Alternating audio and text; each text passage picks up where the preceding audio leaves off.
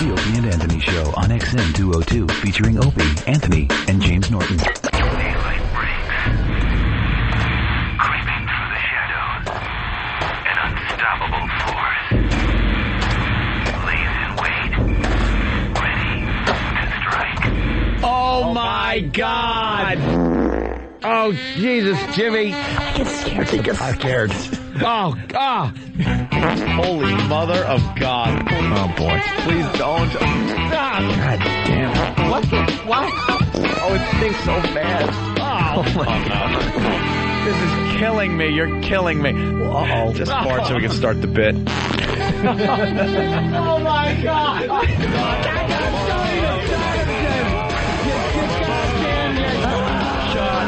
Shut up.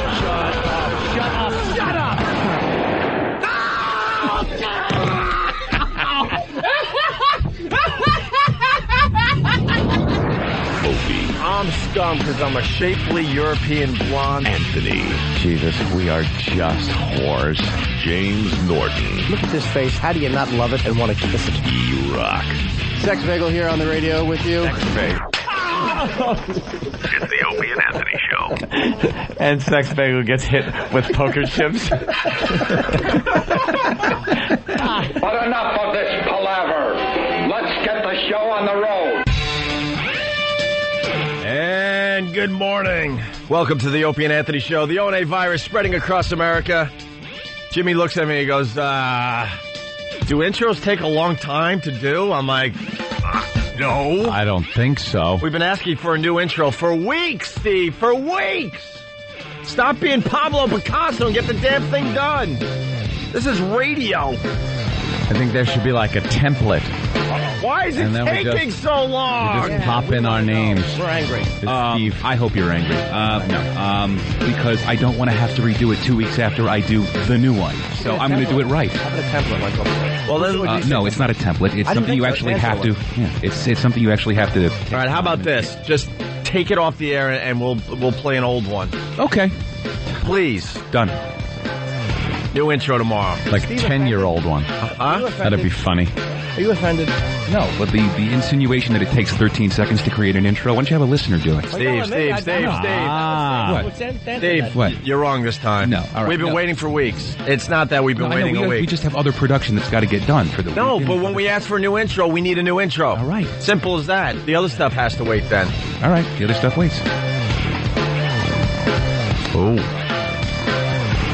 Good Didn't Monday expect to that you. today, but... Good morning to you on this fine Monday. By the way, let me tell you something. Our phone number, 1-866-313-FREE. Sitting here, that awful intro that we don't like is playing. And phones just start ring-a-ding-ding. All Chicago calls. Yeah. Chicago is motivated for the Opie and Anthony Show. I don't see a call from New York right now. I don't see a call from Philly. I don't see a call from Boston. I see Chicago. Good morning, Chicago, who we're speaking to right now, live. And some dummy from Maine. Let's say hi to Michelle in Chicago. What's up, Michelle? Hi, guys. Good morning. Hi. Just wanted to say, finally, you guys are live in Chicago after 9 months of being on the air. I finally get to hear you. It's great. Go ahead. No, go ahead. I just want to say it's a traveling virus tour is going to come this way. I'm hearing rumors we're not going to Chicago. Oh, great. Well, that's okay because I'm coming to Vegas anyway, so there you go. Okay. No, I'm hearing rumors that we're not going to Chicago. We got to figure that out. They're a little scared of Chicago. I'm telling you, we could sell out something in Chicago. Yeah. Get us a 500-seat theater. Get us the Zanies downtown. It's 150 seats. Yeah. We'll have fun. We'll pack it, I hope. That's right. We'll pack Zanies. And this is how you know we're happy to be live in Chicago. Is Oprah saying something, you talked it over. Now you go ahead. Yeah, we weren't even yelling at First day you. of school, happiness, but tomorrow I'll be spitting on you. It's kind of exciting. I mean, we're live in Chicago now, but now we're on at like 5 in the morning to 8 in the morning, which is always just... That's the deal we got in Dallas, and it's just kind of weird. It's kind of hard to get an audience going. Well, the rest of the Chicago radio and talk show in the morning, as you know, besides Eric and Kathy, there's even worse ones out there. Eric and Kathy, not them again. But you guys, shows out there than Eric and Kathy. But it's very exciting for WCKG because Mr. Meyer starts today. Okay. And we're live. You don't care about him? I don't know who that is, but okay. Oh, he's only a legend in Chicago radio. Is he? I have no idea who that is. All right, Michelle. Thanks for you calling. Guys. All right. Thank you. Bye, madam. Let's go to Chester's Ashes in Chicago. What's up, buddy? Hello. Hey. Hello. Bill in Chicago. What's up? Good morning, gentlemen. What's nice going- to hear you live in Chi-Town. Yeah. Why are you guys so excited that we're live? I mean, the phones are going crazy. Well, I don't know if it's that we're excited that you're live or we're just excited, period, to have some decent radio on the airways for a change. Oh, thank you, sir. Are you going to accept us eventually? I've been listening to you guys since Jimmy used to throw out the "It's not gay unless you push back" reference. Oh, my God, sir. That's That's how long I've been a 1975? No, that's one of my favorite Jimmy lines. That should be on a T-shirt. That should be a motto. I love you guys. You guys are great in the morning. It is Thank you, sir. I've been doing radio since I was 18 years old, and I've always been scared of Chicago because you hear the stories. They only like their own. They don't like when shows come into their town, into their city. They don't really accept outside shows for the most part. I think what it is there's a lot of people here that don't get your style of humor. And to me, I enjoy it. There's a bunch of guys that listen to you guys every morning that I talk to, and you guys are fantastic. So keep up the good work. Oh, thank you, Bill. I appreciate it. Thank you, mister. Take care. All right, let's go to Jerry in Chicago. Jerry. Hey, Opie and Anthony, how you doing? Pretty good. What's up? What's going on? Hey, how come the traveling virus isn't coming? I don't know what's going on with that. I'm not happy with that. I told Pete, look, if it means a smaller venue, so be it. We got to get to Chicago. We got to get this done. Exactly. I was thinking, if someone were to get online and start a petition, get a couple, maybe 1,000 or so signatures, and you gave that to management, you think that would help at all? Yeah, I think so. It couldn't hurt, dude. I think so. They're not really sure of the interest in Chicago. That's what I've been told. The ratings are just starting to move upwards. Finally, nothing to brag about, but we're getting little bump ups, and they're not sure if that's enough to get the tour to go to Chicago. But I think we should go to Chicago no matter what. Oh yeah, definitely. Hopefully, now that you guys are live, the ratings will go up more. And best show I've ever heard. You guys are great. Loving it. All right, thank you, Jerry. All right, thanks a lot. All right. So there you go. Just want to acknowledge that we're live in Chicago. I mean, they're ringing off the hook. That's very, very cool. Because it's like 5:07 in the morning right now. It's awful. Just an awful time. That is rough. Cold city. Yeah. What's going on, Anthony? Hello? Yes. No, I said, Thought you went to a phone call. no, I'm looking right at you. I'm like, what's going on, Anthony? Anthony from the studio, you're on. You plunk down phones and yell out names, and then I looked in horror and saw no Anthony on the phone thing. I'm like, oh my God, he's talking to me. I know there's a naked girl in Pal Talk, but... No, I don't even have any of the cameras up. All right. I'm just reading things that are going by, that's all. Oh, you're missing out. I'm fine, thank you. How was your weekend? Good. Went to the Fezzi's birthday party on Friday. Opie showed up there. That was fun. It was a good time. Yeah. We had a good time there as E-Rock even showed up in his Crazy Eddie suit. E-Rock was dressed well. He was dressed in like a T-shirt and a blazer. And I swear it looked like Crazy Eddie attire. What year was that? Like 19... I'm trying to figure it out. I think it was brought back for Miami Vice, but he didn't have like a colorful neon shirt. I think a blazer with a T-shirt. That's late 80s. Were you on your way to do evening? Maybe mid-80s. Evening at the Improv. Did he have wacky suspenders underneath? He had a too? thin piano tie. And we were all looking at him, like, mocking him, and he just thinks that we purposely try to mock him every chance we get. You just make it so easy, Rock. I mean, we're all looking at you like, why the blazer and T-shirt? And you're like, I'm sick of, what? Dressing like crap or something? What'd you say? Yeah, I dress like crap every day, so I figured... you'd dig into the closet and find something? Yeah. It's cool. You should have left a little bit of growth and gelled your hair back. I just want to snap him. Wear some just shoes with no laces, with no socks. Ew, no. Things like that. Dude, you looked ridiculous. Oh, God. You really did. Wow, driving the point right home. Dude, you looked ridiculous. Ridiculous. Because you were trying way too hard. Like, we're all just hanging, and you're hanging out with a blazer on. You look like someone's dad, like you were there to pick up somebody. Can I have and bring them home. Is there any pictures of you, Rock? You know what? You got a picture of you in your blazer from everyone's giving you a Friday night? Oh, someone must have. There were cameras snapping like crazy. Everyone's giving you a hard time. I don't like it. Yeah, it was a really, it was just like, what color T-shirt were you wearing? It was like beige. It was like a beige T-shirt and the blazer over it. And all I could think of was, he's insane! It was definitely Crazy Eddie, like. Yeah, we were all like, what is E-Rock doing? Yeah. And then there was a little controversy. Huh? Then there was a little controversy about some item that fell out of E-Rock's pocket that somebody picked up and, of course, gave to everybody first and told where it came from, and then discreetly gave it back to E-Rock like she hadn't told everybody that it fell out of E-Rock's pocket. Why is he looking at you like he has no idea what you're talking about? Do you know what I'm talking about, E-Rock? No. It was like a plastic thing, and it had some pop-out things, and a few were popped out. Oh, yeah, I'm sitting there with my girlfriend, and this girl leans over. You know, like nice cough drops? It's that aluminum thing, and there's these black pills. She goes, these are yours? I said, no. They're not. They weren't mine. Oh, the story changes. Oh, boy. Then why did you put them in your pocket? The story changes. They were some type of, what were they called?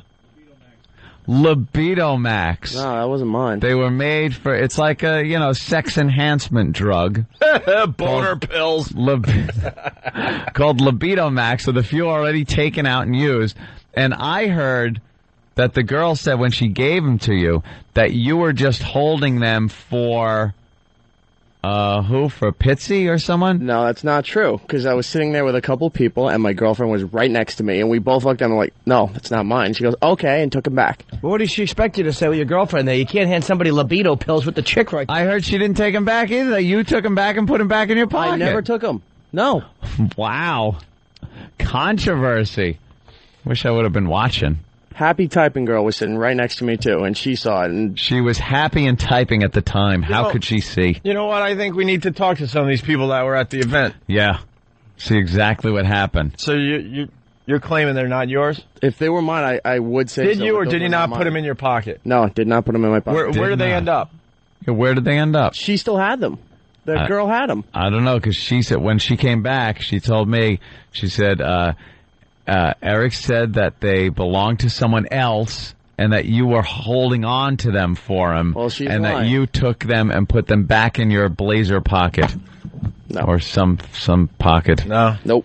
All right. All right. I have to believe E-Rock now. I don't think it ends here. Oh, believe me, it won't end here. I'm sure the pests right now are emailing and texting each other. You got to call the show immediately. Wait, now, were they not yours, or do you think somebody put them in the glove compartment of your Trans Am?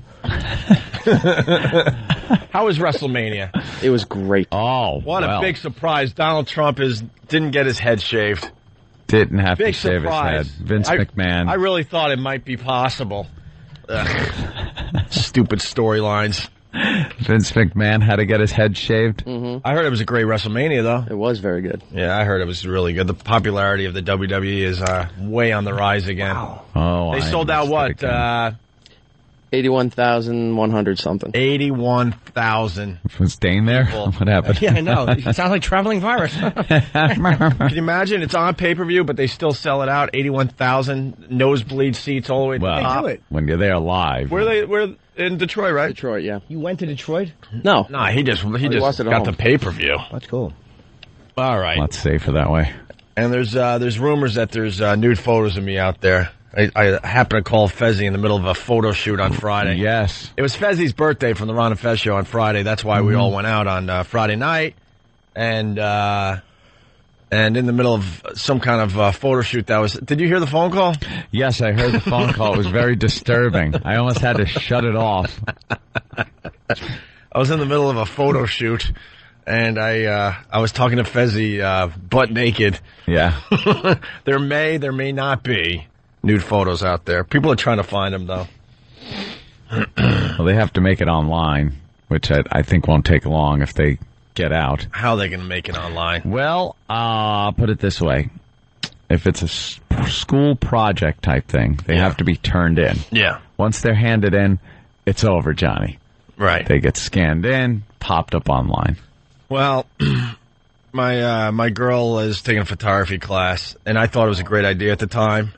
but I've become the model for the her photos. subject. For her photos, and it started innocent enough with like just a face shot with me in like a hooded sweatshirt. Rrr. Right. And, you know, Black and white, artistic. And now we're going into areas that, quite frankly, I'm uncomfortable with. A little concerned. And then on Friday, in the middle of that, I remember that I got to call Fezzi for his birthday. So God, I wish him a happy birthday. I'm walking around completely new talking to Fezzi on Friday. Just like he'd like it. And then he kind of slipped at the end of the phone call. When I hung up, all I heard on the radio was, hot ass Opie's naked. Like, with excitement I've never heard in another man before. Hot ass Opie's naked. Yuck. Wait a minute. You're modeling naked? That's really bothering me. It really is. You're on a bench with your like one leg propped up and she's photographed? Yeah, I'm trying to figure out like what the pose is. There might be some artistic shots out there. Yuck. Anyway. What the pose is? What are your poses? Picture. You're laying down on a couch like what's her name there in the Titanic? I was just thinking, or Burt Reynolds. Burt Reynolds. I was just about to say that. I said, picture Burt Reynolds, circa 1975. Oh, did you put your arm and covered it with your forearm? Huh? Did you put your arm down there and covered up your goods? Eek. All right. Well, now we got Dave in Pennsylvania. Dave, what's going on? Hey, Eastside Dave's been taking those Libido Max, so he doesn't have any performance issues with Casey. Right. Has he been taking those? Oh, no, there's just that rumor started. Rich in Boston, what's going on? Oh, yeah, I was doing the Thinker. Thank you, Bill from Waterford. The Thinker? I was doing the Thinker, and yes, I was doing some Zoolander poses. I actually was, just as a goof, because that's just a wonderful flick. Rich in Boston, what's up? Did you do Magnum? Huh? Did you do Magnum? Yeah. Rich, what's up? Hey, what's going on, guys? Hey. Hey, I was a huge, I don't understand the whole ratings things. You guys kick everywhere I go. The radio's on Opie and Anthony. Mm-hmm. I work construction sites. All I hear is you guys. Everybody's talking about you guys. I was a huge diehard Stern fan, and the show was just unbelievable. Oh, thank you, sir. No, we're doing fine in Boston. Last month the ratings were beyond weird. It should be unbelievable, though. I'm telling you, everywhere I go, they listen to you. Anthony's made me almost piss my pants on the way into work. Oh, watch yourself. Don't do that. Yeah, don't Gotta do that. get to work, and they'll make fun of you. Well, I'm sorry, buddy. When I was in Boston, the response was really good, and I know that that's not just from XM. It can't be. The ratings. It's like you can kind of tell when you go into a place where the XM markets are and where the terrestrial markets are, because the terrestrial markets you just sell a lot more tickets. Everyone's told us ratings are weird. You can't just take a month by 1 month. That's how it is. They go up, they go down. You got to take an average. So, whatever. Yeah, we're fine with what's going on in Boston, so it'll work out in the end. I appreciate it. It looks like the murder rate is way up in Boston, huh? And Mayor Menino's trying to Right. Not my fault. Trying to sweep that under the rug. Supposedly the murder rate is up 60% year to year. 60%? Supposedly. I was reading that in the Boston Herald this morning. You know anything about that there, Rich? A lot of gang violence up there these days. No? No, don't care, don't know, but you guys, the show is unbelievable, and that's all he wants to talk about. All right. Like a politician. He's a good boy. I like him. Thank you, sir. You're a good boy. Let's say hi to Scott in Iowa. Scott. Hey, love you guys. Love the show.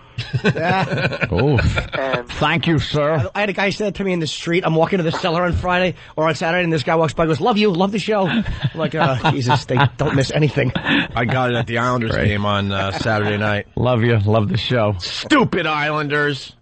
Aww. Anyway, I have an idea for a new bit. Yes, go ahead. Picture Opie naked. Oh, might not have to soon. Absolutely. Just pop up a website. New bit, old thought. All right, Scott, thank you. All right, we're just getting warmed up. We got Black Sabbath. I mean, we got this really long couch behind Jimmy and Anthony, so it looks like we got the whole band coming in. Yeah. That's going to be cool. That's for Jimmy, to be quite honest with you. Jimmy's going to have a lot of fun with Black Sabbath. I'm beyond happy. Is RJD coming in also? Or? RJD? Dio? Yeah. Yeah. He even said to me before, Tony said, we'll see you Monday morning. And Ronnie's like, I know we're going to see you guys on Monday. They're the nicest guys on earth. Yeah, they're very nice. Ronnie James Dio is singing for this version, Heaven and Hell. You can just call them Black Sabbath. That's what I'm going to call them. Right to their faces. Why don't Right they? to their faces. They say former members or they say current members, right, of Black Sabbath. And The Ronnie official James name of the Dio. band is Heaven and Hell, right? Heaven and Hell. know. Educate me To here. be honest Even though it's Black Sabbath without Ozzy, but they've also been Black Sabbath with Ronnie James Dio. So what's the deal here? I'm thinking since the Rock and Roll Hall of Fame, I think they want to clarify. I don't know. I'll ask him because Vinny is playing drums, but he was on 3 of the albums. Vinny's not a brand new guy. He was on Mob Rules, Heaven and Hell, and I think Dehumanizer, and he played on the Heaven and Hell tour. And apparently, where are they playing? They played at Radio City. Sold it out in 25 minutes. And I had to drive through town Friday night to get to the Ron and Fez birthday party. And I passed Radio City. The crowd that was around out there was frightening. I just got to say, frightening. There's old guys with these concert shirts on, guys at the horseshoe bald head, but with the long ponytail. Yep. Nice. And the concert T-shirts on, the jackets. I was driving through going, oh my God, this is like a time machine. That's where awesome. everyone got old. They said that, and they said the tickets were so expensive. Yeah. Yeah, there was younger people in Canada, and they said here the tickets are like $75 or $100, and a lot of people in the 20s can't afford that. Yeah. Yeah. Ridiculous. Oh, God, high prices. I went to see Bob Saget on Friday. He taped his HBO special. How'd that go? Good? Oh, man, he's got a good one in the can. Good for Bob. He's got a good one in the He's can. got a good one in the can, does he? He might as well. The material he was doing. Yeah. It's not too far-fetched. Holy crap. People are digging it. I was talking to the HBO people. America's going to be really surprised, and they're trying to say, well, the dirty side of Bob Saget's getting out there. I'm like, not really. I mean, he was in The Aristocrats, but how many people really saw that movie? Most people, parents, just plop their kids in front of that friggin' Full House show. Right. They still watch it like crazy. And America's Funniest Home Video still in syndication, and One Mr. versus Wholesome. 100. I mean, he did our comedy tour, so some of our fans have been exposed to the dirty Bob Saget. He's done some dirty stuff on our show, so some fans. But I'm telling you, this is going to be his coming out freaking HBO special where people are like, this is Bob Saget? Yeah. They're going to be really surprised, but it was great. He did really well on Friday. And here's the difference between the Aristocrats. Everybody, with very few exceptions, was dirty in the Aristocrats. So that was almost like, okay, he's just doing it like everybody else is doing it. That's See a guy true. on his own, just doing his own material. And Right. like, wow, this is him. Mm-hmm. This is his act. And this is really Bob Saget. He's been fooling America for decades. But supposedly the older guys say that he's always been one of the dirtiest comics in the club. And finally, with this HBO, special he did, America's going to see that. It's an hour of just filth. Good for him. And I think it's going to do very, very well. So, all right. Also, we got Robert Rodriguez from Grindhouse stopping in. It's he's the director of the first film. Grindhouse is a double feature. I think people know that by now, right? Double feature. And he directs the first movie. That supposedly we're seeing Grindhouse tonight? Yes. Supposedly we're going to go see Grindhouse tonight. I hope so. Grindhouse. All right, we got lots to do. We're just getting started. It's the Opie and Anthony Show. Hear what everyone else is talking about. O&A Uncut and Live, continuing the show on XM Satellite Radio starting at 9 a.m. Eastern. Visit xmradio.com to subscribe. It's the Opie and Anthony Show.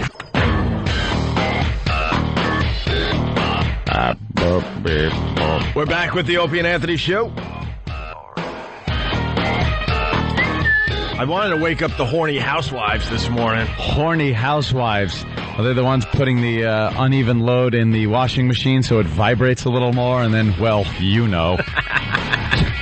That old gag. Washing a bunch of sneakers. Yeah, throw some sneakers in there, and then maybe you're a little too close to the machine. And That's how I wanted to start the show, but instead we just babbled about who knows. I don't even remember what we talked about the first break. We Chicago? babbled. Your body?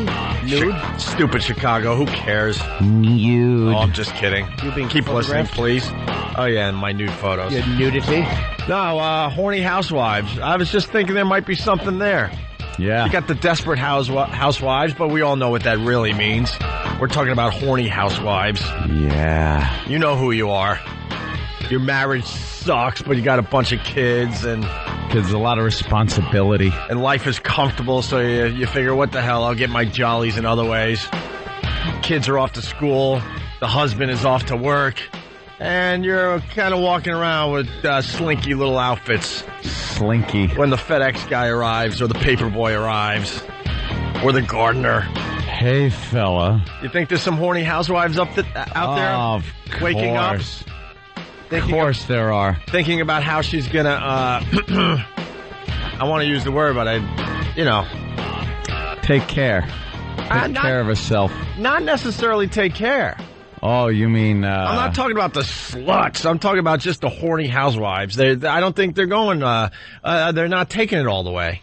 They're just kind of like flirting. They're kind of showing off what they got a little bit. Are they teasing? I thought they were using items around the house to take care of themselves. Yeah, certainly. Yeah, something like that. But as far as like just an all-out cheating going on, no. It's more like just a little flirtation when the husband's gone and the kids are off to school. A little whoopsie when the mailman comes. Exactly. Whoopsie.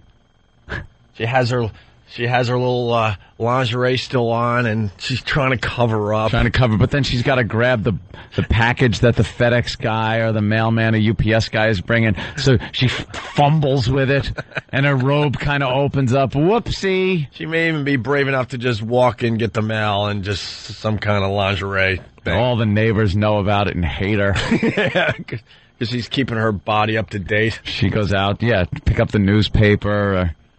take out the garbage. Boy, the slinky little... Boy, the phones are exploding with horny housewives. It's amazing, like when we do a guy-related thing. Just like it. And maybe they'll call. Maybe they're too scared. Maybe they're sleepy from all their whoring yesterday. Well, if Chicago would stop calling, maybe we could get, some horny housewives to call. All right, we're live in Chicago. We get it. No, it's quite flattering that everyone's calling us this morning to welcome us to Chicago finally. Even though we've been there almost a year. But now that we're live, I guess it makes a huge difference. All right, so we got the horny housewives. We're waking up this morning. Good luck to you. And we got Rosie O'Donnell just babbling. God, did I actually say a month ago that I kind of like her? Yeah. I guess I'm trying to defend myself, but I like Rosie O'Donnell because she's speaking her mind on TV. You don't really get that in this day and age. But now she's just babbling. The woman has a screw loose. She absolutely does. She's talked about her mental problems, which is fine, She's on medication. There was, I guess, what put her over the edge was Columbine. She talked about that. She said how when that happened, she just got this unsafe feeling and she became depressed and it took her a lot of years to get help and she finally got the help she needs. And now she sounds crazier than ever. Yeah. Like she sounded fine when she said she was crazy and wasn't getting help. But now she's getting help, and she sounds absolutely out of her mind. And I was telling you in the office, she's looking more and more like Kathy Bates from Misery every day. She's got the cuckoo eyes. Mr. Man. Her eyes are slowly but surely changing. Yeah, she's getting those crazy eyes. And the crazy eyes, like your eyeball flattens out. Something happens with your eyes. You know how everyone's got a nice curvature to the front of their eyeball? Crazy people's eyes flatten in their head like frying pans. It's just an illusion. And yeah, because I think the eyes just start opening up more. Yeah, See, look, they open wider and they stare off into space. Look, everyone could do crazy eyes. Just take both of your eyelids and just lift up a little. There you go. Open them up. Crazy eyes. Now just kind of look. Yeah, okay, you got crazy eyes right there. Wow, that was scary. See, you know what the thing is? She got surprised by Columbine. No one liked it, but it's like, because it's white people getting shot. It's like they've been doing gangbanging shootings in L.A. Why didn't that make you feel insane? Yeah, why isn't she upset about people that just are getting shot on a daily basis? But I like how she was just kind of, speaking her mind, but now she's insane. Because now she's speaking her mind, and it's crap. Mm-hmm. It's just, she opened her yap about the Britain hostage situation. Oh, no. The Iranians said that 15 British sailors were in Iranian water. Might have heard my phone call on the Man Cow Show on this issue. This very subject. On this very subject. Oh, yeah, Anthony from New York, you're on. Go. Hey, Tony from New York. Boy, that Tony with a perfect phone call. An ass I am. Perfect opportunity. That's I blew it. I blew it. Good call. Yeah, it was a great call, though. See, and topical, because it's in the news. We'll get them eventually. And you see the footage? They all had to admit that they were in Iranian waters. That they're wrong. The woman, they got one woman also that was part of the patrol. Yeah. And they've been making her write notes to her family about how wrong she is and how Britain has to pull out of Iraq. And it's all the same propaganda that these extremists use when they get prisoners. They don't interrogate them in private. Well, they probably do also. But they get them, they parade them in front of television and make them make these statements. Why was the one British soldier they're showing on TV this morning kind of smiling like he's a college professor? I think they told him to smile. He's got graphs and maps and he's pointing at things like, yeah, we were in these waters a few times. A lot of these guys are trained to do something out of the ordinary when they're doing these to let everybody know, look, I'm not serious doing this. So maybe him smiling, maybe he's a guy that never smiles. Like all around, they call him Smiley as a joke, like they call fat guys tiny. Yeah. So when he's on there and he's smiling, they go, look, the guy's smiling. It's a crock. Right. Either that or he's smiling because there's Arab writing in front of him and there's not a guy behind him with a knife. Yeah, ready to lop his head off. Exactly. I'd be smiling too. My face was 20 years. Every second you're alive. Hey, hold that thought. We might have a horny housewife waking up. Jennifer in Jersey. Jennifer, what's up? Great name. Good morning. Hey. Evening. How are you? Good. Hi. I just wanted to say good morning to you guys. Love the show. Are you a horny housewife? I'm a housewife, sort of. I have a part-time job. I'm mostly horny most of the time, so does that count? Well, so what we were talking about kind of hit close to home with you. I'm sorry, what? Oh. Do you do anything to take care of this? You're home alone, maybe, or do you wear a little lingerie or a little a robe around the house when the mailman comes to the door? Anything like that? I listen to you and I masturbate. Oh. We'll accept that. Before I get out of bed every morning. Susie didn't hear that. She listens to us and she makes herself very happy. Takes care of business. Yeah, before she that's nice. Starts her day. What do you use? Your hand, or do you use maybe a device, or do you use the washing machine? No instruments. No, nothing. instruments Just needed. you. So the alarm goes off. You hear our voices, and that makes you do what you do. Oh, absolutely. All right. All right. Are you doing any oopsies? Are you trying to turn on the neighborhood boys? What's going on? Oh, my God, no. See, we want the real horny housewives. All right. You're a beginner.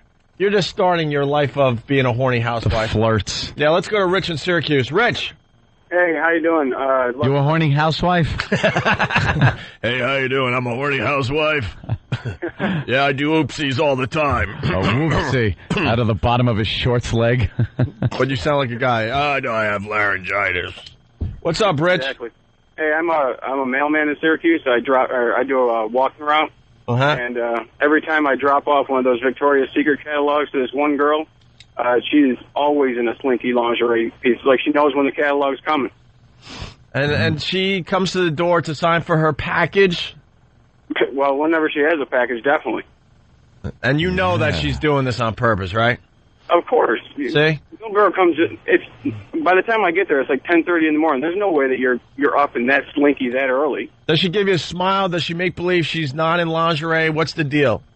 Oh, yeah, she's trying to cover it up. She's got one of those, like, every once in a while she has one of these, like, silk robes that she's trying to cover up, and it conventionally just slips over every once in a while. Just enough, right? Just a little oopsie, and then she's, like, trying to get herself together. She sets up, like, 2,000 watts of lighting behind her so her silhouette shows through. Opens the door, and all you see is her silhouette.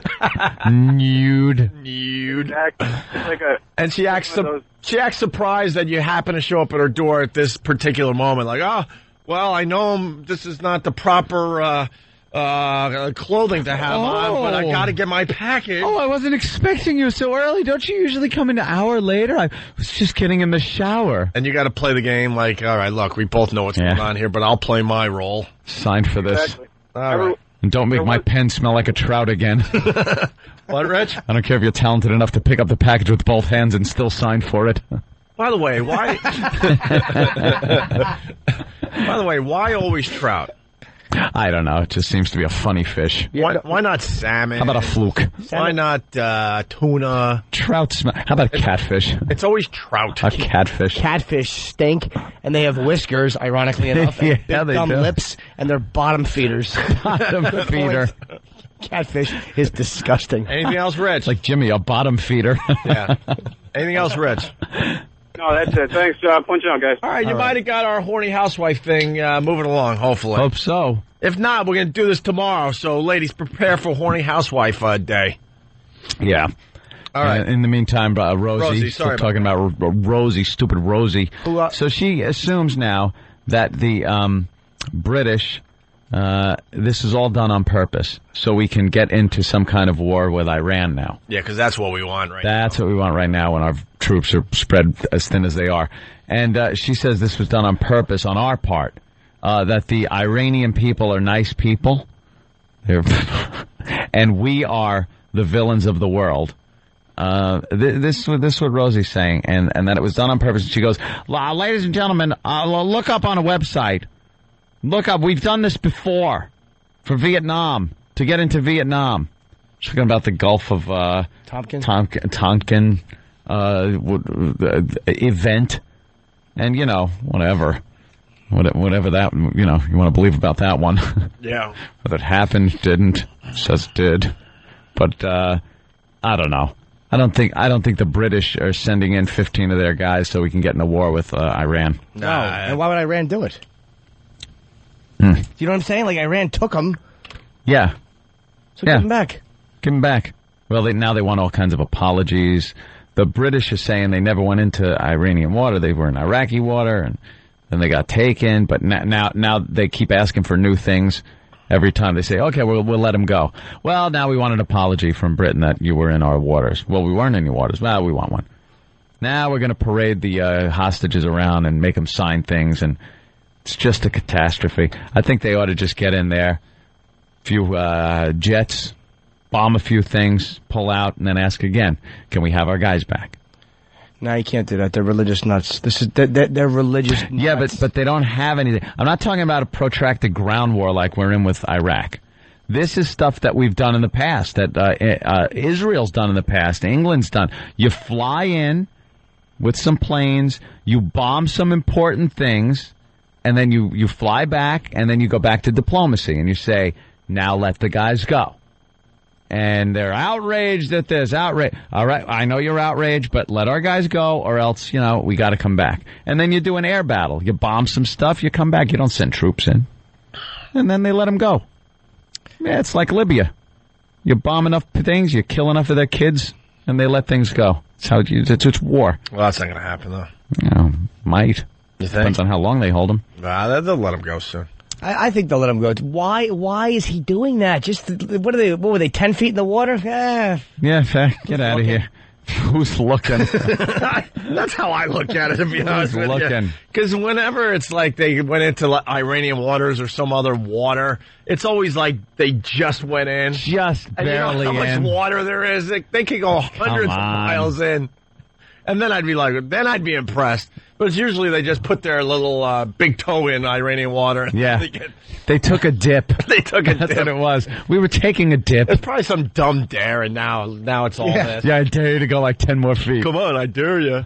Oh, like they're looking. 10 feet in. All right, man, dude. No, just to that, see that little marker right there? Yeah. Yeah, go past that. And the Iranians want to charge him with spying.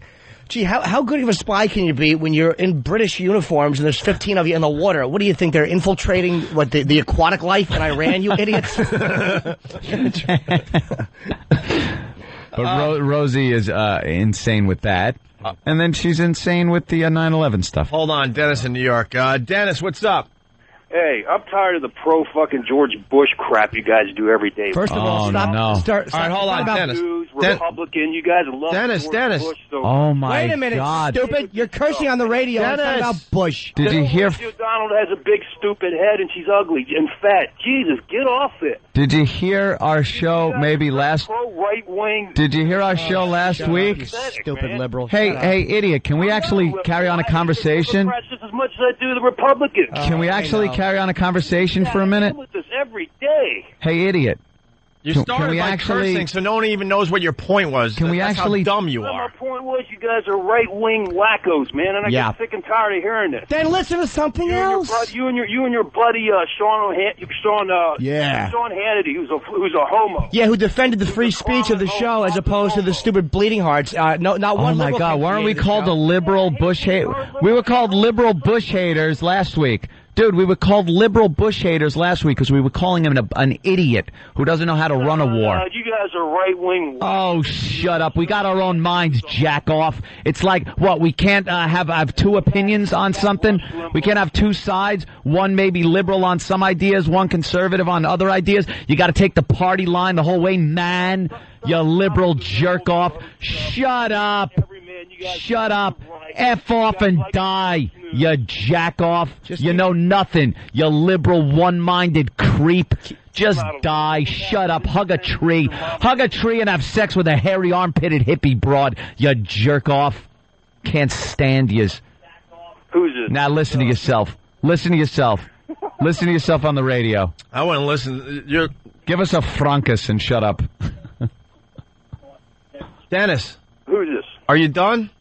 No, I'm not done. You didn't even hear our take on. Sean Hannity You on didn't there? even hear our take on the whole You guys thing. like sucking them off every day. You didn't even hear our take on the whole thing. Did you hear the You Rosie didn't audio even yet? listen. Did you hear the Rosie audio You yet? believe what Rosie is saying? No, I don't believe a Rosie. All right, then what's the problem? Then what's the problem? You're going to agree with us today. That you guys are middle of the road. I'm a registered independent. I No can one give a cares crap what you less are. about the Democrats. So what did we say that is so pro-Bush? You guys are pro-Bush every day. Every time somebody calls in. Give an example. Oh, wait a minute. Give an example. Give one example. 2 weeks ago, I remember somebody called in there, and I Yeah. guess they made like a joke about Bush, and all of a sudden Opie was like, oh, so funny. Oh, Maybe the joke sucked. Opie is the least Bush fan you will find. He's the most moderate of all of us. The guy can't stand Bush. You guys never rag on Bush then. We rag on Bush all the time, you jerk off. Gotta, you stupid. Don't listen half the time and make comments like you listen all the time. We call the guy a moron every chance we get. And we played part of his speech just last week and goofed on the whole thing. What are you, stupid? I never liked Bush. I've been screaming Obama for months. God, are you an idiot? Yeah, I hate Obama too. Well, whatever, dude. Who do you Who like? cares about what you like anyway? Shut up. Nobody does care. No one. No one cares. Go whore your mom. There you Go go. friggin' Third grade humor. shave your head in a Third grade mohawk. humor alert. Don't try to be funny and poignant, sir. You're neither. What an idiot. Oh, I can't stand the people that listen half the time. Go ahead, listen half the time and hear only what you want to hear. We bash Bush and people call us liberal assholes. And then we talk about Rosie O'Donnell being an idiot on what she's saying, and we're pro-Bush? No, I'm anti-Rosie O'Donnell, you dumb ass. It's not about Bush. This is about Tony Blair anyway. Yeah. All right, let's say hi to Clayton in Vegas. Clayton, what's up? Hey, what's going on? What? What's up? What's happening? Hey, Wheeze says hello. I just got off the phone with him. Wheeze? Why'd you call Wheeze? I call Wheeze every once in a while just for, Very cool. Hey, real fast, Tony from Iowa from the Instant Feedback. This guy's an idiot. Everyone knows that Opie is the bleeding heart, Anthony is the conservative, and Jimmy is of questionable sexuality. That's not true. All right, That's so questionable. Clayton. Wait. I'm a fascist. That's not true Just at all. stating the obvious. Clayton in Vegas. Whoa. What? You're not a bleeding heart. Opie. Love you, love the show. All right, what do you got, Clayton? Thanks. Love you, love the show. Loves the See show. you guys when you guys come out here. We're less than 2 weeks away from the first O&A Traveling Virus comedy show at the Hard Rock Hotel and Casino at The Joint out in Vegas, April 14th. I don't even know if tickets are available, but if they are, go to Ticketmaster.com and check if they are. It's going to be a big show. I have a big surprise. Ooh. Do you? No. Of course not. Say that. We got 8 or 9 comedians. All the info's up on opieandanthony.com. But tickets are available through Ticketmaster.com. And the Vegas station has been really, really promoting the hell out of the show, and we appreciate that. What else you got, Clayton? Because we got to move on to a break here. Love you guys, love the show. That's it? Broncos. I'm sure you gave Wheeze more than that today. I'm sorry. He's got nothing. All right, you got nothing. We'll continue. We'll get into the Rosie audio and some other things. It's the Opie and Anthony show. Hit it. It's the Opie and Anthony Show. It's the Opie and Anthony Show. Thanks, Jim, for reminding me. I didn't know. Holy crap. He's asking me about my Islanders. Choking when it matters most. I think they've won 3 out of the last 13 games. Out of the playoffs. Wow, hard to do in hockey. My ticket guy calls me. So, are you going to get the playoff tickets this year? I openly laughed at him and hung up. We're like 4 points out of the last playoff spot, like 3 or 4 games left. It's over, Johnny. They choked. We lose our star goalie, and the whole team the whole team just got depressed. They got sad. They were sad. They all got sad because we lost Rick DiPietro and decided not to play anymore. What a joke. I know the rest of America's laughing because, whatever. At least baseball started last night. Yeah. Mets win. Our phone number, 1-866-313-FREE. The horny housewife thing, I don't know. Maybe they're a little scared to call us. A little shy. But I think we could get some horny housewives to call us today. Maybe they like to sleep in late because I just picture them with like a martini glass at the end of the night when the husband gets home. Why don't you just go to bed? Like Dean Warmer's wife. Right. They're out there. They know they're out there. Cut the crap and get me a drink. I got the goddamn senior honors dinner tonight. I love that. Teen Warmer's wife. She was a cougar. We had one of those in our face once, Aunt. Oh yeah. God. We'll talk about that another day. That's the beauty of this show. One of those parties. That's the beauty of this show, by the way. We'll kind of tease something, and eventually we'll get to it. We'll get to it one of these days. When it makes sense. But right now, we should just let that sit there. Just let it sit there. But if you're a horny housewife and you're waking up, we want to hear from you today. Do you do little oopsies? We're not talking about like banging all the kids in the neighborhood. We're just talking about that little flirtatious thing you do, and maybe there was a guy and we didn't get to him because that stupid guy was yelling and screaming at us. A really good phone call. He says that he watches this woman wash her windows in tiny, tiny shorts, and she knows she's doing it. Those are the stories we're looking for today. The women, they just want to flirt a little bit. They're bored. The kids are at school. The husband who has no interest in her anymore is off to work. And, you got the FedEx guy coming by, the mailman, maybe a neighbor, maybe the paper boy. Maybe she's doing something like gardening. Just a little flirtatious behavior. Washing the windows in her little boy shorts. Yeah, well, we had one of those, but the guy had to yell that we're, pro-Bush or something? Yeah, that we're right-wing. I'm just... Uh-oh, what happened? What happened? I can't wait. It's got to be funny. The Caveman. This is, they're doing that sitcom on the Geico commercial, Caveman. That is gonna be funny.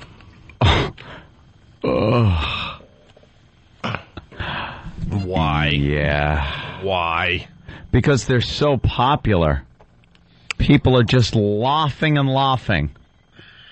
Did the Where's the Beef lady get a goddamn sitcom? No. The Evil Angel. They made her do tranny porn.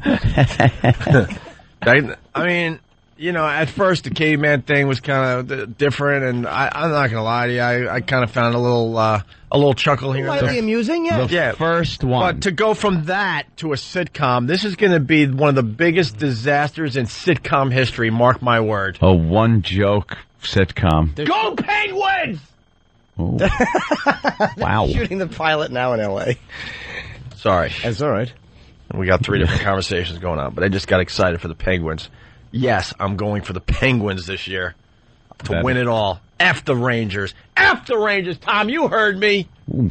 Oh, guys, I don't like sports. Words. I just root for anyone to play healthy, huh? You guys don't like hockey. Not get hurt out there. This means nothing to you guys. Hockey is the sport to watch. I used to like baseball. I passed up opening day tickets today. Baseball is boring. It started. I'm a Mets fan. You guys are Yankee fans. But it's a boring sport. Know what ESPN should do? They should do a 20-minute version of baseball games. It would be the biggest hit on TV. They could do it, yeah.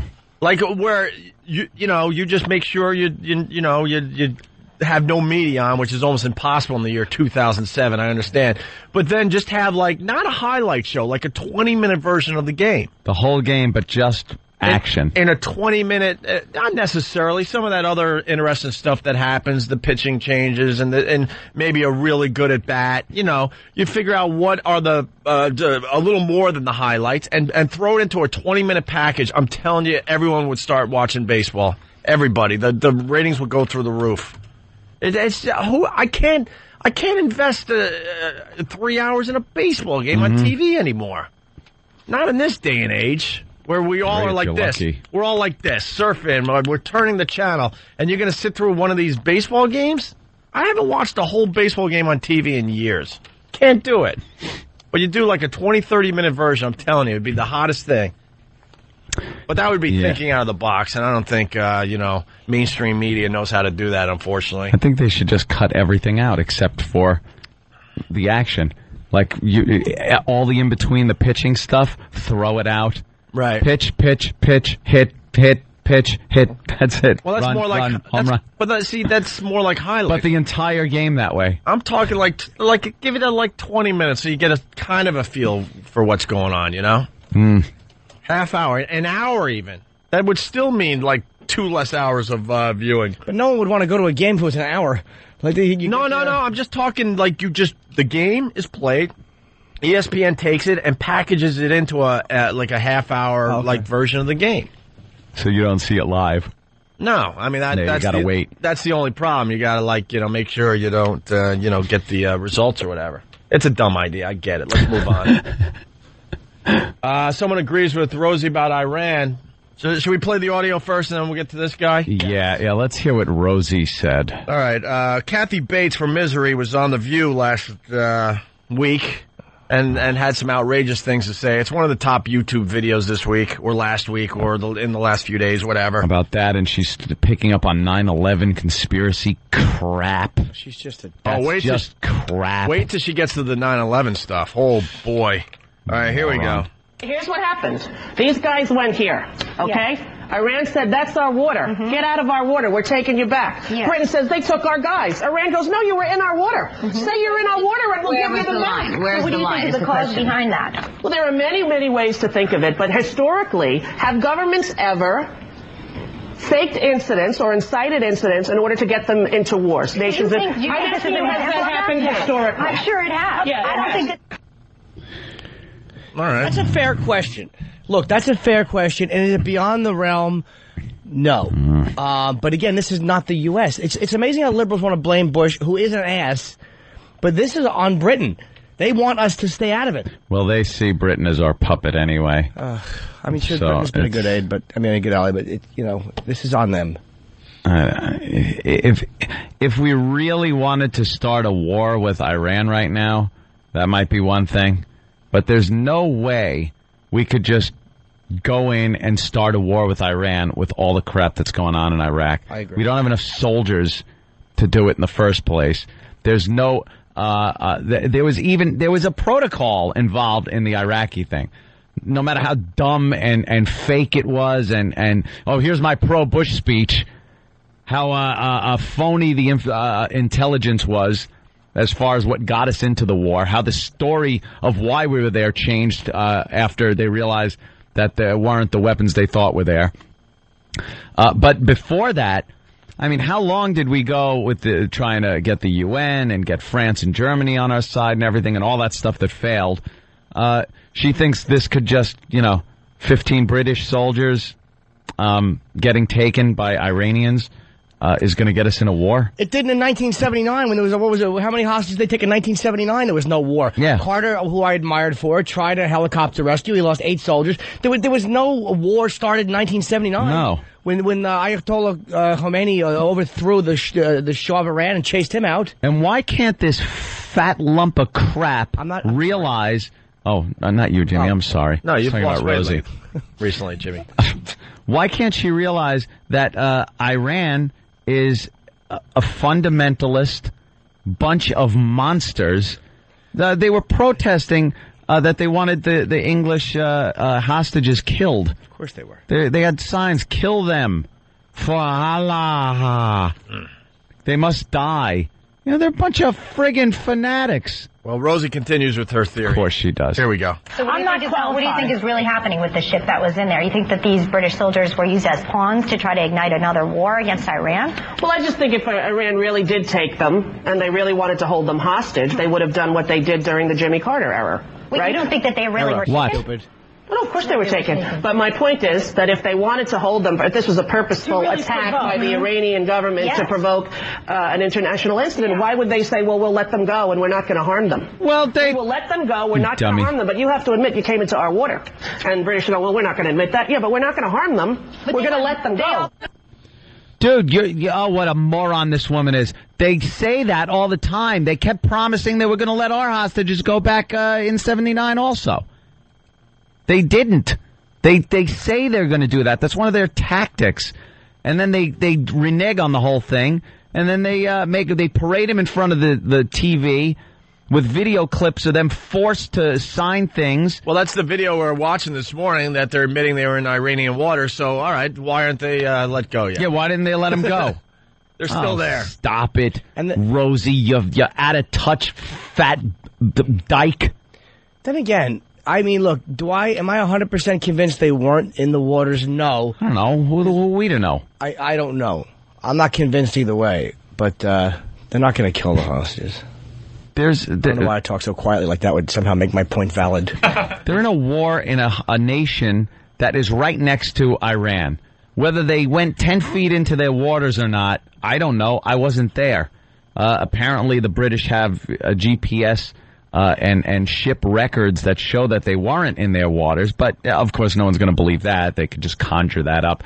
But I'm more willing to believe that they wouldn't send 15 guys in there in a little Zodiac boat to make an international incident. And how far into the waters were they? We're talking...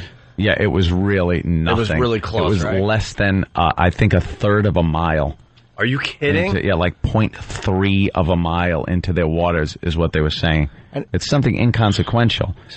And instead, and the protocol in this situation, it happens all the time, is to escort the ship out of their waters. That's what happens. You don't take them and hold them. You warn them and say, you're in our waters, get out. And they turn around and get out. That's what you do. Why can't, this is what I love. People like Rosie, it's like, it's never the fault of the Arab nation, like, or the Middle Eastern nation. Why couldn't it be Iran trying to somehow get themselves mixed up in it? Why couldn't it be Iran who feels they need some kind of a justification to get militarily involved, and they're using this as an excuse to throw themselves in the mix because they haven't been able to find a way in? Like, right. Why is that not a possibility? Yeah, how about you speak up on that? Maybe they want to throw themselves into this whole thing and make England look stupid. This is Rosie. Tony Blair wants to get out of there. His people are hating him in England. He wants nothing to do with it. Yeah, he's done. He's out. Yeah. All right, more from Kathy Bates. Rosie O'Donnell. I'm saying that in America we are fed propaganda, and if you want to know what's happening in the world, go outside of the U.S. media, because it's owned by 4 corporations. One of them is this one. And you know what? Go outside of the country to find out what's going on in our own country, because it's Al Jazeera? It's frightening. And if you don't... we're being brainwashed as a whole country. I think not. I think democracy is threatened in a way it hasn't been in 200 years, and if America doesn't stand up, we're in big trouble. Oh, boy. How about the Cuban Cuban Missile Crisis? That wasn't threatening? She says it's controlled by 4 companies, but how about the internet? Yeah.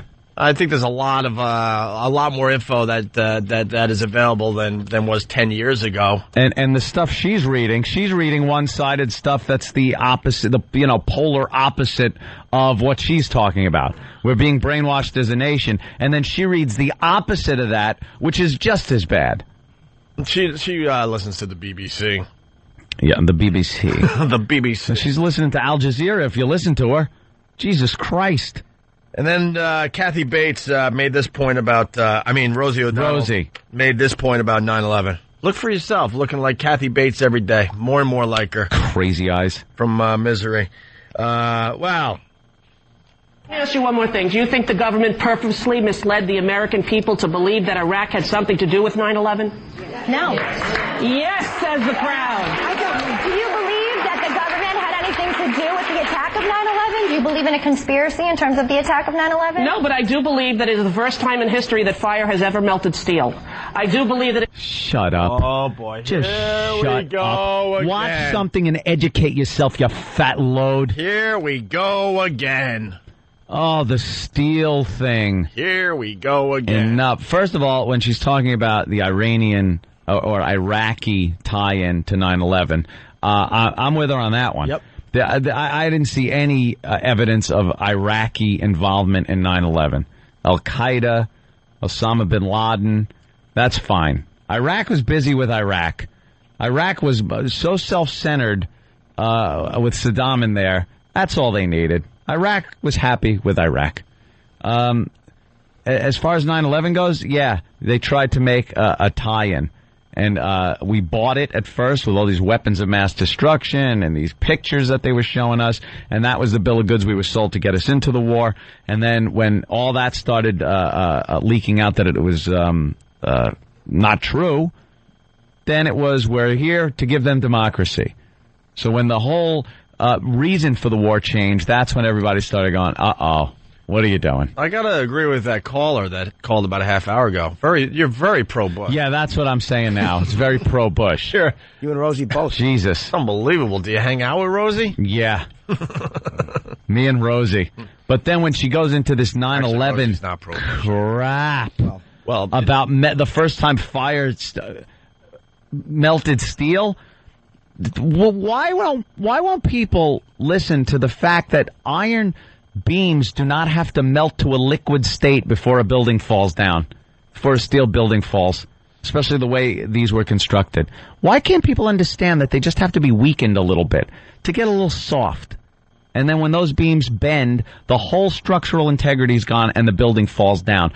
Why does it have to be dripping metal? Here's the rest of her statement, and then we'll get into this a little bit.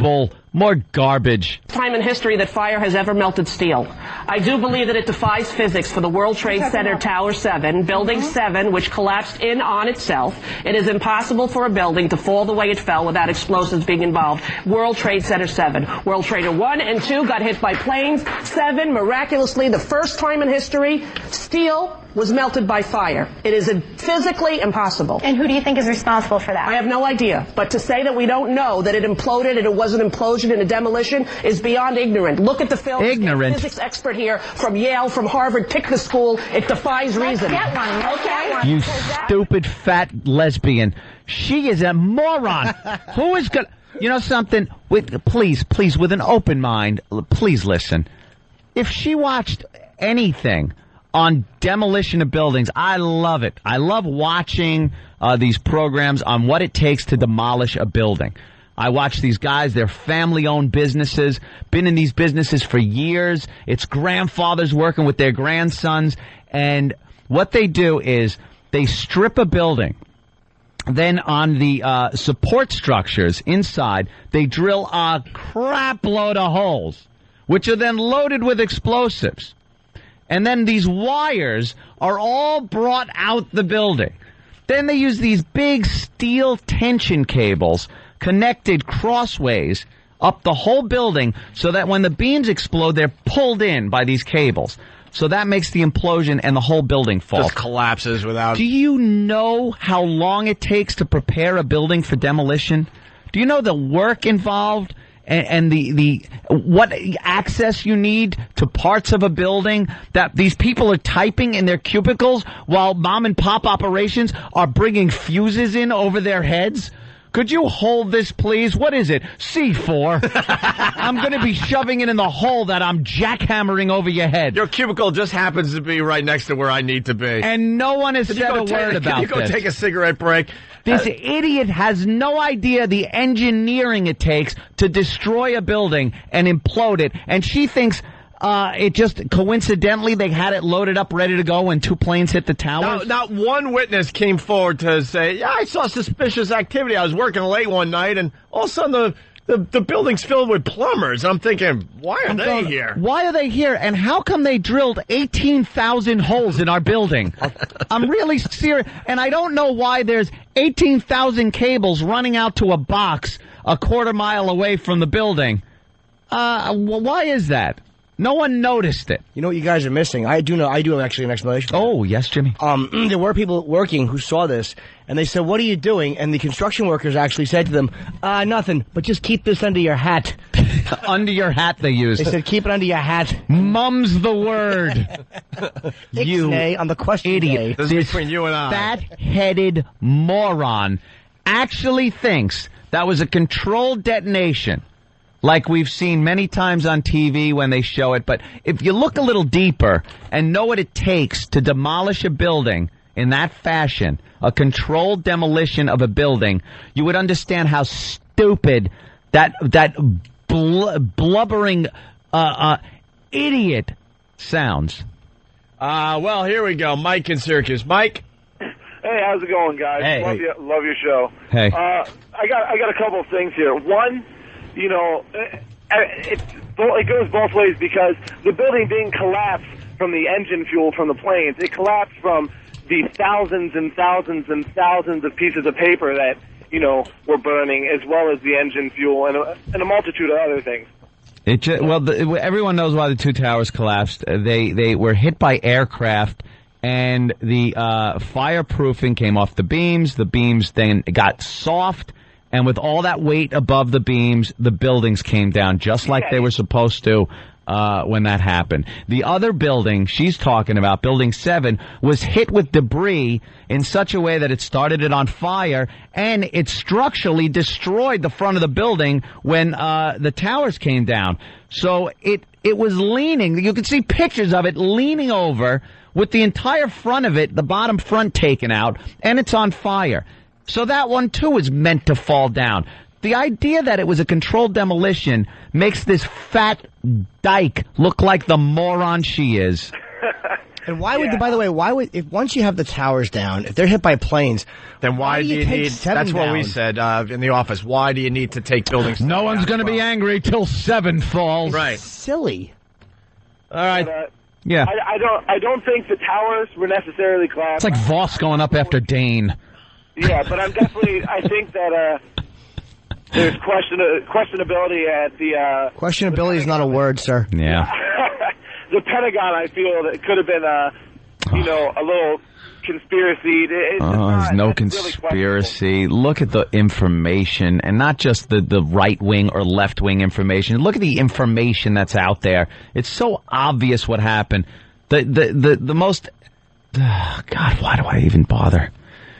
You could see it. You could see it was an aircraft. Well, it's a cruise missile. They shot it into... No, they didn't. There were Muslim extremists. They hijacked planes and killed people with them. One for them. There's around the Pentagon, there's missile defense systems that actually are on 24/7. Yeah, sure they are. Sure they are. Where were they? They're there. No, they're not. They're not. We thought they were. Everyone was under the assumption that the White House, the Capitol, and the Pentagon had these secret James Bond missiles that came out of the ground when there was a threat.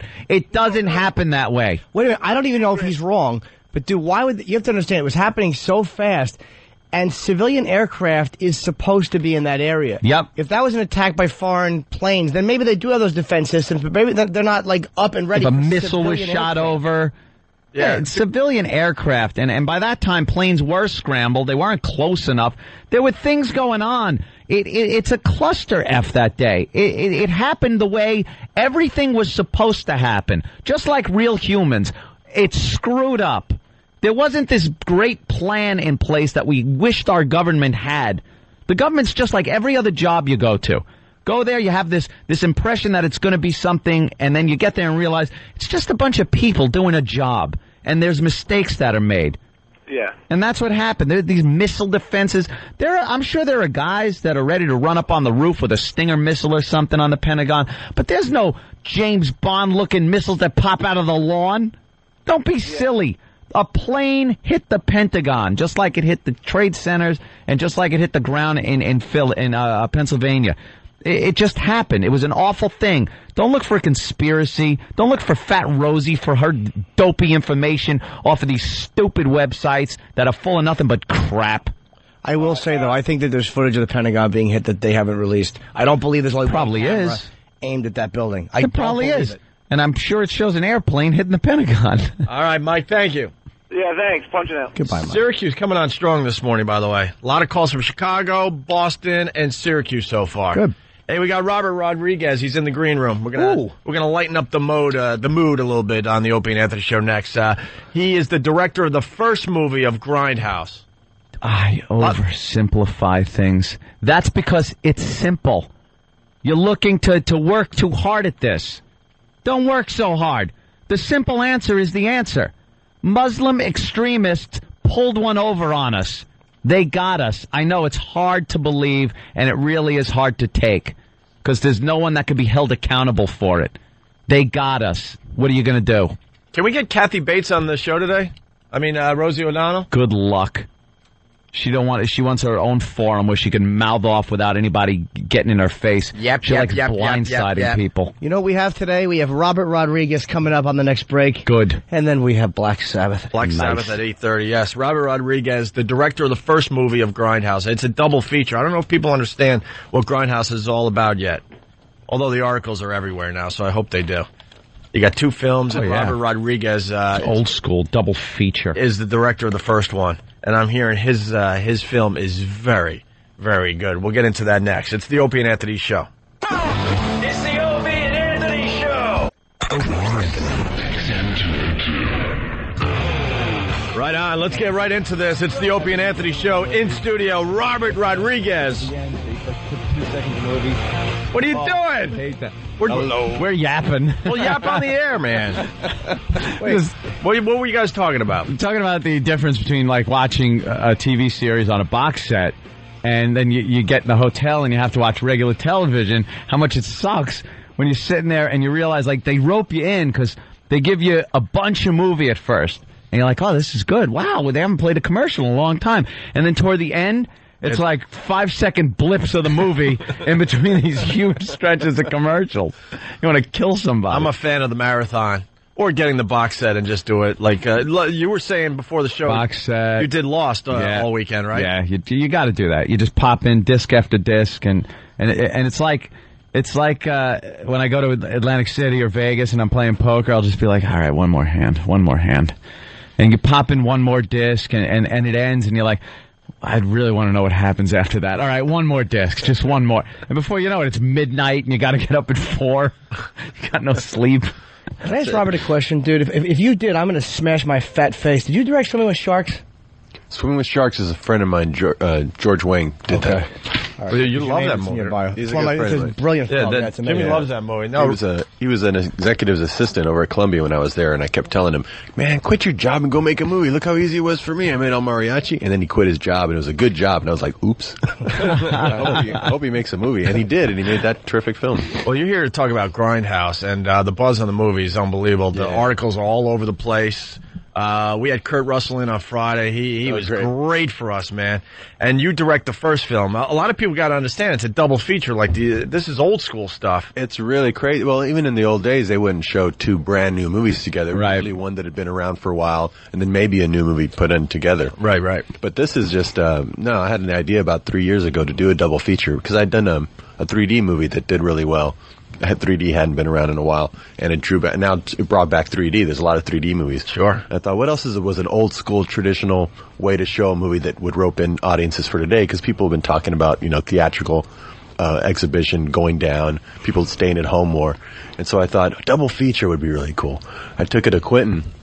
He loves double features and said, we got to call it Grindhouse. And so in like 5 minutes, we came up with this idea to make this really unique experience where there'd be two full features. They're each about 85 minutes long. Wow. And then fake trailers in between for movies that don't exist. Yeah, I hear they're hysterical. And I hear the trailers are just amazing for these movies that don't exist, almost to the point where you might want to make one of these down the road. We might have to make all of them. Right. It gets such a huge response. Yeah. I could sit and watch like old school trailers for hours, man. You get on some websites and watch them because they were so, action-packed. No, they totally oversell them. Yeah. And, the idea we had with Grindhouse was You know, back in the day, they'd have these amazing posters and trailers. Then you'd go see the movie, and it was like, and the movie sucked. Nothing like that. Yeah. So we thought, well, we have the means and the time to actually make these movies better than the posters and better than the trailers that we're selling. And it's just wild to see it with an audience. I mean, go with a group of friends and watch this movie because it's like a rock concert. People just go nuts because the movies are really short,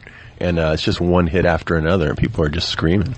Yeah, that's what I hear, everybody. I can't wait to see it, man. Absolutely. It's over 3 hours. It's just over 3 hours with the credits. And we all get... What's funny is it doesn't feel that way because both movies are short, so you forget that you even saw the first movie. And after the second one, people are... Every time we have a premiere screening, they go, oh, we wish you had double screenings because we just want to go right back in and experience it again. See it again. Yeah, it's almost like that phenomenon of watching your discs. Yeah. You know, once you put them in and you start watching, you just want to keep going. The guys behind the scenes here, they all went already to see Grindhouse, and huge thumbs up from the staff of the Opie and Anthony Show. Our audience is going to love.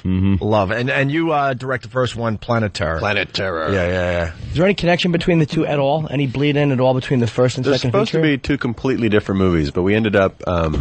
in grand fashion of some of these double features, like sometimes you'd go see a Pam Grier double feature and she'd be in both movies, like The Warden in one. If it's a women in prison movie, she'd be a prisoner in the next one, even though they're completely different movies. Rose McGowan's in both. A few characters are in both movies. We're obsessed with prison films. They're hot. Yeah, female prison films. The old ones, yeah. The old school ones. You're going to like this movie. This is like almost like a zombie movie, but then around midway through, it turns into a women in cages movie for a bit. Really? Oh, cool. 20 minutes. It goes into a different subgenre. How great was it watching Linda Blair be held down? What a naughty little convict she was. Isn't that lovely? That's right. She was taught a lesson. Oh, those were the best. Those like Laura Gemser, who was also played Black Emmanuel, used to do a couple of those two women prison films, and really got me through. Like my 14 through 18 years Cinemax, 3 a.m, bag whacking, lovely. And that's what's cool about those movies. People think that they're just exploitative, to women, and actually they were empowering pictures, and that's what we do in these too. I think women really love these movies because of the empowerment, and the women really take over the movie after a while. I got to talk to you a little bit about Dusk Till Dawn.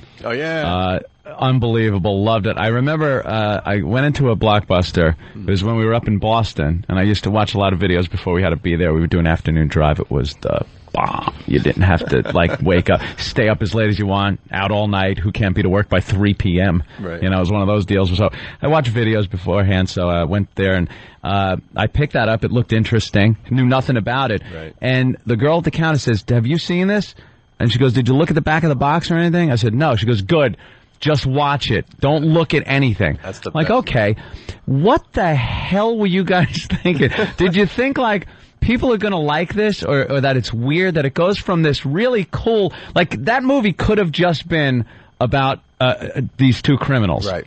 And we used to say the best way... We said it's too bad that people are seeing it in theaters right now because the trailer gives away that it's vampires. Yeah. The best way to see this movie is later when someone's watching it on cable or on tape and they pop it in and they know nothing about it. That's how I saw it. It was like, what the hell is going... It's a vampire movie? You're like, what am I drinking? Yeah, what happened? It was a crime movie, and it turns into a vampire movie. What's funny about that is the script was like that, too. You'd be reading, and you turn the page and go, wait, what happened? Did they mix up the scripts here? That was his first script, and he couldn't get it made for years because people would say, this is all wrong. It's a Desperate Hours type movie in the first half, and vampires, it makes no sense. Get out of here. And then Pulp Fiction hit, and suddenly they were like, this is great. It's like 2 movies in one. Yeah. And we're able to go make it off the success of Pulp Fiction. Some tells me that was the closest thing you're going to catch to Tarantino's personality, too, was the way he was in From Dusk Till Dawn, just a psychopath. That really, I think, grabbed him. Where he's hearing the voices that aren't there. He wasn't really acting, was he? That's him.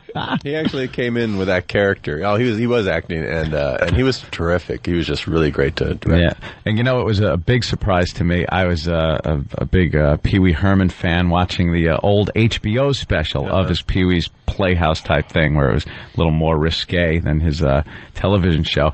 And there was a character on there named Hammy who used to put shoe mirrors on and look up girls' skirts. And it turned out to be the guy that was in the band at the Titty Twister. That was my friend Tito Lariva, Yeah, Tito's who's really turned into a really good musician, I gather. Oh, he's an amazing musician. Yeah. He's a musician first. Because that song, I love listening to that song that's playing when, what's her name, comes out and starts... Yeah, Selma comes out. Yeah, Selma comes out and starts dancing on the table. I do one of the fake trailers in Grindhouse, where Danny Trejo's the star. Oh, yeah. Machete. And Cheech Marin's in it, and that guy Tito's in it. So you'll get a little cool throwback to the Dust Till Dawn. Yeah, Danny turns up in everything. He does. But it was great to hear people just go ape for him, being the star of his own fake movie. That's awesome. He gets the women, and he kills the bad guy.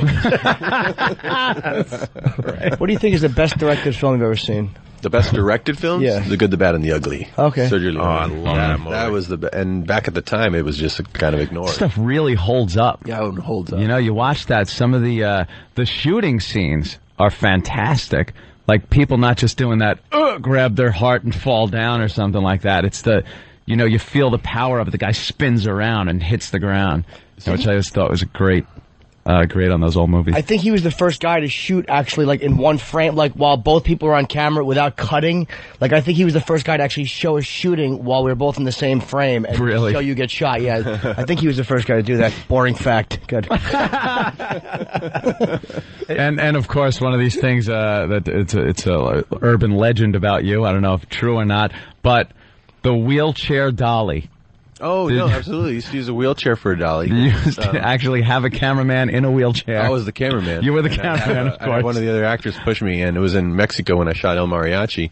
There was a little hospital right there next to my friend's house, so we went and borrowed their one wheelchair, and we'd go down, push down the street, and it would be cool because I would be looking up at the actors because I was sitting, and would give real heroic type shots. And during one of those shots, a guy runs out from the hospital and said, we have a patient coming in. We need the wheelchair back. Take your dolly away. One wheelchair they had. Good place to get surgery. All right. One knife, guy spitting on it, putting it on his shirt. Hey, what's the deal with the medical experiments back in the day? Well, that's how I funded my yeah, I was reading up on you, and I guess he to raise money, you'd let them experiment with your body a little bit. On me, yeah. We've done shows on this, and they'll call like crazy, like, yeah, I tried this new drug for schizophrenia or whatever. But every drug that comes out has to go through a extensive. But some of these are really risky because we read an article and you could get a lot of money because some of they need people. But the riskier, risky. the more money you make. So they get the drunk college kids and totally. I mean, Austin, Texas is the biggest college town, so they have a big place there called Pharmaco, or at least they used to when I was there, and they would just draw people in by the thousands that needed money. And I had 2 jobs just for tuition in my apartment. So if I wanted to make a movie, I had to go make a score like that where I was stuck in there for a month and make $3,000 or whatever. The worst one was, I was really excited because it was 7-day study and you got $2,000. I was like, wow, $2,000 for 7 days. Nice. I wonder what they do to you. I need it. So you go in there and you sign up and then they tell you what it is. And they said, it's a speed healer drug. How do you test it? Oh, no. They wound you. And you're listening to this, that they're going to take 2 punch biopsies out of the back of your arm, put speed healer on one, placebo on the other, then cut away that section of the arm, sew you back up. Ew. And you're like, it doesn't sound very good, but mentally we already spent that money. You're kind of like, I'd hate, that sounds, I guess it's just a small hole, but then you have 2 identical scars on the back of your arm, which looks really stupid when you're on the beach. Yeah, what the hell happened? Every once in a while I run into people in town in Austin that have the same scars, and I was like, it's like the Brotherhood. Hey, remember me? Remember that time? Damn, that's horrible. It was, but then you took the money. I bought like a video camera, went and shot movies, and it worked out for you. Yeah, it worked out good. What did El Mariachi cost you? That was $7,000. $7,000. People thought that was like so cheap, and I thought, man, you have $7,000 you can lend me? That's a lot of money. You're in college. It's a lot of money. Yeah. Were you surprised though that storyline was able to launch you into like feature films? Well, the plan, I had a really good plan. I thought, I'm going to go make 3 low-budget Mexican action movies in Spanish and just put them in the Spanish section. No one will even know it's me. Yeah. And just sell them to Spanish video. That's why it's in Spanish. And get my practice that way. I'll be the whole crew. I'll learn how to do photography, lighting. I'll make like 3 of them to really get better. And then I'll go with the money from that, make my first American independent film. But the first mariachi movie ended up being released by Columbia Pictures. And that was my practice. How did that happen? I sent it to an agent to see what he thought of me making 3 of those, and he said, well, this is great. Let me send it as an example to the studios. And then they bought it and decided to remake it. But then when they looked at it closer, they said, well, let's send this to film festivals. And it ended up winning Sundance and winning festivals. Yeah. And people really got inspired by the fact that I made it so inexpensively, and that's what started this whole revolution of, independent filmmakers making really low-budget movies themselves. The film is called Grindhouse, and I love what they gave you guys on the cover of Entertainment Weekly. 1 double feature, 2 wild directors, 3 bloody hours. They just give you guys a really nice... Well, there hasn't been a film made like this. I mean, Never, I hope everyone understands it's going to be quite the experience in the theater. What really is cool is that when you sit there, that's what you feel. It's like, I've never seen anything. It's like a cinema circus because there's so much going on. Different filmmakers contributing the trailers. You got Rob Zombie. Rob Zombie. He did one of the fake Eli trailers. Roth, right? Eli Roth. Edgar Wright. Sure. Yeah, myself. I did one. And I think people are just going to feel ripped off now when they go to a regular movie and they just see one picture with commercials in front of it. Yeah. This is just so cool. I gotta tell you, everyone finds a reviewer they respect, and the guy I respect is Kevin Smith. Mm-hmm. He's on our show a lot. His quote is simple. Kevin Smith's thoughts on Grindhouse: effing loved it, effing fantastic, so insanely good. 3 hours long, but he would have sat through it again had they offered to rerun it right away. See it as soon as you can. That's from Kevin Smith, and a guy we talk movies with from time to time and respect. So, is it out yet? I'm sorry. Is it out Friday? Yet? Oh, it did come out Friday, or it is? It's this Friday. This coming Friday. Okay, so it's coming out this Friday. I imagine it's opening all over the country. Yeah, I'm going today. I'm going to one of the. Yeah, I'm going today at 6 o'clock. If you want to go, Jimmy.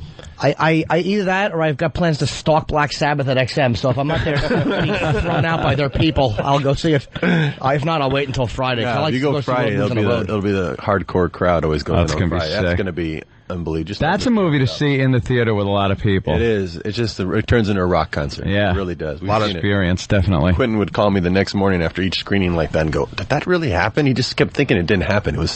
He didn't know how we're going to top this now. We got him tomorrow. Oh, he's going to tell you how exciting it is. Yeah. You got any dirt on him? Dirt on Quentin? Yeah, give us a little something we can hit him with. Nothing on Quentin. I was reading up on him. I've only known him 14 years. Over the weekend, and he was talking about his movie nights at his house. That's got to be just one of the most amazing things to be part of. Well, that's that was why I sort of wanted to make this movie. You go to his house and he shows a double feature and puts trailers in between, and it's so much fun. You just go, man, this is so much better than seeing a movie in a regular theater. We got to recreate this experience for the people around the world. And that's where it began. And that's where it began, yeah. And it's not the films like, let's see Caddyshack and Animal House. It's like some of them are some really good ones. Like black exploitation films, prison flicks, Kung Fu movies. Kung Fu, all that stuff, right? Yeah. All the bad B movies. Oh, the other thing about Grindhouse, really fast. The ratings board gave you a little problem, but no, they didn't. But in the end, you guys walked out of that meeting kind of happy that they didn't cut it too bad. Yeah, no, it was a rumor that they hadn't even seen it yet, and we actually were a little disappointed they didn't give us that much trouble. Oh, really? No, they totally got it. The tone of the movie is one that's not. People don't really know sometimes what grindhouse means. They just think it's a house where people go in and get grinded up. Right. It's like, no, it's a reference to the old theaters. But no, it wasn't bad at all. Okay. They gave us no trouble. I heard about a trampoline scene. Unfortunately, we're not going to be able to see.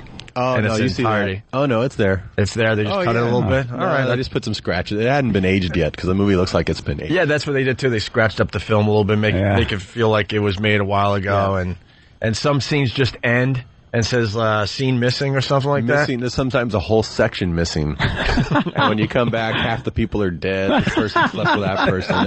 It really plays with that whole idea. People just go crazy for that. They love that. And then you totally can pick up where it left. And I have a feeling you guys have a hell of a DVD on your hands. A hell of a DVD's coming. I can only imagine, but the movie itself is going to be great. The reviews so far are unbelievable. Robert Rodriguez from Grindhouse. Thank you very much, man. Absolutely. He directs the first film, Planet Terror, that you're going to see coming Friday. And Friday, Tarantino directs the second one, stars Kurt Russell, Rose McGowan.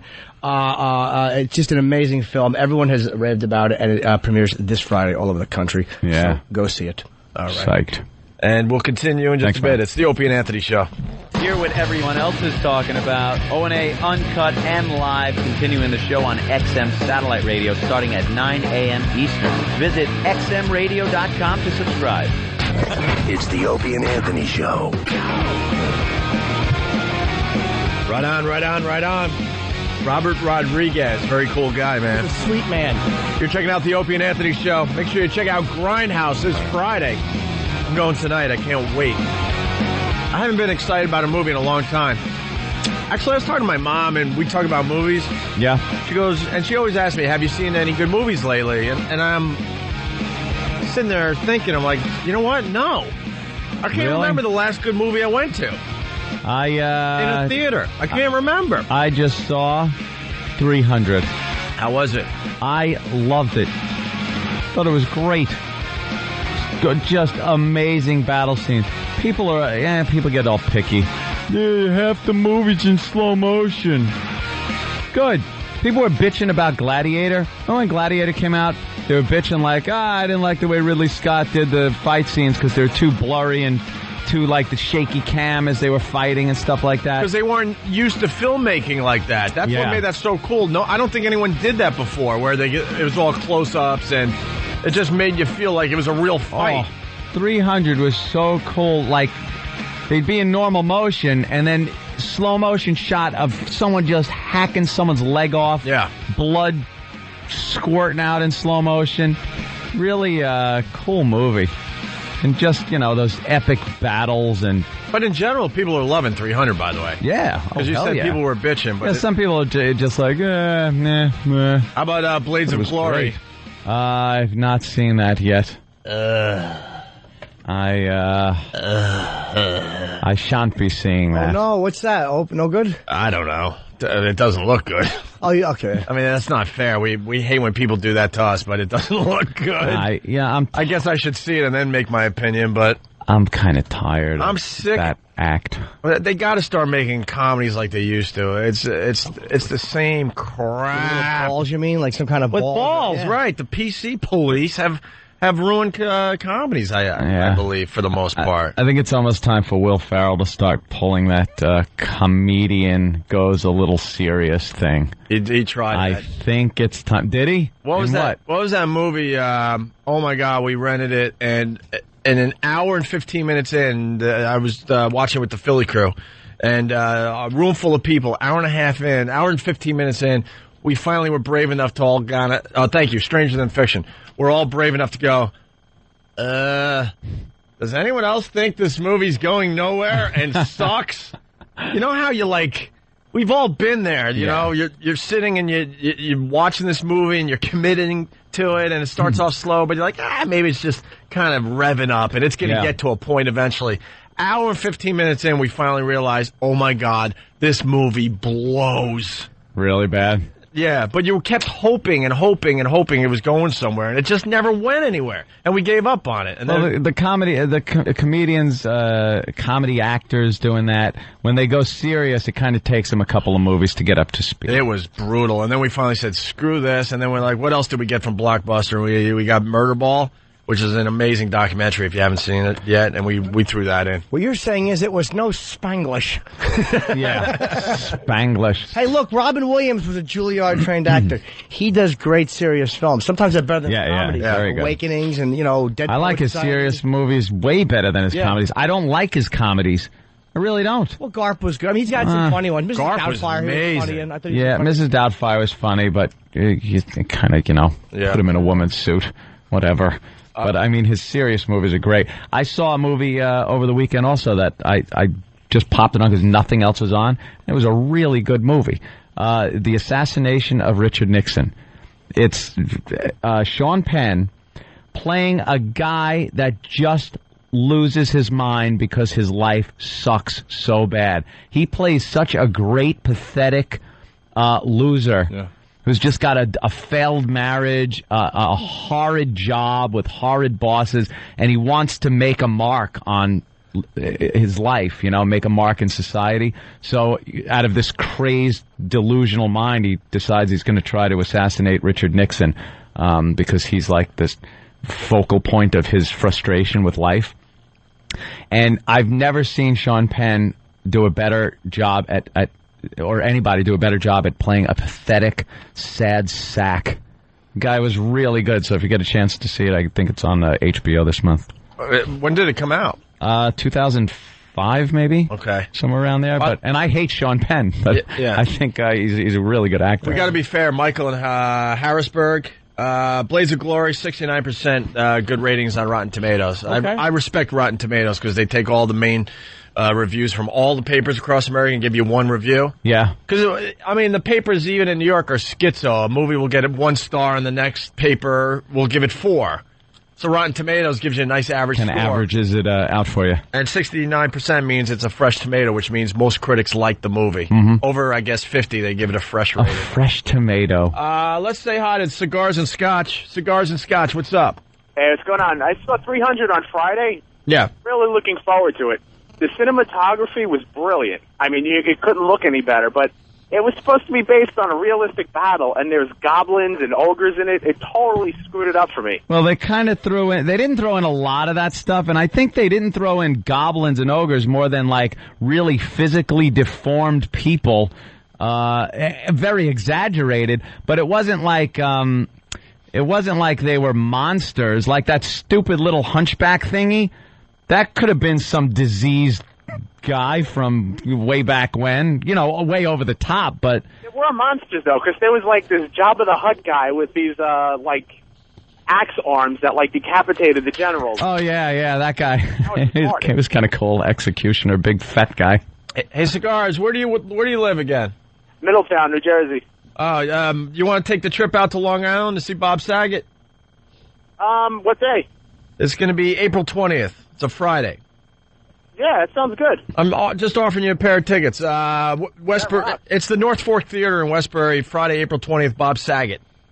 Yeah, that rocks. I think a bunch of us are going, so once you hold on the line, we'll give you a pair of tickets, all right? Thank you, absolutely. All right, cool. Cigars and Scotch, he does a lot of great things. Just for throwing in a good phone call, he does great Photoshops. He does amazing good stuff on the show. Amazing stuff. Know what I saw? I was watching TV, and they were talking about, I forgot the name of the movie, and Aunt saw it, too. It's Children. It's on DVD now. Oh, right. The Children of Men.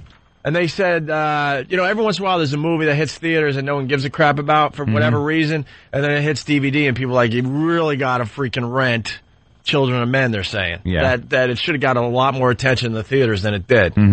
But you saw and you were like, you had mixed reviews, right? When I saw the trailer, I was all psyched. I thought it looked like a great idea. I love anything that's kind of post-apocalyptic. Kind of like that idea. It was mankind pretty much doomed because no one was having kids, and then this African woman is pregnant, and they're taking her somewhere. Explain to me where. I had no clue. There's a war going on. I have no clue. The end of the movie, I have no clue. It got 91% reviews. Good reviews that's fantastic. on Rotten Tomatoes. Thanks a lot, because those are critics. I don't know what was going on in that movie. I don't know where anyone was going with this pregnant woman and the baby. I have no idea. That's where I was left. Yeah, I haven't seen the credits started rolling, and I was like, rewind. What? We missed a chapter.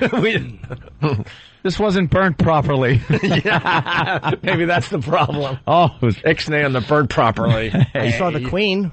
How was The Queen? Very well acted. Yeah, it was. A little slow. Little slow. Little slow. I knew it was going to be slow, but then again, I saw it on a plane, so it didn't matter. How fast does it really have to go? You weren't going anywhere. Who cares? There's a scene with a scene with her and Margaret Thatcher, where they had let's just say something with two ends that look exactly the same, and the old butt cheeks were clapping together. I was laughing, high-fiving my girl. She dozed off in my lap, which was really not what I wanted her to be doing there. She just fell asleep. That's slow, huh? Oh, it was awful. I was so irritated. A little slow. Good movie, though. I mean, well acted, but, all right, we get it. You're stoic. You're stoic. The Queen is for queers. Exactly. I'm not watching that. I have my limits. Oh, by the way, people want me to give you a pair of tickets to see Bob Saget for your terrific phone call with Mancow last week. Oh, we forgot to give you the Bob Saget tickets for that fine phone call. Thanks. I don't think I'm going to be able to make it. All right. Well, anyway, we got Black Sabbath or Heaven and Hell. Black Sabbath, you can call them. That's what I call them. Heaven and Hell, Geezer Black Sabbath, Ronnie James Dio. Yeah. Jimmy will make sense of the whole thing. That's perfect. The ass kissing will commence in about 15 minutes. I am going to be completely honest. Oh, wow. They were wonderful live. Oh. They were. Dio didn't miss a note. Oh, he's an amazing vocalist. It really Great is. voice. I was Amazing. clapping like a little girl. Really? Just clapping. I look like a fat chick. I'm just standing there clapping happily. Disgusting. I make myself sick. Hey, we got an update on the Chocolate Jesus. Remember we were on to that story on, Friday? Yeah. What's the Chocolate deal? Jesus. There's a hotel here. An artist decided to get some attention. He made Chocolate Jesus. Jesus made out of chocolate. But the problem is he's nude. He doesn't have a little chocolate loincloth on. Oh, that white chocolate. That was the problem? That was one of the biggest problems, is that he was nude. I thought he was made out of chocolate. Out of chocolate? I don't think the Catholics care what you make him out of, as long as you show respect. When are the Catholics going to be outraged? Unless you make him out of manure, then they don't like that either. And I was brought up Catholic. When are they going to be outraged that we kind of worship a bunny for Easter? They have no problem with that. I think some hardcore people might have a problem with the bunny. They don't really come out of the woodwork every year, though. You know, you do the chocolate Jesus, there's an unbelievable outrage, but let the kids worship a bunny every Easter. Yeah, it's the... And go on an egg hunt. An Easter egg hunt. Are they going to do that in the White House? I'm sure they will. This year. Mm-hmm. By the way, 6 people dead over the weekend. Great. Have a little Easter egg hunt at the White House. It's amazing how they're offended that you're showing a penis. It's like it's not a sexual thing. It's just a naked guy. What's the problem? People are so offended by the human body here in this country that it's offensive how offended people are. They have Jesus. He was supposed to be hanging up in a hotel lobby, I guess, and the hotel finally caved in and said, "No, we're getting bad press." But then the artist said he's getting a lot of offers to have it displayed in other places. I don't know, gay bars, perhaps. Yeah. Let's display it here for a day. Get the artist on the phone. I would love to. I know what the problem is, by the way. They said that the fact that it was made out of chocolate, and they saw the version in white chocolate, and the penis was smaller. It was smaller, yeah. Can we get it displayed here? Or is the company going to freak out? They would freak out. I say we have then we do it over at the other joint. Sure. We display it for a day, and then we'll let the listeners line up and check it out. Get the artist on the phone, Steve. How we're going to keep Steve from eating the same part day after day. The artist's going to have to come in with another tube of chocolate. Slap it on. You can try any part. Why that one? It's so tasty. It's not gay because it's chocolate. How many licks does it take to get to the center? All right, hey, so here's your update. The controversial chocolate Jesus, now on the move since its bittersweet removal from a Manhattan gallery. The dark chocolate statue is now riding around in a refrigerated truck, kept secret from the public. The artist says offers to display My Sweet Lord are coming in from around the world. But he believes secrecy is essential to protect the statue from fanatics who, he says, are looking to destroy his art. Oh, wow. Wow. You can't destroy art. Hey, just make another one. It's chocolate. It's chocolate. Lighten up. It's not like you made it out of gold flecks. It's not hard to get more chocolate. Just make another one. Have 2. Yeah. We'll eat one, laugh. Crack off an arm. Yeah. Someday we're just going to ignore these people, the controversy, and just go forward with... And realize, oh my God, they don't have any power. Someday. Oh my God, they really can't do anything. And then we'll have the freedom to do what we're supposedly free to do in this country, which is freedom of speech, freedom to offend people. Blah, blah, blah. Apparently, these people, for some reason, people think they have power. Yeah. When they open their yaps, they go, okay, we're sorry. Oh, my God, don't do what you're going to do, even though we don't know what it is. We know you have a lot of power to do things, evil things, horrible things. Jimmy's been just writing, like, Black Sabbath questions all morning. I have a couple. I'm just nervous. Oh, nice. Are you all nervous? Yeah, a little bit. Very psyched. You came in very happy today, Jimmy. I guess we need to have Black Sabbath in every day. He was like, tra-la-la, I came in all happy and would say hi to everybody, and he was light on his feet. I'm like, damn, you know what? We got to book Black Sabbath every day to get the happy Jimmy. I traipsed in here. I was just a little early, by the way. I couldn't help it. I was up at the Oh, was it like trying to sleep on Christmas? Yeah, it was. Christmas Eve. I kept having nightmares that I was. I had some really weird dream that I was being beaten up and that I overslept. It was just awful. Aw. I overslept. Did Black Sabbath cuddle you and make you feel better? No, it wasn't homoerotic. Oh, okay. Not sorry. this time, anyway. I'm sorry about that. Hey, enjoy those. Do we care about Bellows' bike? Stupid Bellows. Do we care? Oh, it's just idiot news today we're playing. Ringling Brothers and Barnum Bailey Circus. Ringling Brothers. Ringling Brothers and Barnum and Bailey. Try to say that fast. Ringling Brothers and Barnum and dopey Bailey. Clown with the hair. pin hair. He's got like almost a mohawk, but he lost his what it is, spiky hair. He lost his itty-bitty bike. Oh, the world's smallest bicycle, which he rides around on in the under the big top. Does he? God, do I hate circuses. They're awful. You couldn't drag me to this primitive form of entertainment. Ugh. It should have all just disasters of nature, like real freaks, while people just laugh and you get like things to throw at them like rotten fruit. Rotten cabbage. You just haul it at somebody with 3 ears. Wouldn't that be great? As he goes, no! That's a circus. But they changed it into watching some stupid clown ride his little bicycle that he put in a suitcase. And apparently, I don't know how, but he lost it. Yeah. And we have a new hero. Remember the Subway Superman? Who the guy that jumped on top of another guy that was having a seizure and saved him? Yeah. From the subway train? Well, we have a new guy. A new guy. He's a homeless guy. Of course he is. A homeless guy found the bike. The itty bitty bike. The little bike that he rides around on. Do you know when I go to the circus and I see the elephants traipsing around happy and regal, you know what I think? I'm going to go home and play the piano. Right, tickle those ivories. I would love to see him just go berserk and run over the first row of children. Oh, would that be great? Catastrophe at the circus today. Hate the circus. They stink. I remember being at the circus when I was a kid. Little kid. And you know how those places like Madison Square Garden and stuff just as a kid were giant? Like you could, when you walked in, it was the biggest place you'd ever seen in your life. And we had the crappiest seats. My father got us crap seats. Because he was too busy drinking. He drank away your ticket. Come on, Dad. One less bottle of Jack, one row forward. Maybe we can move up a few sections. Move up a few seats. If you didn't drink away all the money that you should have spent on our tickets, our childhood. I was sitting up in the nosebleeds. And we're watching the stupid circus, and all I could see were the elephants. You sat with the poor people. Yeah. Everything else was too small, so I saw the elephants. And I wanted this light that was on a chain, and you spun it around, and it made like a circle of light. So I wanted that, and of course I'm like, yeah, because I was a big crybaby. But I want it. So he finally bought it for me, and I'm spinning it around, and after like 3 revolutions, it hit the metal rail in front of me and shattered into 800 pieces. And you cried. The circus stinks. Yeah, and I started crying again. I want another one. No. I want another one. I gotta go to the bathroom. My stomach hurts. You wanted another one. You couldn't have it, but I'm sure your dad had another one. Beer. Why not? Another beer for Pops. Should have given me one. I might have shut up.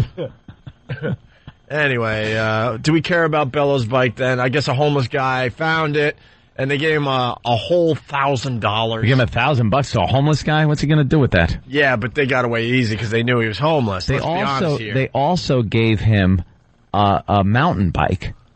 They gave a homeless guy a mountain bike. A 10-speed mountain bike. Just something to be beaten for. I'm exactly. Sure in 3 weeks. See, that's what people don't understand. They make fun of us because we do the homeless shopping spree, but we have educated ourselves by doing that year after year. Yep. And you can't give the homeless people stuff they can't hide. No, they need stuff they can hide. We learned that the hard way. And stuff they can wear under layers of crappy clothes. Right.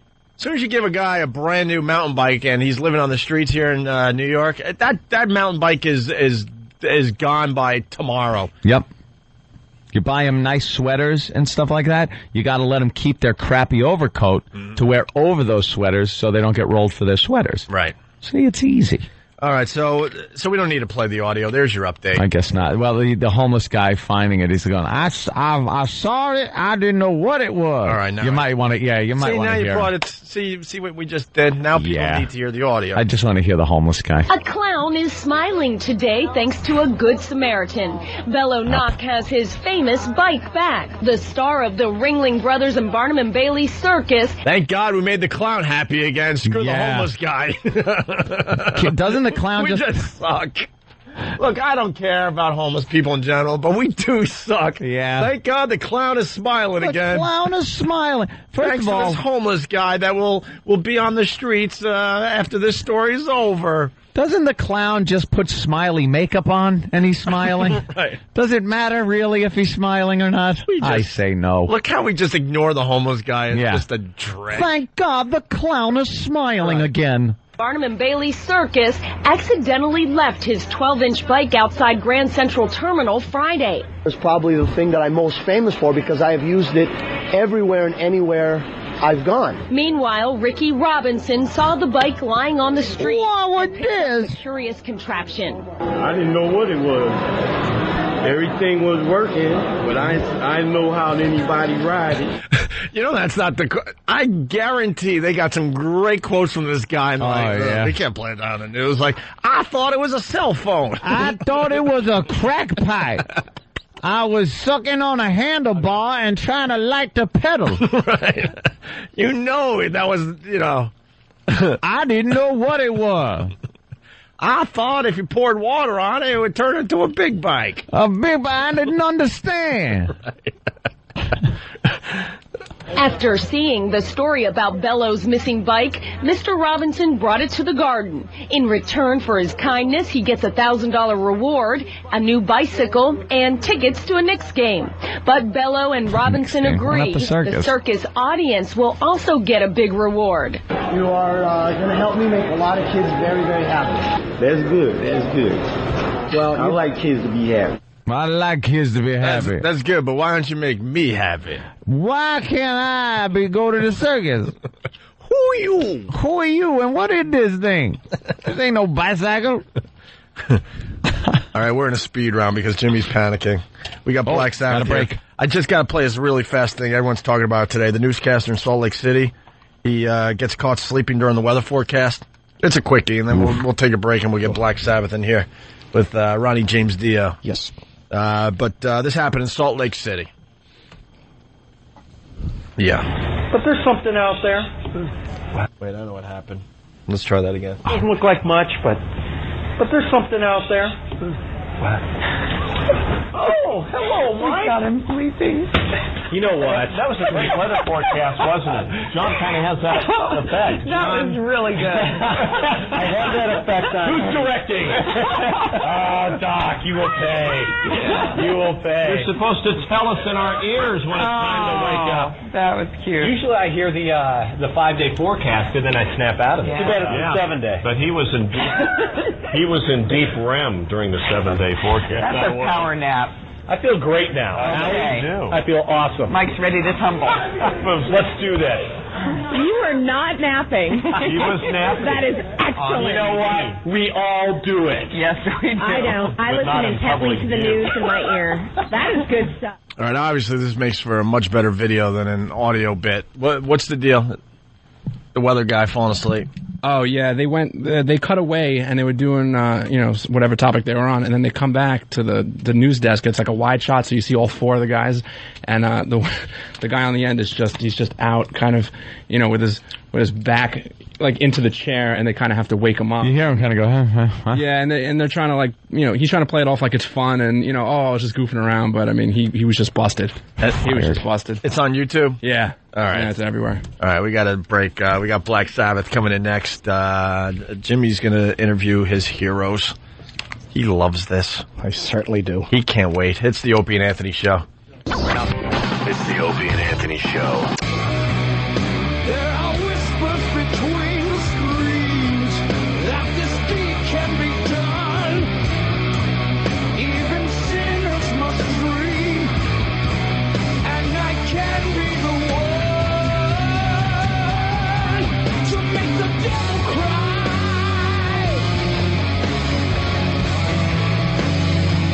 We're back with the Opie and Anthony Show. That voice just gives me chills there, Ronnie. Ronnie James Dio. We got Black Sabbath, Heaven and Hell. Black Sabbath / Heaven and Hell in studio. Ronnie, Vinny Appice, Tony Iommi, Geezer Butler. I could not be happier that you guys came in today. I thought for sure he was going to say something else. That song gives me something else. It does. Believe me. It won't be easy, but I'm glad you guys got up. I mean, I know that you and Tony were like getting up kind of sucks in the morning, and I'm glad you guys made it in. Why should these guys have to get up early? They've earned the right to wake up at 3 in the afternoon if they want. That's what we said. Exactly. See ya. Walk around. Did you go to bed last night? Do you? How about turning that mic on? Early in the There morning. We don't have your mic on for some reason. There it is. Is the Now mic it's on. on? Is it on? Yes, I think so, yes. Mine's not, is it? Yep. All right. All right, good. We usually 4 mics, 1 gets screwed up, but I think you're okay. Yeah, 4 is, we can't even comprehend 4 mics. I went to the show on Friday night, and man, were you guys fantastic. You don't miss a note. I got the chills when you were doing Heaven and Hell. It was just amazing. Thank you. You didn't miss a note. You were fantastic. He said that. Oh, I'm sorry. I heard a British voice. I kind of knew to look in that direction. I missed 3 notes. You missed 3, huh? Ronnie, what do you do for your voice that keeps it? Because there are a lot of guys that, you're talking through the 70s, the 80s, 90s, guys that have just blown their voices out, especially that sing with the intensity you do. What is it? Luck? Is it something you do? I guess some of it's probably luck. I would imagine most of it is technique. If you know what you're doing, you can deal with it. Because a lot of people wouldn't think of you as somebody that actually thinks of technique with singing. They're thinking you just balls out, singing, and you are using the proper technique so you can keep singing over the years. Absolutely, you have to. I mean, if you just blow yourself away by just screaming and shouting from up here. See, everything comes from the diaphragm. It's all technique. There's nothing sadder than seeing a band whose singer is well past their prime and hasn't taken care of their voice and can't hit those notes. So it's just so cool to getting some chuckles, from the band. You're not saying anything, but there's a few chuckles. Yeah, you can't see the band. They just kind of looked at each other and a little chuckle. Yeah, a couple of chuckles. No, but Ronnie James, man, you kick ass. Absolutely, the voice is right there. It's amazing to listen to. Thank you, Ants.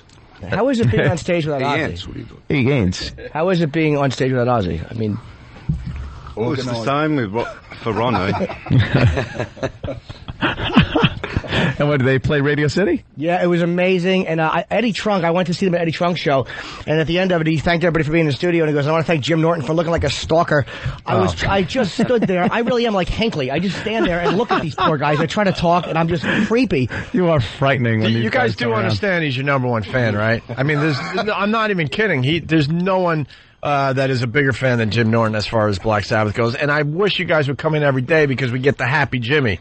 He's skipping around the joint. He's got all sorts of memorabilia and pictures and. No, I know. Usually a miserable sot. He usually sucks, but today he's all happy. He's saying good morning to everybody. He was in the front at Hall of Fame as well. I don't know if that mic's on. Is that mic on? I don't know. Because Tony just said I was in the front at the Rock and Roll Hall of Fame. I got pictures. I hijacked the press conference. This stupid press is trying to ask when's the next album coming out, and I'm up in the front row, and they're like, "Sir, could you sit down?" I'm like, "Just die already."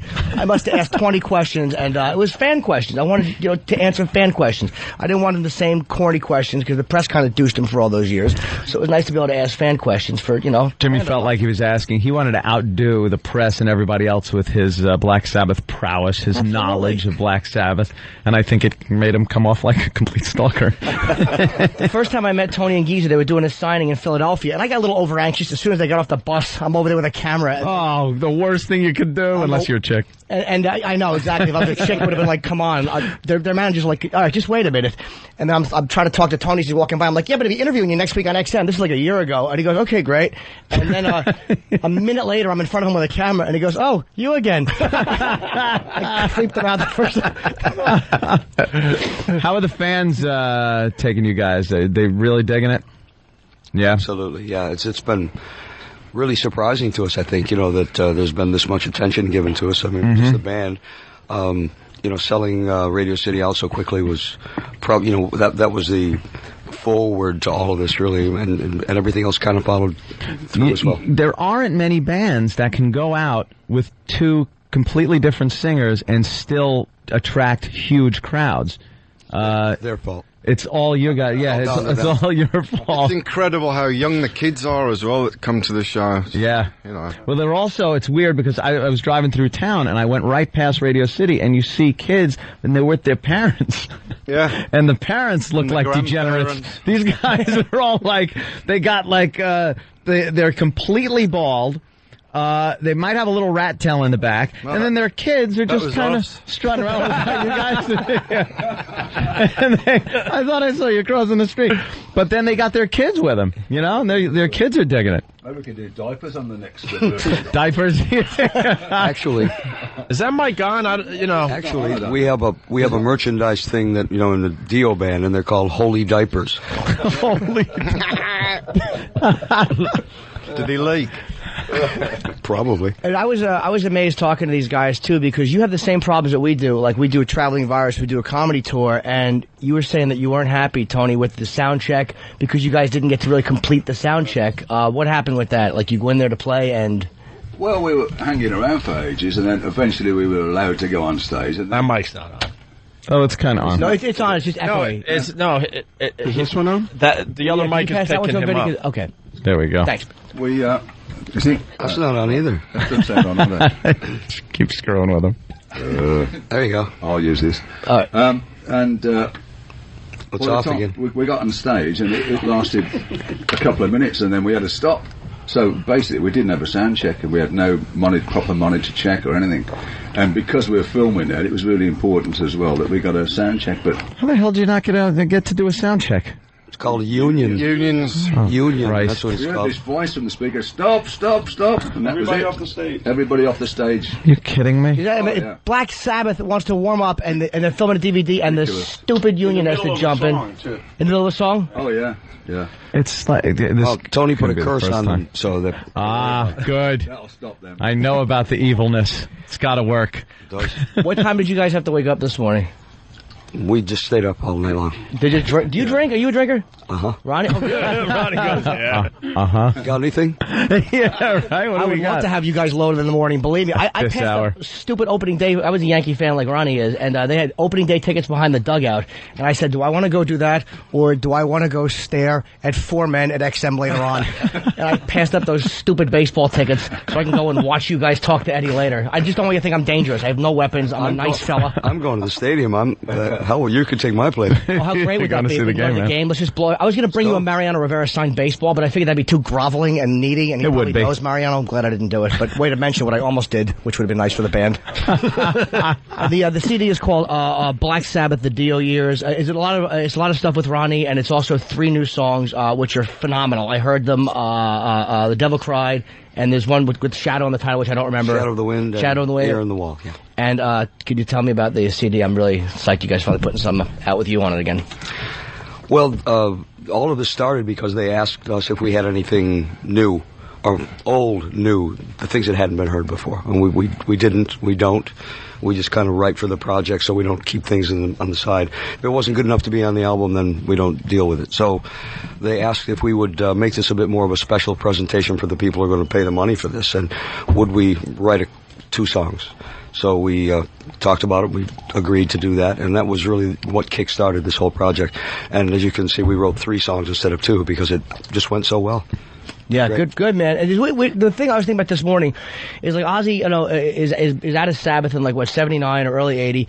And everybody succeeded. Like, I mean, Ozzy did really well on his own, and then you come in, and I think what you did was harder because you had to replace a guy who was very well loved, and you put out Mob Rules, Heaven and Hell, and then again Live Evil. And were you nervous coming into that situation and replacing a guy who was so associated with the band as a frontman? I'm never nervous about anything. No, you don't care? No. Why the hell should he be? Well, right? I don't consider myself to be him. I consider myself to be me. Right. I only have me to present to all this. So, you shouldn't be nervous about, what you think you can do properly. So it's not a problem for me at all. I mean, the worst part for me, I think, was probably the first month of the tour that we did in America, because I thought that, that the sign that I should be using was this one, because that's all he saw. The middle finger? They jammed their finger up at you? It wasn't very nice. Wow. Because once again, when you're put in a position of having to replace someone who they did care about so much, a lot of the adamant fans, saluted me with the middle finger a lot. So I just added the other finger to it, so then I created my own little thing, That is your thing. People on radio can't see it, but it's the pinky and the pointer finger up, like the devil horns. Get that thumb down. Get that thumb down. Oh, did I put the thumb wrong? I'm just a nervous Nelly. You're in Hawaii. Mahalo. Little faggoty girl hands I have waving around. trying to do the devil horns. I'm getting picked up by other men outside. I really make myself sick. So you guys have like a whole American tour hooked up. I'm really happy that you guys came in today. I'm really, you don't know how pleased I am. And I know that you were concerned that you weren't going to make it in, but I'm really, and Geezer, you look sick. Are you all right? Can I get you anything? I was just nodding off, actually. Really? Nodding off, and Jimmy. To get him up at this time of the morning, it's a bloody miracle. Are you usually not up at all? Like you live the rock star Only life? if I'm just about going to bed. You stay up all night normally drinking and causing a problem? No, I don't drink. I've never drunk in my life. Really? Yeah. They're all laughing. It's funny. I remember somebody the other night kind of screaming into a mic. It must have been somebody else. It wasn't. Oh, that was my nephew. I have a good photo to show you off air of us taking a picture together. It's really. I've never been happier in my life about anything. Hey, did you guys writing the new songs?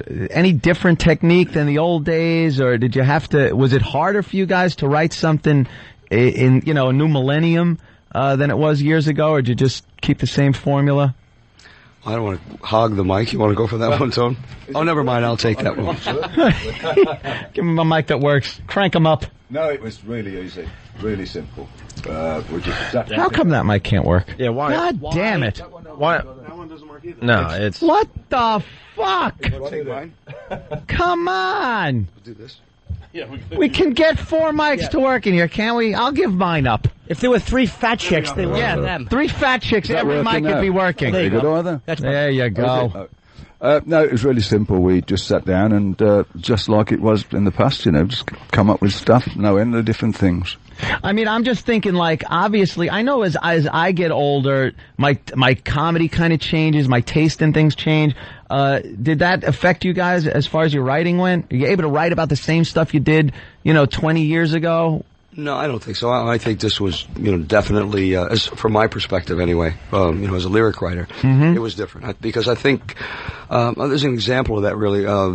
When we got back together the first time we had another reunion, when we did the album Dehumanizer, I think everyone expected the album that we were going to give them to be, Heaven and Hell Jr., because that's what people expected after 10 years of not being together. Well, they're going to give us Heaven and Hell. Well, we went completely the opposite way, and I think that in this same way, we didn't want it to be Heaven and Hell. We didn't want it to be those, but because we are what we are, we're creatures of the same writing habits. I think they could have easily populated any of those albums that I mentioned. So it just was this unbelievable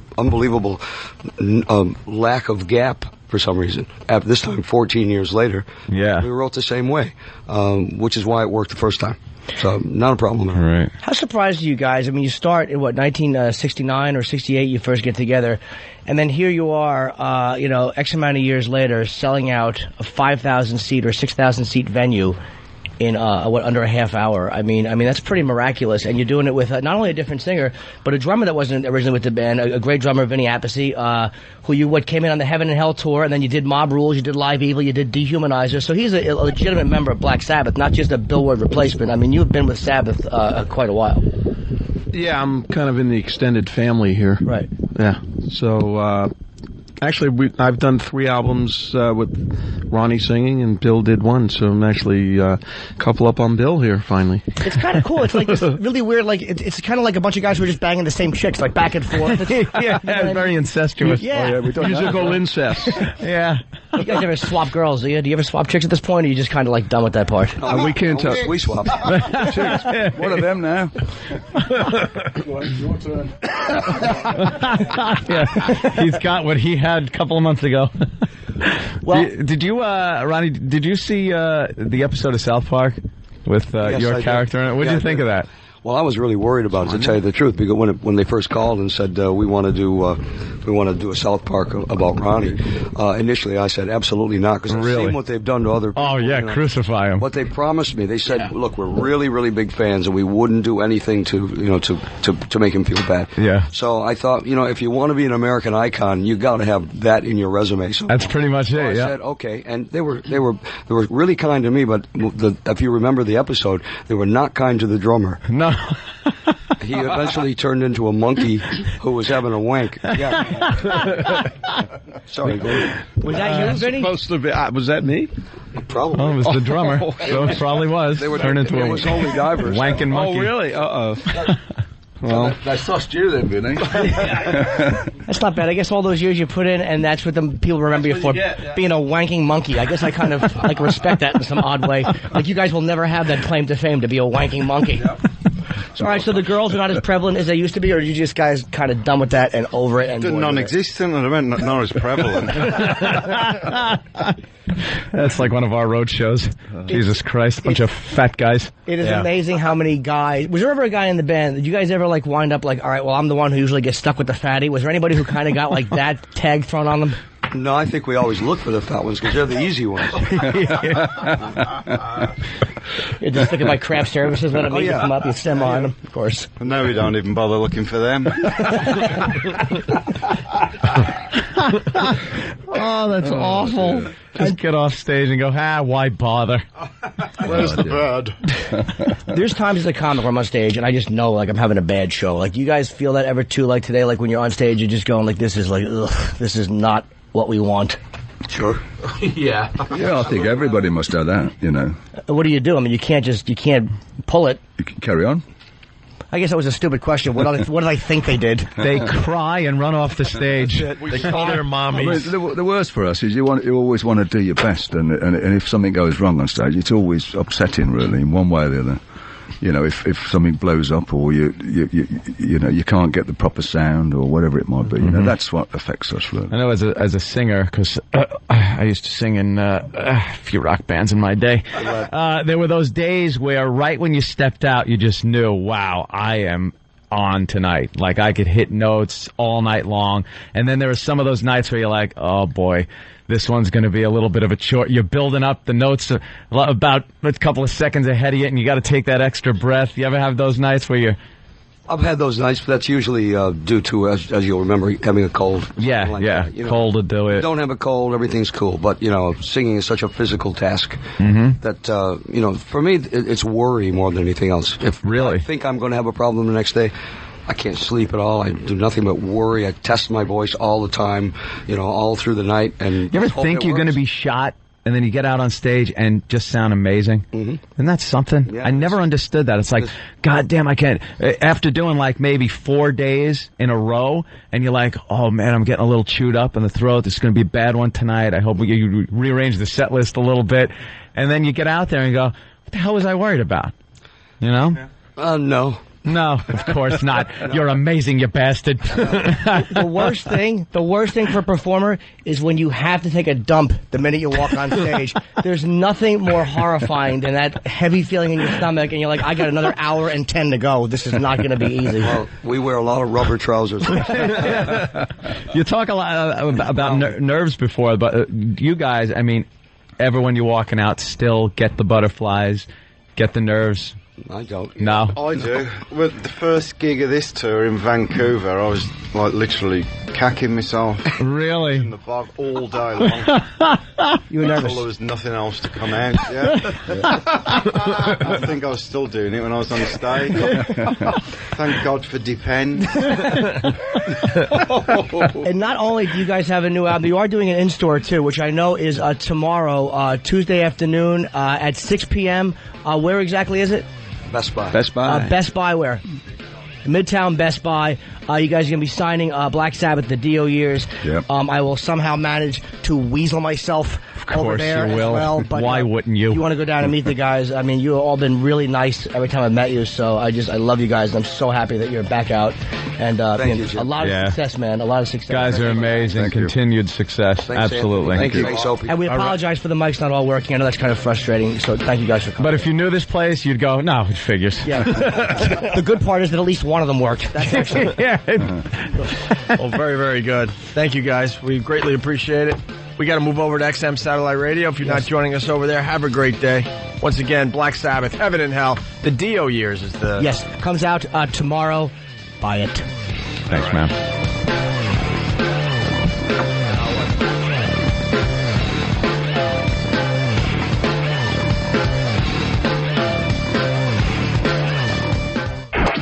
It's the Opie and Anthony Show.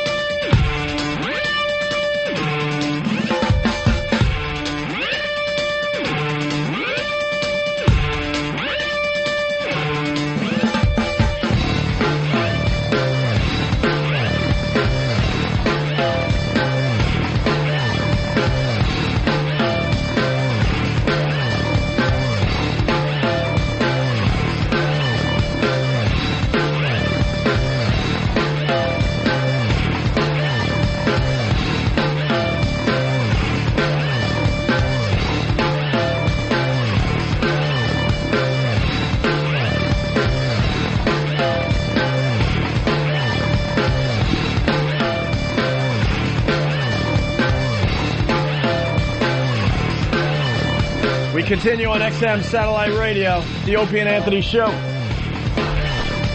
Hola. Are we getting the other guy on? You doing it right now?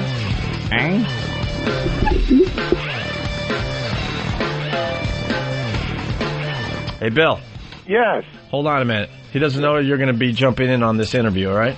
All right. All right, we're working together today. How do you like that? Isn't that great? Isn't that amazing how things work sometimes? All right, hold on. We're all going to hell together. All right, hold on. It's Bill Donahue from the Catholic League.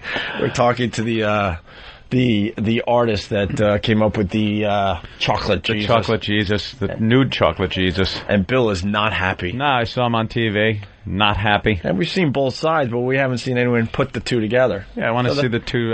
So that's what we're attempting today. Kind of talk together. What's I guess it's line 11. We have the artist. Good. Mr. Artist? Hello? Hey, buddy. Cosimo? Hey, Opie, how are you? All right. It's Opie, Anthony, Anthony. And little Jimmy Norton. Jimmy Norton. Jimmy, Your story's... hello, everyone. Story's getting a lot of press lately. Yes, it is. See about your chocolate Jesus. And am I right? Because I've heard this on the news, but I want to make sure. Is it nude, completely nude? Yes, it is. I saw a picture with male genitalia. Yes. And on the cross, made of chocolate. No, it's not on the cross. It's an ascending Jesus. Oh, okay. On ascending, okay. And is it life size? Yes, it is. Okay. And this was supposed to be displayed in a hotel, and the hotel backed out and said no. No, it's not in a hotel. It's in a gallery that happens to be at the corner of the hotel, and it has windows to the street. And it was going to be exhibited in the window, right? Like a viewing, you know. Okay, so this would have been open to the public as they were just walking down the sidewalk. Yes, between certain hours. There was like from 6 to 7, there would be a viewing. So the curtains would open up. And then there would be another viewing at 12 to 1 in the morning. So there was a sign saying the times that there would be this viewing. Okay, and you didn't feel that this in any way would maybe be offensive? It would be not to the degree that the Catholic League turned it out to be. No. Can we ask you, what was your motive in doing it? I mean, in all honesty, what was your motive in doing it the way you did it? In all honesty, it was my excitement to make this body of Christ come to life, and using chocolate, using an edible material. Would you have done that with Muhammad? No, that's simply because I'm not Muslim. And if I were Muslim and I were living in that tradition and grew up with that religion, I may have done something with Muhammad, celebrating the love I have for my God, my Lord. You do understand, though, you wouldn't have just gotten a little controversy in news with that. You probably would have gotten killed for making an image of Muhammad. That's the difference. My religion teaches me tolerance. And what I learned as a child was if you get slapped in the face, you turn the other cheek and offer it. So what I'm surprised here is that in America, the civil rights, the First Amendment has been trashed and hijacked here, and to the point where these people were terrorized to stop from expressing themselves in a gallery. I mean, if you're not going to be able to do it in a gallery, express your views, and it is, in due respect, there is no negativity here. But the more we analyze the subject, the more we're going to talk about it, you're going to realize I'm just simply celebrating and maybe making a comment on the commercialization of Jesus and chocolate. But the truth is I wanted to put that taste in your mouth, that you can have the sweet taste as you see this ascending Jesus. It's becoming holy in spirit. Now, when I go to church and they give me a little wafer, I accept it as the body of Christ. And the celebration of Christ is his body and spirit. So I don't understand why they decided to inflame hatred, because the whole opinion is that if the Muslims, if somebody does something against Muhammad, the Muslim starts killing people. So therefore we should do the same. No, the opposite. We should not. That's not an example. I think one of the biggest issues, though, is the nudity was not showing respect. I think that was a problem. But to get to another view on this, let's talk to Bill Donahue, the Catholic League, along with Cosimo. Hello. The artist. Yeah. Well, first of all, I'd have more respect for him if he was just honest. But he's not a Catholic. He hates the Catholic Church. I've seen what he said about the Catholic Church, and he referred to the little wafer here. Well, he just referred to it as a donut the other day on a show with my director of communications, Kira. So we know where he's coming from. Look, he also lied about the fact the gallery, the hotel owns the gallery, okay? Let's get this thing straight, which is why this guy Knowles, who I went after, who owns the Roger Smith Hotel, had to put out a statement. He never apologized for what happened. He just simply had his own monetary interest involved because we scared the hell out of him on this thing. It's on street level. Any kid could go in off the street, and with the genitalia exposed, they forgot to add one thing, fellas. He forgot to say that he invited the public to come in and eat him. So I guess what part of the body he would go for first, I'm not even going to comment on. But, quite frankly, I said to this guy the other night, I said, if I called this art, if this is art, then could it be art also if we had a chocolate figure of his mother with genitalia exposed and we asked everybody to eat her on Mother's Day? I asked him that on TV the other night. He never answered me. So I'm going to ask you again, pal. What's your answer? My answer is, Bill, if you would like to do it, do it. Wow, that's how much respect you have for your own mother? Yeah, I know I have respect for my mother, but your expression of my mother, if you really mean that, do it. What can I tell you? That's your expression on my mother. Bill, I can't judge what you're going to do. Now, the other thing, Bill, I'd like to tell you is, with all due respect, this is a gallery, and it was closed to the public. You can only see it through the window, number one. Number two, Jesus was publicly exposed, hung in the public, naked. There's nothing wrong, and there's naked statues all over the Vatican, from Brunelleschi to Michelangelo. So there is nothing wrong. Now, the obsession, and I called it a donut because I'm referring to the shape, the roundness of it. I mean, you have a hard time. First of all, you're not a critic of art, and you shouldn't be messing in it because you should. And I'm not sure that you're a good representative of the Catholic religion. Not to call me a liar. You know nothing of me, and I'm not gonna question your faith either. But you shouldn't question mine. You just assault Christian sensibilities. That's all you do. You have stooped so low. You've shamed a lot of people. A lot of people. I am very happy with the response that I've gotten from all these non-Catholics who are on my side in the media who came in here one after another. They're on my side. Phil, you know what's shameful? Your words. You told me to go put Christ in a garbage dump in Jersey. That's correct. Staten Island has a garbage dump also. Yeah, but your root. This is the way you want to see Christ portrayed, in a garbage dump.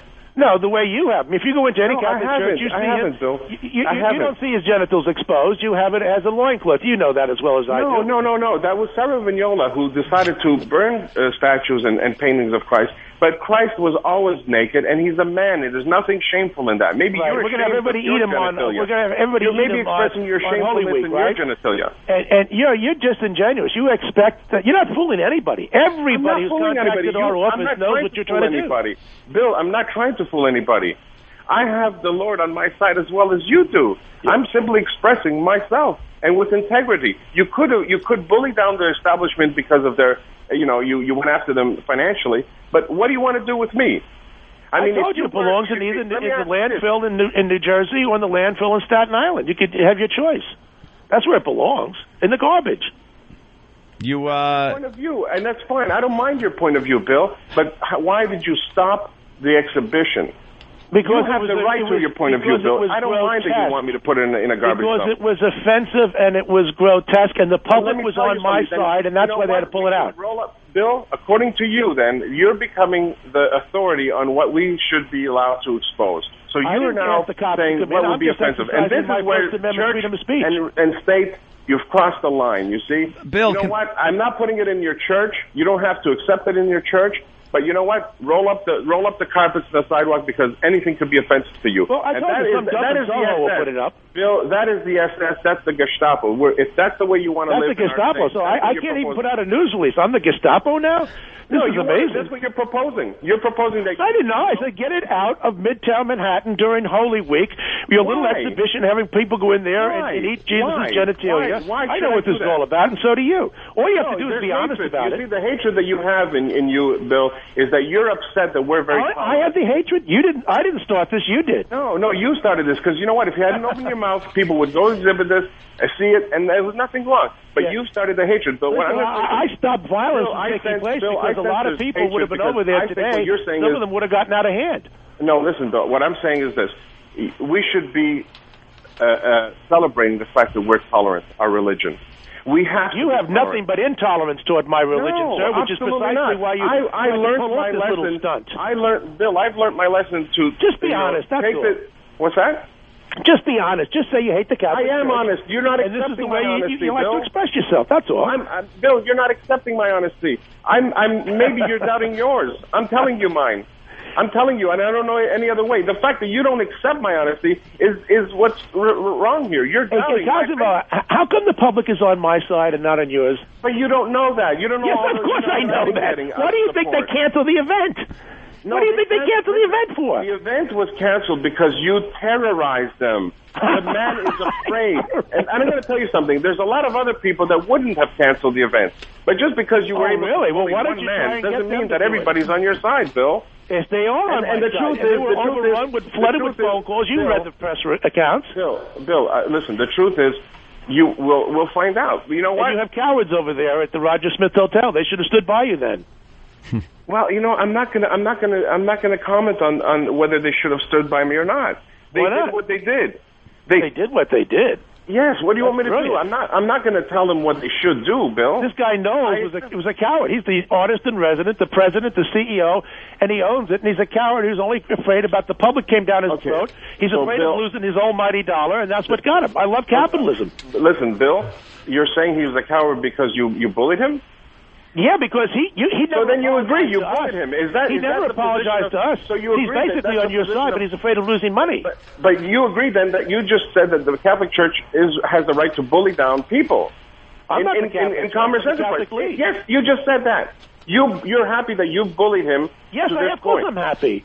That is very wrong. happy about it. That is I'm going to go out and have a drink about it tonight. In fact, I had a lot of drinks over the weekend celebrating about you. Hey, Bill, could I ask you a question about this chocolate Jesus? Are you most upset at the fact that it's nude, the fact that it's made of chocolate, or the fact that it was being displayed where perhaps children could pass by and see it? It's basically the Roger Smith Hotel, 47th and Lexington, right down the block from the Waldorf Astoria.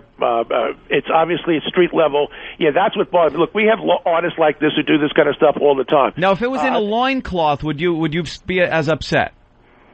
I wouldn't have raised an objection at all unless they invited the public in to eat him. If they just displayed a chocolate Jesus with a loincloth, I wouldn't have said anything. So, Bill, was it the nudity? I'm sorry, was it the nudity, Bill, or was it more the glib attitude? Like, if it was a nude, because he raised a good point about there being nude statues in the Vatican and blah, blah, blah. Right. Was it the nudity, or was it the fact that you thought that there was a wink and a little nudge there and you knew what it was? Well, it was the fact that it was the nudity. This is not the way we understand Christ when we go to church. And the fact that they invited the public in to eat him, I mean, this is such an in-your-face, taking the middle finger right at the Catholic community. And they chose Holy Week. You see, this is the other thing. This isn't September. They know exactly what they're doing. And so, this is a direct assault. They just wanted to tease us one more time, push the envelope, and, of course, they lost. Cosmo, did you really say come in and eat him? And what's that? No, I never did. No, the exhibition was in a window. You couldn't go into the gallery. They were only viewed from the street, so never was it intended to be eaten. Number one. Number two, what Bill is saying is then therefore, I can show this and he will not harass the people at the hotel and the gallery. If I show it any other days other than the holy holidays, then he should then tell everybody that he excuses himself and allows all Christians to go view it as a peaceful act of art. Because I will exhibit it on the other days than the holy days of Easter. I know a lot of artists do controversial pieces to get their name out there. A lot of them have done that in the past, and a lot have used the Catholic religion and icons from the Catholic religion to make a name for themselves. Are you saying you've done this in no way? Was this done to make controversy to get your name into it using the Catholic religion, which, by the way, does seem to be a religion that people can kind of goof on without the repercussions of a lot of other religions, Jewish or Muslim? So therefore, you've answered my question. No, because I was doing the opposite. You see, I've had a lot of publicity when I did cheese in a hotel room, and I expressed my work with food. What I was trying to do here was the opposite, that I knew that it was we were tolerant. And what I was trying to do is to say, here I'm going to bring this statue as close as possible to life by putting it as an edible material, that as this Christ is ascending, I'm left with the taste of a sweet Lord. Even though he's been brutalized, humiliated, he's still leaving me with a sweet taste. That was my conversation. I did this sculpture 3 years ago, and I went to see the church, hoping, really naively, hoping that they would accept it in the church, because that's where I believe we were, that this can be in the church. It's a modern expression of our faith. That's of my faith. I had no intention to you know what? If I wanted to humiliate this Lord, there was other materials to do it with. Bill says that you're not a Catholic, or you're not. I mean, would you want to say what faith, what denomination you are to clear that up? Because I honestly don't know either. I'm Catholic. I'm a Catholic Christian. Yeah, and I'm a Mormon. Okay, so I don't think Bill's buying the Catholic thing. I don't believe. Well, you know what? You don't have to. But this is the issue. The fact that I have to make Bill, believe in me being Catholic is absurd. You know how many? What are you going to say? Anybody who expresses themselves with Jesus is not a Catholic? No, I read what you said about the Catholic Church. You hate the Catholic Bill, Church. I read about you the last couple of days. Bill, so please, what just did I be say honest about the Catholic it. Church? What did I say about the Catholic Church, Bill? You slandered a bunch of gangsters who run the church and everything else. I saw your comments. No. Bill, no. You know what? What I'm You've been saying misquoted, is Bill, what I'm saying is what you're saying. You basically accepted that you bullied a private establishment to refuse to exhibit their work of art. That's right. That is what you're saying. You're a bully. And all I'm saying is you're right. And let me just tell you something. Have you done this to Moses? Have you done this to Muhammad and everybody else? You tell me that Jews and Muslims would just sit back and say, "Oh, we think this is pretty nice." This is Bill, this is the bottom of it. See, everybody that has this hatred keeps coming out. What if you did it to Muhammad? What if I'm not Muslim? And number one, number two. Well, do it to Martin Luther King. Listen to me. It's just because, Bill, just because we are tolerant as Catholics doesn't mean that we're wrong. You have a hell of a nerve saying you're tolerant. You put out your intolerant, blasphemy, obscene statue of Jesus, asking people to eat it during Holy Week. And don't say you didn't ask them to eat it, because we have that in the transcript too. I did not that was the whole setup. That's exactly why people are angry. Bill, and there's a lot of people who are not Catholic who are angry at you. Bill, you're ill-informed. Oh, what really? Did I tell you? I did not. So all the media reports are wrong, too. 647 media reports on this, and they're all wrong, I guess, huh? Guess you have a lot of phone calls to make. Bill, you could decipher the media from the truth. Listen, whatever media is doing, I have no control over it. But I can tell you one thing. How can I invite the people to eat it if it's closed in an enclosed space that you can't get in? You can only view it from the outside. What, eat your way through the window? Well, I tell you, that's what your gallery guy said. He quit. Why did this guy quit, anyhow? He didn't quit, Bill. He had to say he quit. He's the nephew of the owner of the hotel. He had to quit because he's been harassed. Oh, this is incestuous, man. You know when you've been sued, I don't Bill? like this. Bill, you know when you've been sued? I bet he was going to get the first bite, huh? Bill, you've been sued death threats on people. Would it be his toe? Would he go for the toe? Well, you know something? I got to agree with him on one thing, Bill. You sure do know how to bully companies into getting people thrown out of places. Yeah, no kidding. I'll give you that much. I mean, Bill, did I just say Jesus to Bill Donahue? Am I insane? Bill, it does seem like, though, whereas I understand not wanting some glib, snotty attitude about Christ under the guise of being artistic, it does seem like the church or Catholics, or whatever you want to call it, have a bit of an ancient attitude when it comes to nudity. And I'm not talking about pornography, and I'm not talking about things like Mapplethorpe. I'm talking about just a genuinely a nude figure where nothing sexual is happening.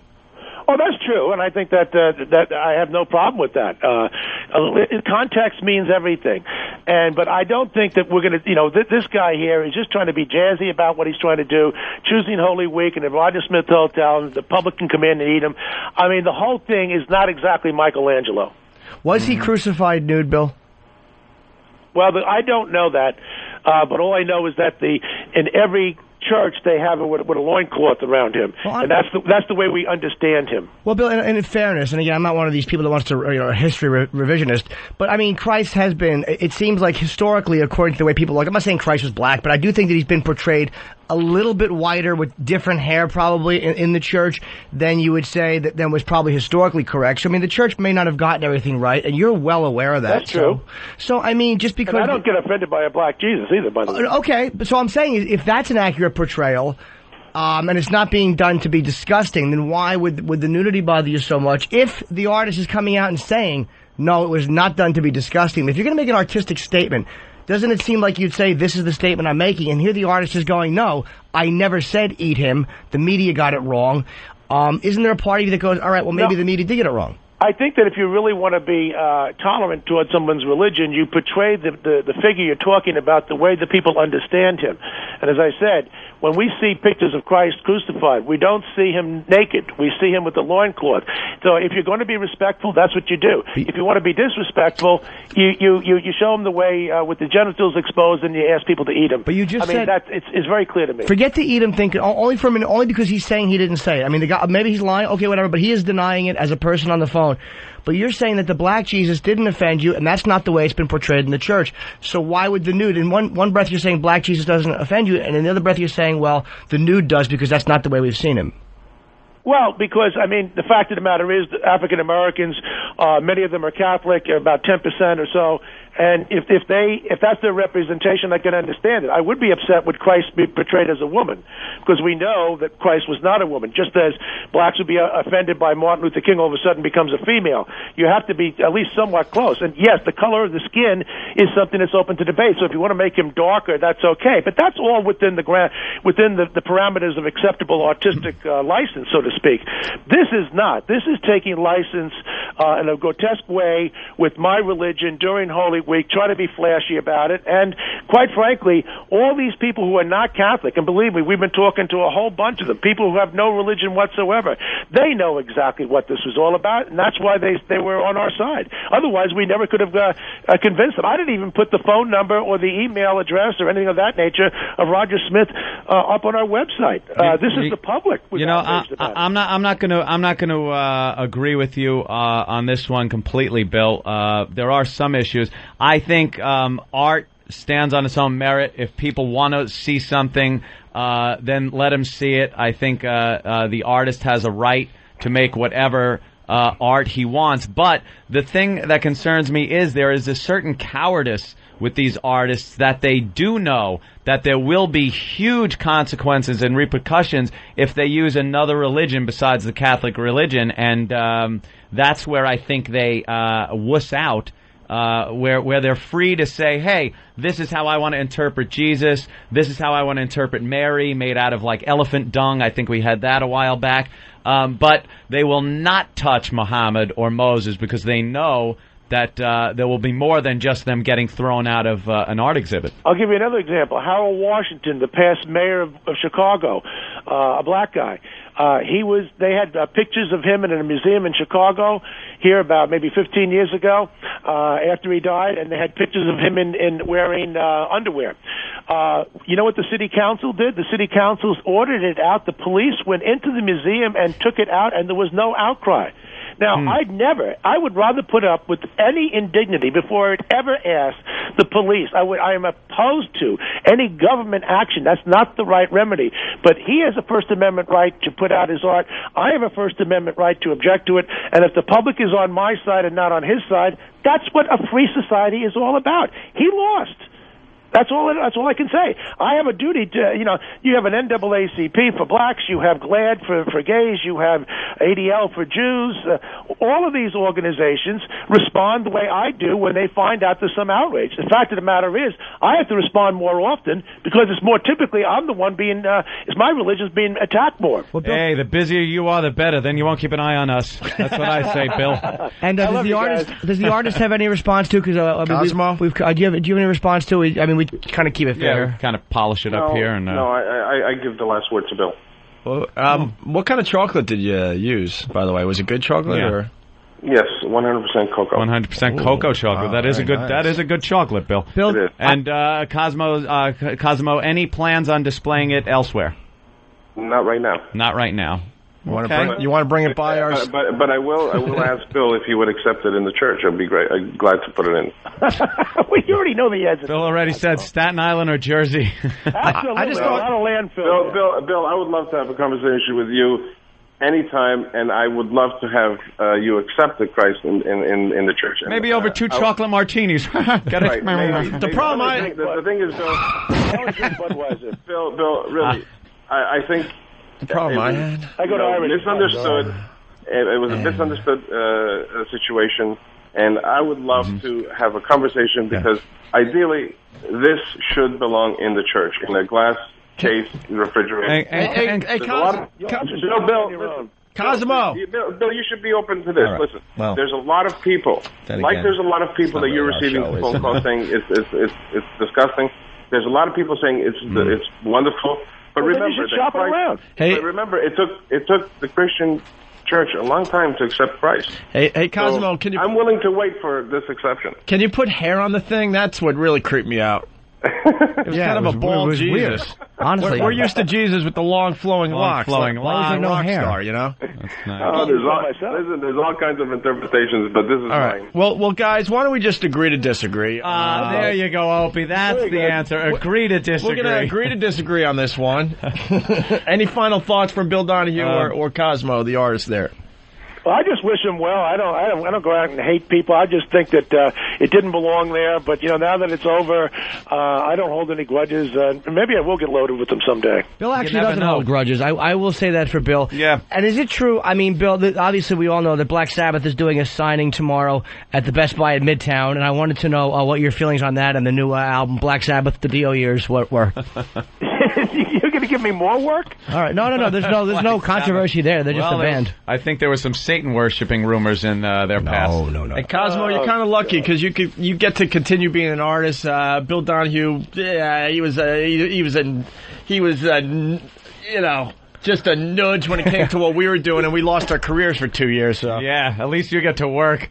Jeez, yeah, wouldn't that be funny if Bill walked around with a giant jar of peanut butter and said, "You got your Jesus in my peanut butter," and then they make millions together making some kind of peanut butter chocolate. Hey, Bill, I got to ask you this: what did you do before you were president of the Catholic League? Like, what was your job? I was a professor of sociology and political science at a small college in Pittsburgh at La Roche, and then I was at the Heritage Foundation, and I started out teaching in Spanish Harlem with the little black and Puerto Rican kids up on 104th Street and between 1st and 2nd Avenue.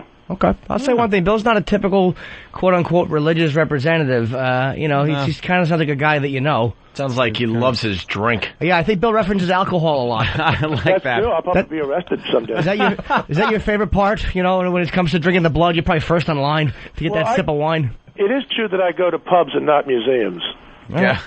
All right. Well. Hey, guys, thank you so much. And, Cosmo, you'll find out, even though Bill kind of screws you here and there, he's a likable guy. I don't know what it is about this guy, but he can screw you, throw you out of your job for a while, but you like him. Yeah, I don't know what it is about you, Bill. Yeah. I don't know what it is. It's some kind of divine thing. I wish Bill would hire me. You want Bill to hire you. All right, you two. They almost like each other at the end of this. You two are great. It's like WWF. You ought to shave each other's heads or something. You guys can bring us together.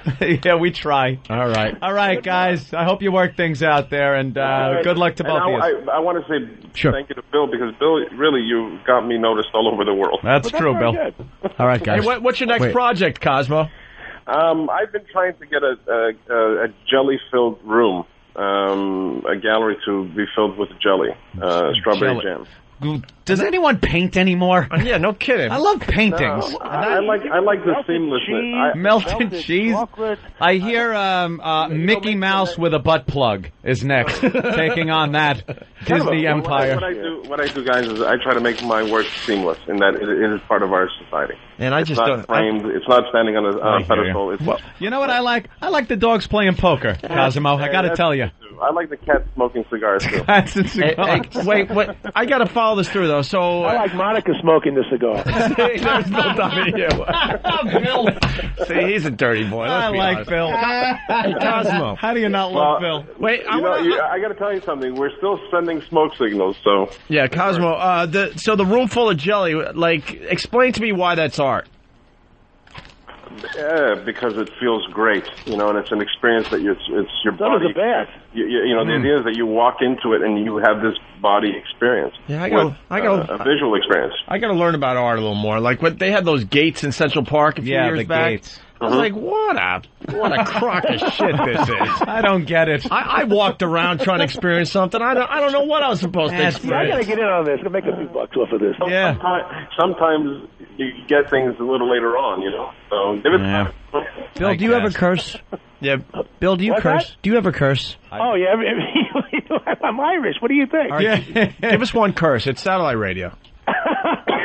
And we want the big one, too, by the way. You could probably say, hey, Cosimo, I think your sculpture's a piece of shit. Let's go, Bill. Come on, you owe us, Bill. You owe us. I got to beg off. Listen, I think Bill likes it more than he's saying he likes it. Of course. But honestly, I think we started this backwards. Had we started this way and ended up the other way. Yeah, it'll all work out in the end. Yeah. Bill will go on with the church and in the Catholic League, and your art will be displayed, and Sabbath will still put out more albums. What else is there? If there's a God, there's an intervention. I know there is. I believe truly it will end up in the church. You know, and if John Paul was still alive, I'm sure it would be. He was a bit of a conservative pope. I'm not a popeologist, but he was a bit conservative for popes. I don't think so. I don't think he'd be going for that one. And in fairness, look, I mean, the church is the church. I don't see them putting up just like audience submissions. I mean, they kind of, I guess, have I got to kind of side with the church on that. You can't just throw a naked chocolate Christ in and expect the church to display it. That's a little... They seem to only use one mold. Yeah. When it comes to their... Yeah. Well, you know, I stay on with you, but I do have this Latino radio show on the same subject, and I promised this guy Diego that I have to go. Otherwise, I'd stay on with you. All right, Bill. Thanks for at least talking for a little while. Very multicultural, Bill Donahue. Bye, guys. Love it. Take it easy, Bill. Hey, Cosmo. And Cosmo, we'll say goodbye to you too. All right? Yeah. Good luck, man. Hey, by the way, now that Nooch is off the phone, you want to bring the chocolate Jesus over here? We'll have some fun. Take a few bites. Me and you. I'm looking for. I'm really looking for a home for it. You know, I really am, and that's it. I mean. I hear you. All right. Just put some hair on the damn thing. Yeah. So it doesn't look as creepy. Put some. You could go to Carvel, get sprinkles. Thanks, guys. All right, Cosmo. Take it easy, man. Right on. Thanks a lot. Bye. There you go. Look at us. Look at us with the dialogue. That is pretty cool, man. Yeah. I don't think anyone else got that. That Bill Donahue, man. Is he a character or what? I want to hate him with all my soul. Oh my God! When we were off, there was one man I hated more than any other, and it was Bill Donahue. And then you realize, I don't agree. I absolutely don't agree with a lot of his positions on a lot of things. Believe me. But I don't know what the guy is so damn likable and funny. Yeah. I don't know what it is. We're still talking about drinking. If we would have talked to Donahue about that church incident, he would have heard the broadcast. He probably still would have felt the same way because of his implication. Right, but I think if the company, Infinity at the time, would have arranged a meeting between us and Bill and could have sat down and actually talked it out, I don't think we'd have been off for 2 years. The problem with Bill Donahue, he doesn't really do a lot of research. No. He has other people do it.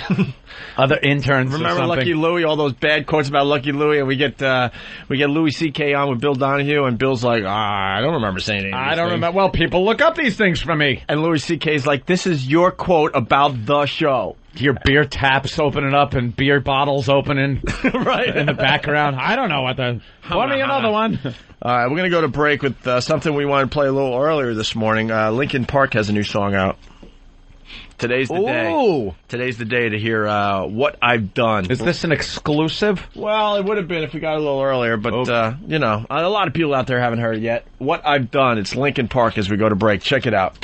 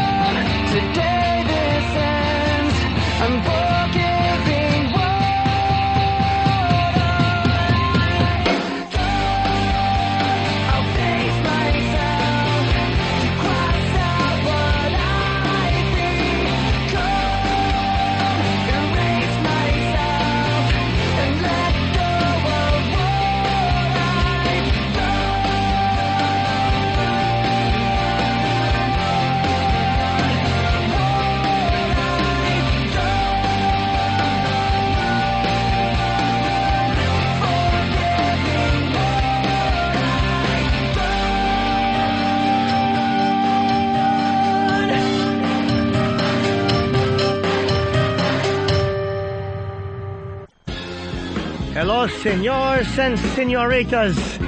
This is Jim Norton, and I'm coming to the Miami Improv.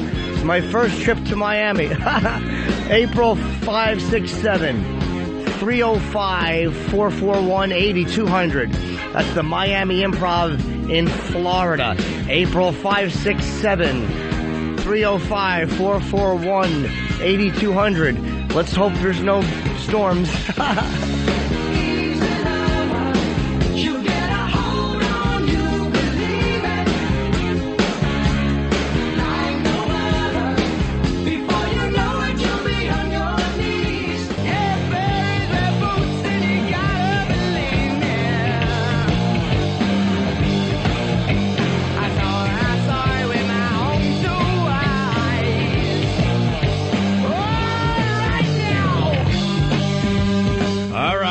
It's the Opie and Anthony show. Right guitarist, right bassist, wrong vocalist, but still. Fucking Sabbath, the Dio Years is on. I'm going to keep plugging. I'm really embarrassed about that stupid Mike debacle. The Dio Years is on sale tomorrow, and the 3 new songs, I'm not just saying 'cause I'm a fan out here. They're fucking great tunes, man. And they're doing an in-store. I want to say, I'm not even going to mention the board, but to the message board that I thought it'd be a funny idea to say that I have fucking health problems.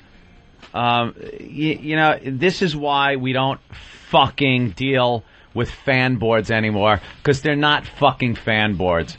That thing, first of all, I hear Jimmy, like, goes to the site and then thinks I got fucking medical problems. I almost called Ope last night, 9 o'clock at night. Yeah, and then other listeners were, and it was supposed to be an April Fool's joke. That's fine. And don't try to bring the mayor thing into it, because it was the Opie and Anthony comedy show when we were doing that. And people knew it. There was a goof, and then the way we presented it was a goof. This is presented as if I'm fucking laying in a hospital. You know, you guys are a bunch of cunts, is what you are. And, by the way, the board that it is, I will have your fucking name. I'm working on it. I got more fucking resources than you do. That name's gonna be mine in no time. And I'll fucking put it as a link to gay porno. I don't care what the fuck I do with it. You're not gonna own the fucking name, okay? Dickbag. So print whatever you fucking want. I see right now 2 people viewing. Wow, running a Blockbuster site over there, aren't you? But it's that kind of shit that gets sites delinked and not fucking mentioned on this show. That's it. I go to other sites happily. They know who they are. I post on them, have fun on them. But this fucking board could suck my fucking cock. Done. And I will own this fucking name. I'm working on it. It's our name, asshole. We will fucking own you. We will fucking own you. I got lawyers working on it right the fuck now. And I don't care how much cash I gotta pour into it. It's more than you. As you scrape up money to make a bandwidth charge, I'm fucking throwing money out the window to get this site away from you. You cocksucker. Die. Fuck die. Thank you. Now I'm happy. I like it. Hey, you can. Hey, look, fucker. The people out there, they know who they are. That ain't no fucking fan site. It ain't a fan site. These guys that think they're running fan sites, you're not. You're running a cunt site. That's the problem I have. And we're done with it. That's the problem I have. And you don't mention it. And look at the post. They're pathetic. You got pathetic little posts because no one goes to your fucking sites unless we mention them on the show. You think you're all fucking high and mighty? We'll do what we want. We'll do this. I don't give a fuck. Good. Then we don't mention you, and the same 5 fucking people go to your site. And that's what happens. And I don't give a shit. I will own your fucking site. When a website has more negative comments than positive, it's done. I'm like, how could this possibly be a fan site for our show? Yeah, so it gets delinked, and 5 people end up going to it and bitching to each other about it. What the fuck is this? Freedom of speech. It's freedom of speech. You 5 people have a field day talking about it. Because the site will not be fucking mentioned on this show. No, it's funny, and they bring up freedom of speech, and like, you guys got freedom of speech. I'm like, We do to a point. To a point. We edit ourselves every day. We're like, I'm not taking phone call 3 today. I'm not going to read that guy's instant feedback today. Yeah. So we control our own destiny as far as what kind of radio show we want to do. And I've always said the same thing should happen with fan sites. It's not complete freedom of speech. And fan sites are fun. People think we have a problem if somebody has a bit they didn't find funny. Hey, by or the way, something why like didn't you that. applaud that? That was a great statement. Opie made the fucking boss made a point. Jesus. And it's fine if people want to say that they didn't like a certain thing on the show or anything, and it's written well and stuff like that, because everyone's not going to like everything. That's fine. I have no fucking problem with that. Posts that go like, everyone thinks the show sucks these days. That's the kind of post that you want to reach in and choke the idiot, because they're speaking for everyone. And they're not giving any explanation. Anything else is fine, like if they want to comment on certain things. But something like that is ridiculous, where people think I'm in the hospital. That's a funny April Fool's gag for a fan site to put up. So my family and fucking Jimmy and actual people that read the fucking thing think that might have happened. Go fuck yourself. I'm working on it.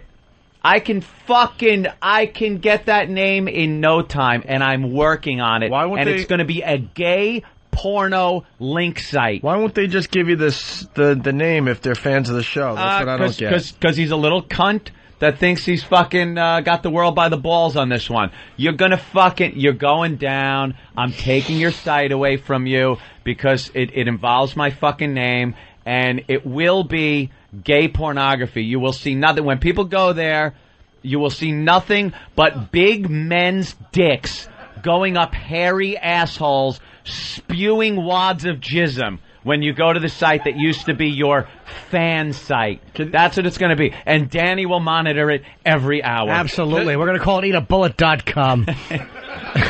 Could you make sure there's a lot of ass cave pictures? Because fucking gaping asses I will enjoy be a good ass cave picture from where time this to time. great fucking fan site used to be. You fucking cunt. You're done. Fun site, you douchebag. All right. Hate these fucks. And, all right. And now fighting back. Not going to sit there and take the shit anymore. Fucking fighting back. And the thing, asshole. You raised the point too. It really is. No one thinks that we're above criticism. I mean, look, no one likes to be criticized. It's human nature. Yeah. But I've actually read things, whether it's that board or the other two. I've read things about myself that I didn't like that actually rang true. I'm not a blind idiot when it comes to criticism. There are things I do on the show. Too many age jokes. Too many. I mean, believe me, I know that there are things that are weaknesses as a performer, and sometimes sites point those out by breaking your balls about them. Yeah. When you know it's coming from a shitty place, like people just don't dig you. Well, then, all right. Then why are you a fan of the show? That's what I don't get. I mean, it's very hard for anyone to not like me. As for the third year in a row, I was voted sweetest boy in studio. Oh, by the way, someone from their cell phone just writes Mayor Menino, guys. Oh, that's right. On a fucking station where we were playing rock music and goofing every day. Dick jokes and rock and roll. We said that the mayor was dead in such a way that it wasn't. Listen to the fucking recording of that, by the way. Listen to that show. Larry from Maryland. It was funny when you did that to Menino and his family, Ant. Yeah. First of all, Menino's family wasn't listening to our show. It was a kids' fucking rock show that we did in Boston. Secondly, listen to the... Did you listen to the fucking mayor show? That April Fool's thing? It was so obviously an April Fool's joke. Plus, the difference is we weren't friends with Mayor Menino. Yeah, we weren't friends with Mayor Menino. We weren't a fan show of Mayor Menino. The point Ant's trying to make is like... And their family wasn't fucking listening.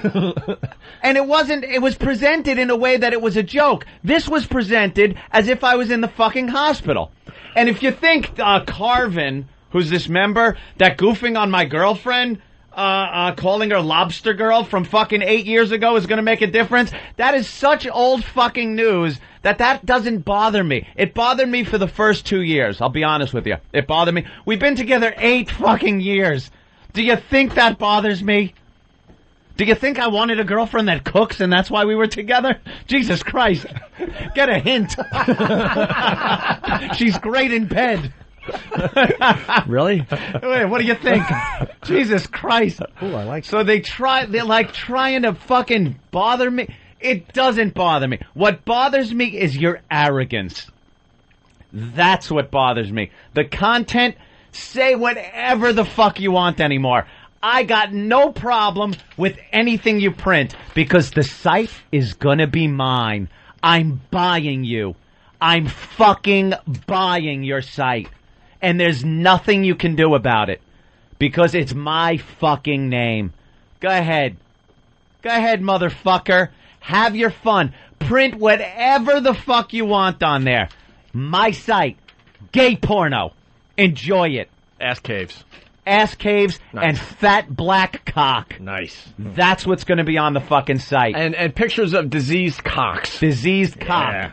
Diseased cock. But wait a Write minute. it down. Ass caves and fat black cocks. That is a fucking name of my new CD. Oh, you fucking ripoff. Hold on. Here we go. Ba-da-da-dee-dee-doo. Da-da-da-da-da. Call my agent. Check on this. He's not up. Calling his cell phone. He better fucking be up. No, he's not because there's daylight. That fucking ghoul. Yeah, that's true. He's in a coffin of his coffin. Home country dirt. His home country. All right, the people outside are a little sad. Go ahead, feast your eyes on that. You Show bunch him of your queers. butt. Well, that would have been nice if we had the reaction. That's all right. They didn't know. I just improv that. They're improv. They're all looking. Go ahead, you couple of hot chicks and you bunch of queers. Enjoy. We have a Drink big it audience in here. Flea, you're fucking next. I know. No, Flea doesn't do No, anything. Flea's bad. a good boy. No one likes Flea. Voice message system. Of course. Bob Eatman is sleeping. It's L.A., dude. It's 7:09 o'clock. Bob's a weenie. Hold on, let me leave my message. Uh-huh. Mm-hmm. Wait for the Waiting beep. for the beep. Of course. There's the beep. Hi, Bob. It's Anthony. Remember the message board that we were discussing about getting? We need that to go ahead ASAP. Money is no object. That's what I say. I need that site immediately. Hey, you cut me off, you bitch. But I think after the money is no object, that Jewish gentleman will do everything it takes. His phone actually jumped for joy. And by the way, since we're all leaving messages for people, someone's girlfriend is about to get her asshole chewed out. Mine. How'd your papers come back? What? How'd your papers come back? Something scribbled out with a negative written over it. Oh, shit. Hold on a second. We're all getting some fucking business taken care of. Business. Somebody's girlfriend is getting fucking chewed out because you guys fucking taking care of your business. I'll take care of my business. You call the agent, I call the broad. I don't know what I'm talking about. Just babbling till her phone fucking picks up. She's not going to pick up. No, I know, but the machine will. I'm holding my cock right now. I need to shave. Yeah, okay, yeah. Mm-hmm, mm-hmm. Hi, they all this bring is up your the Mayor boyfriend. Menino thing. Not even getting it. I'm leaving a message for my girl. Oh, go ahead. We're I'm all sorry, taking Jimmy. care of business. This is your boyfriend. Stop sleeping with Negroes. Oh, wait, I'm sorry. This is your son. Do you see the way I took that bomb and I turned it around? You turned it around. Not as bad as it could have been, right, guys? Right Look around. at that. They're clapping and laughing. Go ahead. Drink it in. Drink in the ass. All right. Well, they Still nobody out there with that mic. All right. Yeah, they Our reacted fans in here. nicely. How about we try it a third time so we can get the reaction on the air? All right. All right, let's do that. How about anybody? Is the mic Done. Is there anybody out there with a mic? No. Go Dan, you don't ahead. have to do that. I don't care. I don't care that they're printing Dan, just Menino leave. stuff. Most of them now are printing, hey, the Menino thing. The Menino thing. Doesn't matter. Call me a fucking hypocrite. Doesn't matter. I've already explained the point on the mayor thing. The site will be mine. That's all there is to it. Go fuck yourself. Go fuck yourself. Have a field day. Have a fucking field day. All right. And I'm not even showing my ass. Oh. Jimmy's ass. Show me Nice. Nah, they've been spoiled. Would you like to see Jimmy's ass again? Yeah, why not? All right. That's two guys. That's not very enthusiastic. Push it right up against the glass for them. Oh, wait a minute. All right. Oh, see, a girl said, come on. Yeah. I wish I could fucking turtle a log out right now. I would have done that for you. I would have shit against the window and would have laughed. My fucking XM in my car expired. I'd like to ask Mr. Wicklund to please turn that on again. Thank you. It did. It's been a year. I love it.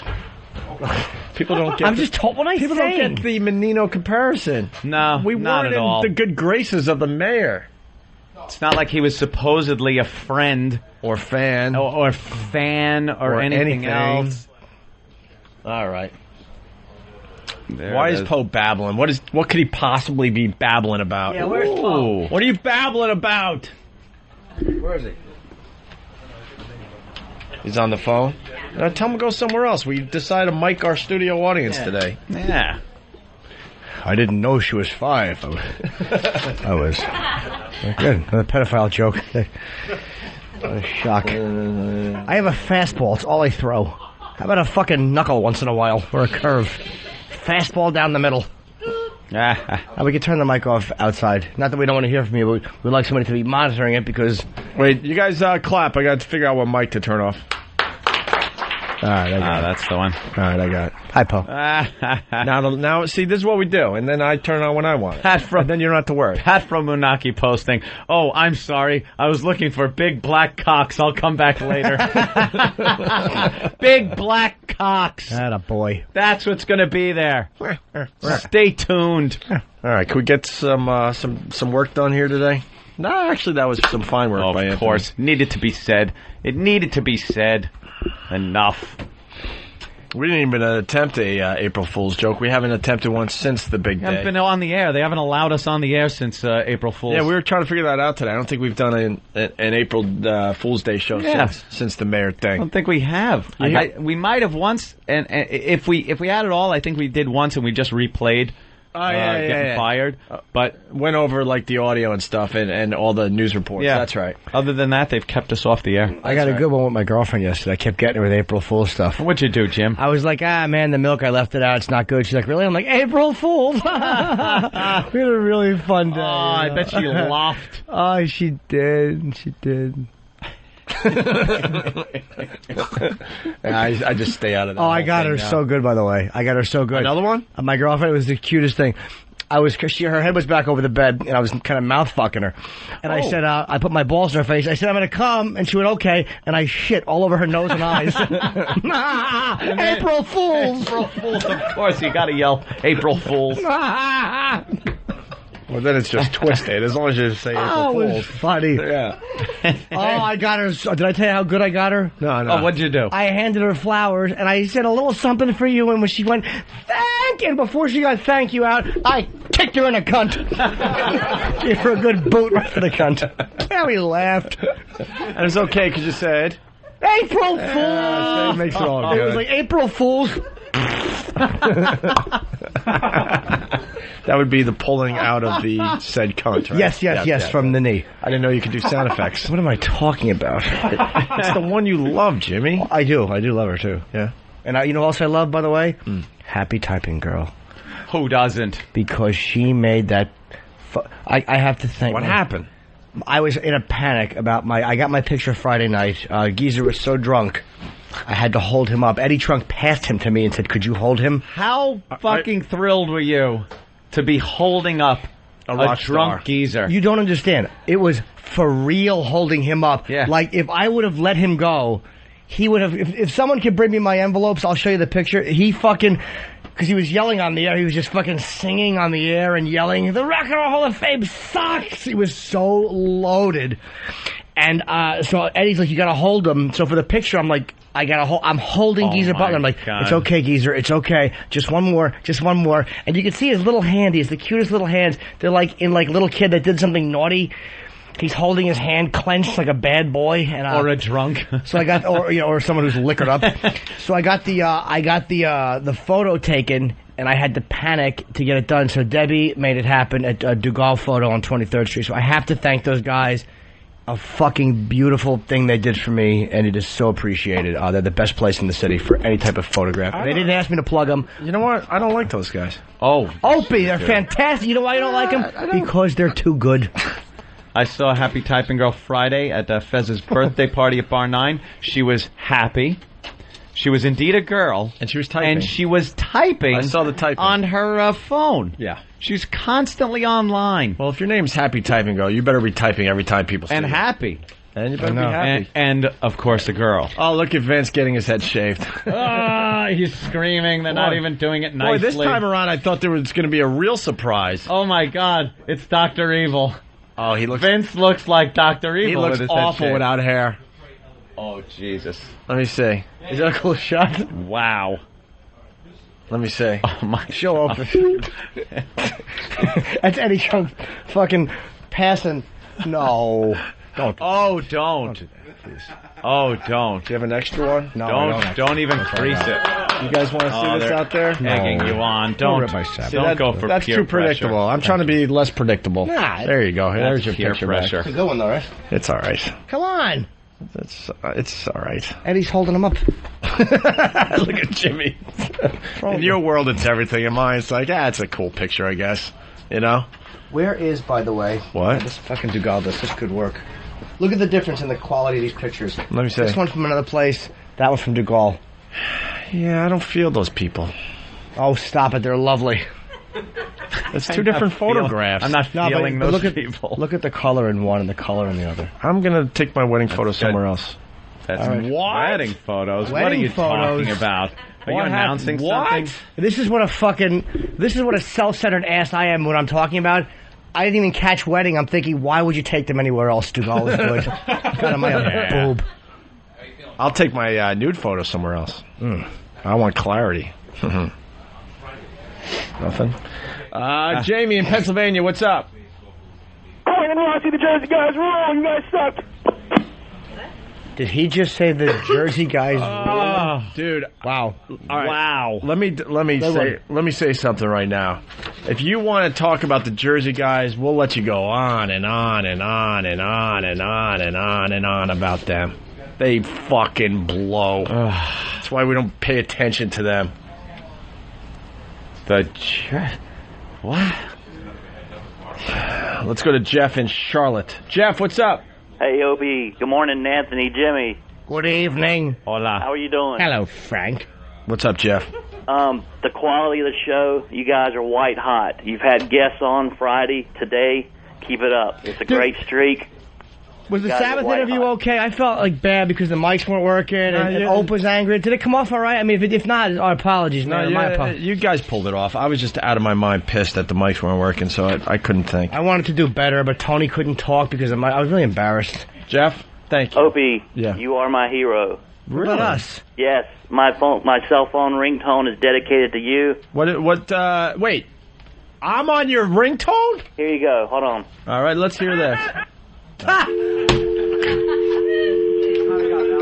he was too fast for me. That's a good one, actually. The fucking obnoxious guy laugh. That is one I would put on my phone. If you want to pay me, you can have it. Give me $1. Can you put the obnoxious guy laugh on there right now? Give me a couple $. I'll give it to you. I don't know, Opie. Actually, your voice is on mine, so it's only fair. You're fucking... Dude, Danny, get over here. Take that fucking thing off my phone. I'm handing Travis my cell phone, and he's going to give it to Danny, and they're going to put ringtones on it. I got kitty porn on my computer. Is getting me in way too much trouble. I'm done with that. No, Opie, you got to keep that. No, I'm done. And by the way, take that faggoty thing off. After a text message, he goes... Sounds like I'm eating pussy underwater. Take that off. I don't want any noises. I'm having these I'm having these important meetings with florists and photographers, and all of a sudden the kitty porn on my computer thing starts screaming With at florists. the people. What? Why are you having meetings with florists? Or flowerists. No, you're right. Florist is correct. I know I was right. I was just fucking with you. But why are you having meetings with... Yes, what are you doing? Find out why this is the most listened to FM talk show in the country. That's what the Jersey Guys website says. The most listened to FM talk show in the country? In the country? Are you fucking kidding me? Oh, I don't. I think that's a bunch of bunk.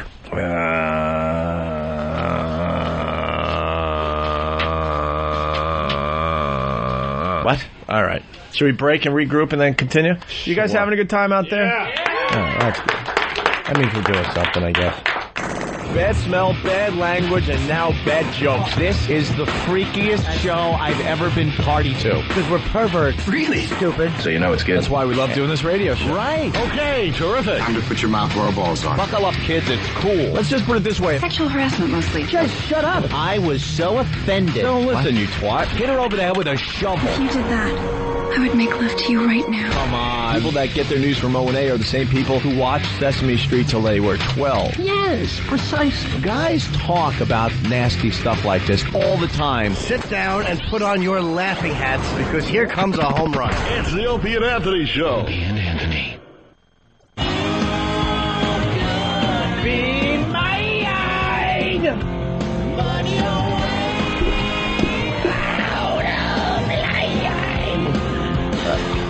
I was reading about the latest Guns N' Roses CD, and it's been postponed again. It was supposed to be out March 6th. Oh. Now they're saying they're mixing it down or something, blah, blah, blah. They're so done. I think it's Axl's joke to the world. I think he's going to just never put this thing out, and that's what he's going to be known for the guy that never put out the album that he said he was going to put out. They're done. It's working. No, it's getting rave reviews is the new... well, they're not Stone Temple Pilots anymore. What are they called there? The band with Slash and Scott Weiland and Velvet Revolver. Velvet Revolver, yeah. Yeah, there's a nice buzz on their latest CD that's coming out soon. Another month, I believe. I don't know why I'm talking. Who gives a shit? All right, here we go. Imagine a patch for women, meant to give a boost of testosterone and a lift to your sex life.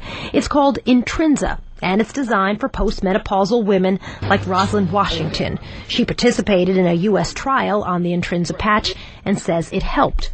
There was a noticeable increase in, my sexual desire. Just physically and mentally, I just felt great. Yuck. Yuck.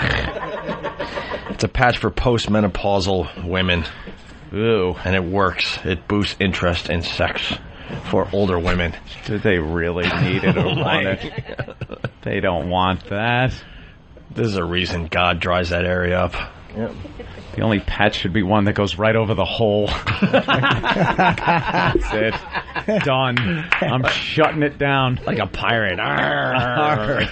Shut systems down. After a certain age, women should be forced to just sit on the coffee table and you throw loose change and perhaps Raisinets into their cunts. The candy dish, you use it as. Fucking throw paper clips in it. Old powder-smelling candy dish. But the FDA is not going to approve this patch, I believe. Yeah, there's a problem. The panel raised concerns that giving postmenopausal women certain types of hormones, including testosterone, could lead to higher rates of heart disease and cancer.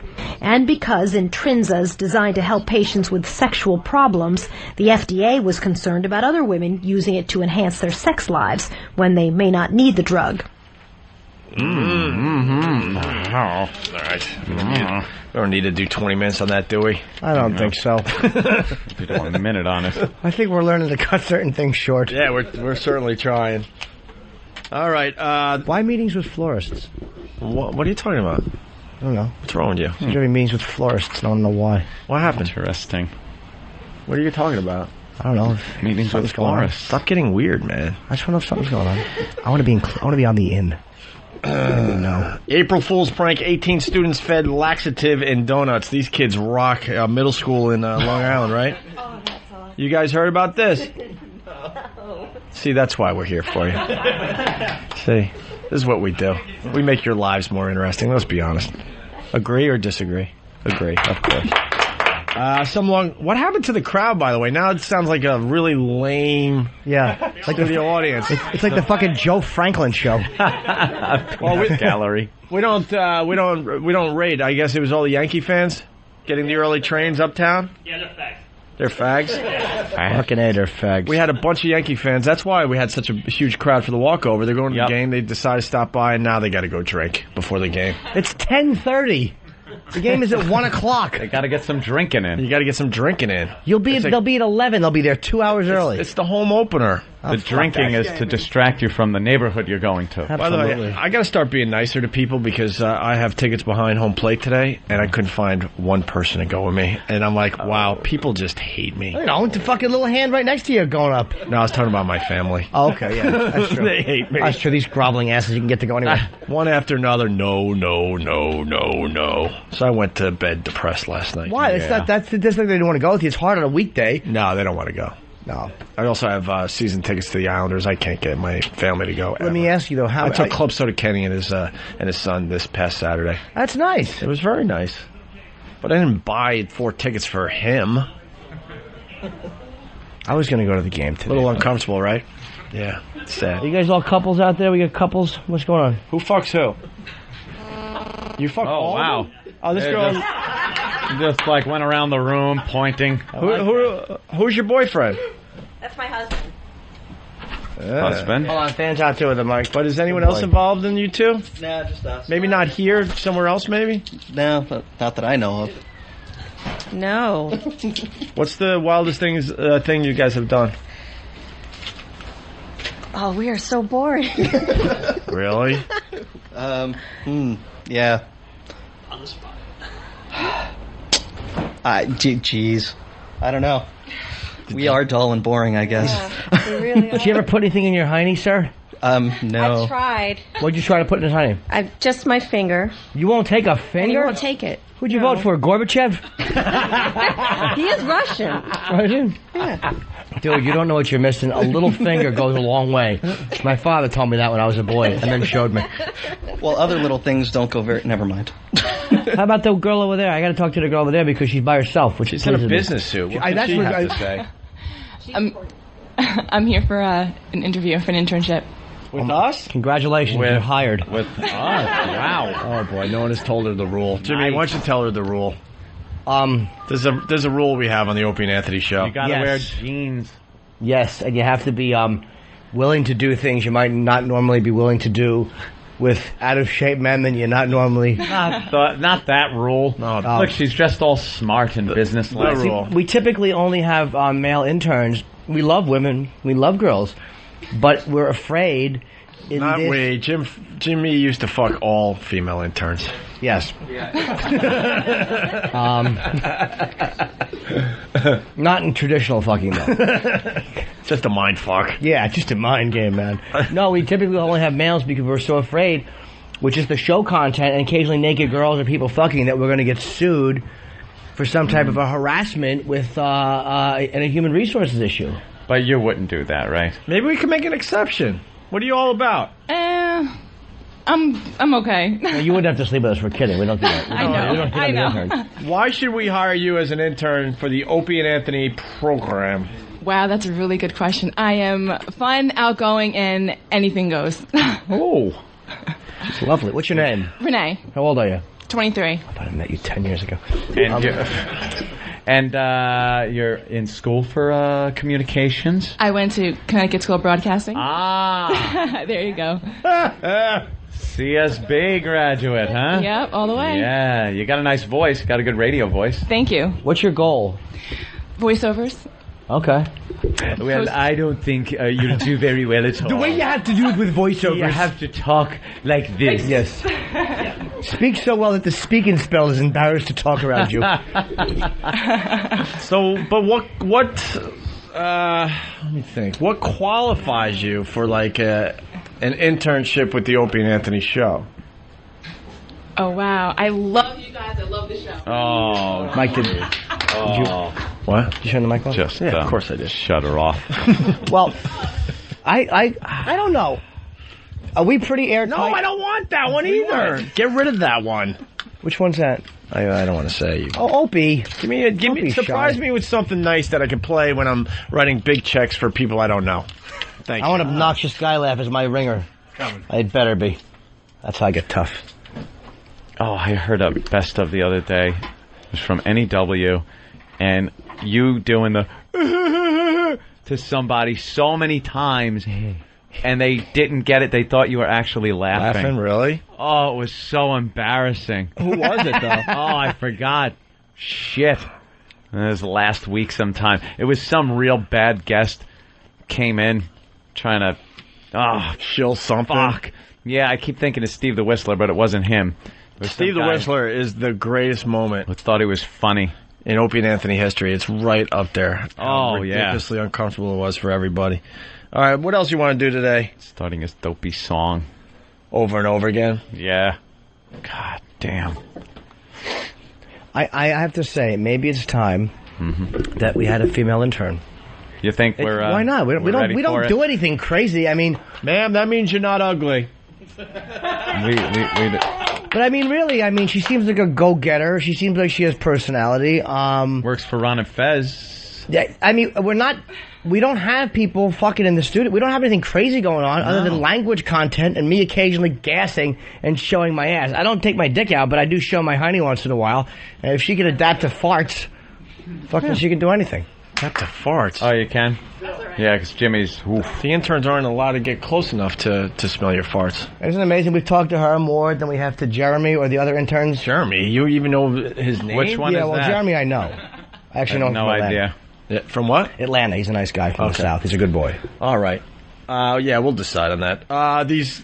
The laxatives in the donuts. Have you heard the story? Yes. This is great. Some Long Island they're 8th graders. I heard it was like 5th graders. 8th graders apparently got an early start on April Fool's Day pranks on Friday when they handed out donuts laced with laxatives to classmates, school officials said. We got to do this at one of our appearances. This shit would always happen in school. Who the fuck would eat something that kids brought in on April Fool's Day? I don't know. What are you, insane? There were no apparent injuries. How do you get injured? You shit a lot, but do you actually get injured? Yes, because you're running to the toilet, you trip. And crack your skull on the porcelain? Wow. By the 6th ass wiping, though. Yeah, I don't like this live that's gotta audience. hurt. I don't mind it. I've just got nothing but base hits. It's my own fault. I'm not feeling confident in any of these duds. You realize, what? I haven't felt confident with any of these. You know what I'm firing little singles, and the only reason I'm getting them is because the first baseman is not on the line. If he was, I would have been fucking unceremoniously tagged out on every one of them. I'm sneaking them by because Ant's distracted. Ope's got a body just built for photography. Oh my God, that's a little uncomfortable. Well, so what? You do? Again, a big deal. Let's get out in the open already. You want to be photographed naked? I'm all for it. That's not even to be a homosexual. She should be taking your picture naked. You've worked for it. They were artistic photos. I know, I'm sure they were. For a photography class. I bet your leg was up on the bench on one and your bag was showing on the bottom. Very sexy. Looked like a flask of vodka. Vodka. All right, what do we got here? So, no apparent injuries, although ambulances were dispatched to the middle school as a precaution. Approximately 18 students shit their brains out. The story says? Oh, yeah, right there. Oh, yeah. Although the students are feeling well, the school is taking precautionary measures. And police were investigating, and parents were been informed. What? Is this a real story?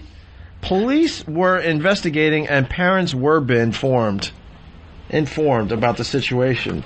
Police were investigating, and parents were been informed. Yeah, interesting.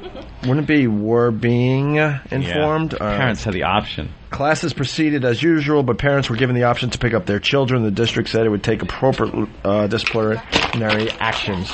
That would always happen in school, though. Somebody would... I think everybody's got a story about somebody slipping something into the shop teacher's coffee. That's what happened where we were. Really? Someone put mescaline into the shop teacher, Mr. Shanley. Put it into his coffee. Was he an old dude? He wasn't a kid, that's for sure. And they took him out in an ambulance. Oh, wow. Because he didn't know what was going on. He thought he was having a stroke or something. Holy shit. You know, the guy all of a sudden... If you were just walking around and you started feeling the effects of mescaline, you would think something was fucked up with your brain, that's for sure. Blood clot or something, right? Yeah. Did they ever catch who did it? Yeah. How'd they catch him? They always do. Somebody rats. There's always a rat in school. What happened You to can him? never do something. I don't remember what happened to him, but he was one of those troublemaker kids that you could give an M80 to, and he would be the guy that flushed it down the toilet, shit like that. Like, you give him anything, and he'd go, okay, I'll do it. Dude. Take this sledgehammer and just bang it against this wall. Okay. I don't want to, blow up the guy's spot, but I should give him a plug if someone remembers. I saw Bob Saget on Friday. He was taping his HBO special, and he had an LA comic, and I usually, LA comics, but he had a bit about, like, the kid that always took it too far growing up. Yeah. They'd have no boundaries. I thought it was brilliant because, growing up as kids, you all do crazy shit. We used to throw rocks at the neighbor, Craig Bench. We used to throw rocks at his neighbor, but I would always just kind of... Rocks at him? It was an old lady that would, like, rake her leaves and stuff, and he's like, come on, let's go throw rocks at the old lady. I'm like, all right. But, so I'm involved, but I'm like... But I'm not brave. I was brought up right, so I'm kind of like lobbing them and making sure they fall short, and he's just trying to peg her. I'm like winging him. And that's when I knew line drives. This kid could be a problem. So when this guy did this bit on Friday, I'm like, oh, is that the truth? There's always that one kid we grew up with that took every prank too far. Nothing was better than a good dirt bomb fight with a neighbor like behind you. Right. You had a fence and you'd lob thing. him over. And that was always cool. But like you said, you'd always get go too far guy. And he would have rocks. He would go with rocks because he can't find any more dirt bombs. Dirt bombs are great. They'd be... They blow up and make smoke. If you were the guy throwing the rocks, once again, you'd like bounce them in front or throw it far over their head. But sure, yeah, there was always the guy that said, fuck that, man. We had a 6-foot stockade fence in our yard when we lived in Northport many, many years ago. And we had a good dirt bomb fight with the neighbor going on. And you'd lob them over the fence. You couldn't see each other. It was like, USA and Soviet Union launching missiles. Couldn't see each other. But you just lob enough and with enough of a spread put on them. And sometimes you'd hear like, hey, ow, or, oh, you got me. And dirt bombs would come over the other end. And then one of my friends just grabs a rock and heaves it over the fence. And you just feel like...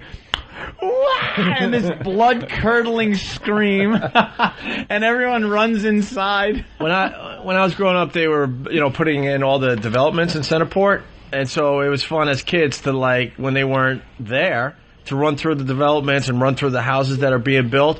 And for me, that was risky enough. Same thing, another kid.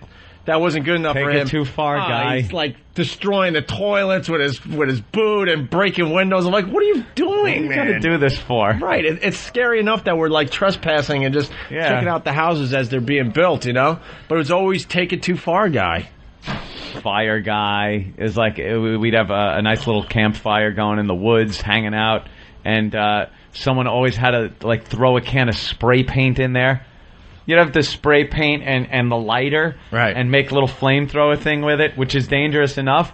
But then he'd have to take the can and throw it into the fire. So now you're like, run for your life. This thing's going to go off like a bomb, shrapnel all over the place.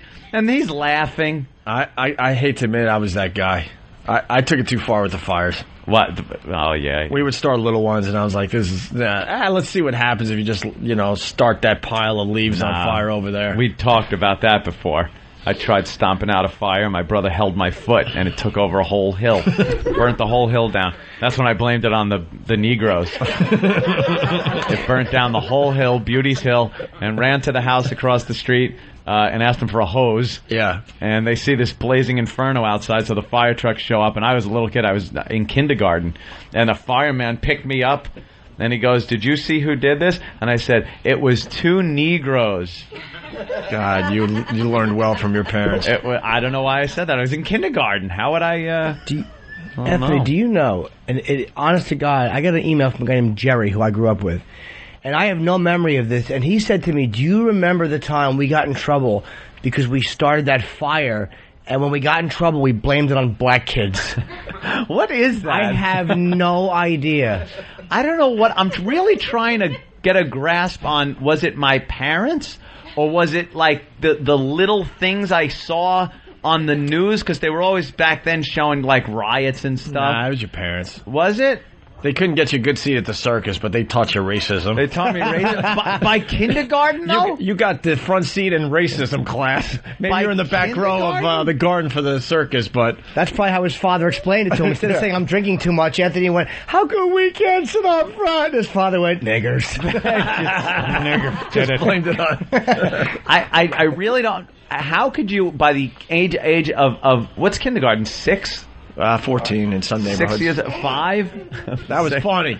That's racist. It was funny. I got a little something for that. I agree. By like 5 years old. How could you get a kid to like put that together? That black people, you can blame them for crimes, and white people will believe you. That's too like abstract a thought for a 5-year-old. Even if the parents are pounding it into your head, I don't get it. Where does it come from? Maybe you want to. Maybe instinctively, when blaming someone, you pick someone that couldn't possibly be mistaken for you. Maybe that's the first instinct, and black people just look so differently. Maybe it's not a thing about blacks, or maybe it's honestly who did it. The black kid, because it's completely the opposite. It exonerates you completely. Maybe that's a good way to get me out of a jam. But I mean, it's possible, right? Like, that sure sounds like I was racist from the time I was 5. Jeez, that's awful. Where we grew up, I didn't see a black person until junior high, except for the one we took in for a while, like a summer program. But you did? Right. Yeah, we were part of that Fresh Air Fund or whatever. The Fresh Air Fund? Also, we were at Robert Moses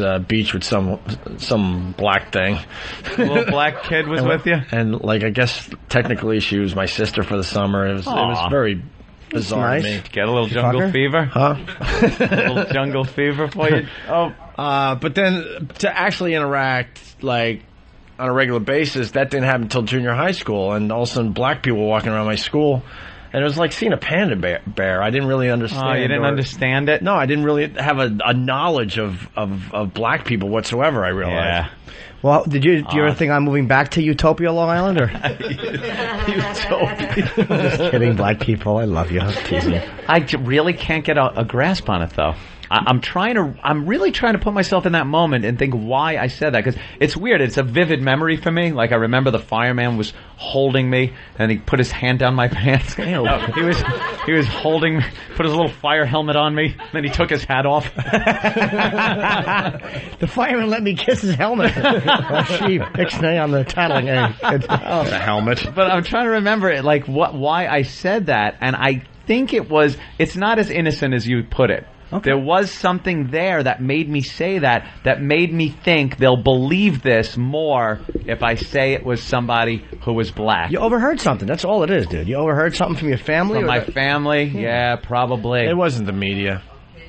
I didn't call them moulignons like my family, so what happened there? How come I couldn't say that at 5? It couldn't be the TV. It couldn't be TV. We only had 3 or 4 channels when we were growing up, and it was much wider than it is now. I swear to you, I think the news had something to do with it, because I remember watching like riots and burning, like black people rioting, looting, and burning on the news, and I think that's why I said it. But it's I don't know why I said it last week. Last week? How about this morning? All right, let's say hi to Jeremy. Jeremy, what's up? Yeah, love you. Love the show. Thanks, man. Yeah, I just wanted, y'all talking about practical jokes. There was a couple of years ago when I was in high school, I'd heard a couple of kids had poured a bunch of Viagra into this English teacher's coffee, and they had like an allergic reaction to it and almost died, so... Pretty much it. How did he almost die? Pretty much it. How much Viagra did you give the guy? I wasn't sure exactly how much it was. I think it was quite a bit, but he just was allergic to Viagra or something in the Viagra. Enough to kill an elephant? That's usually the, An erection site. how we measure that.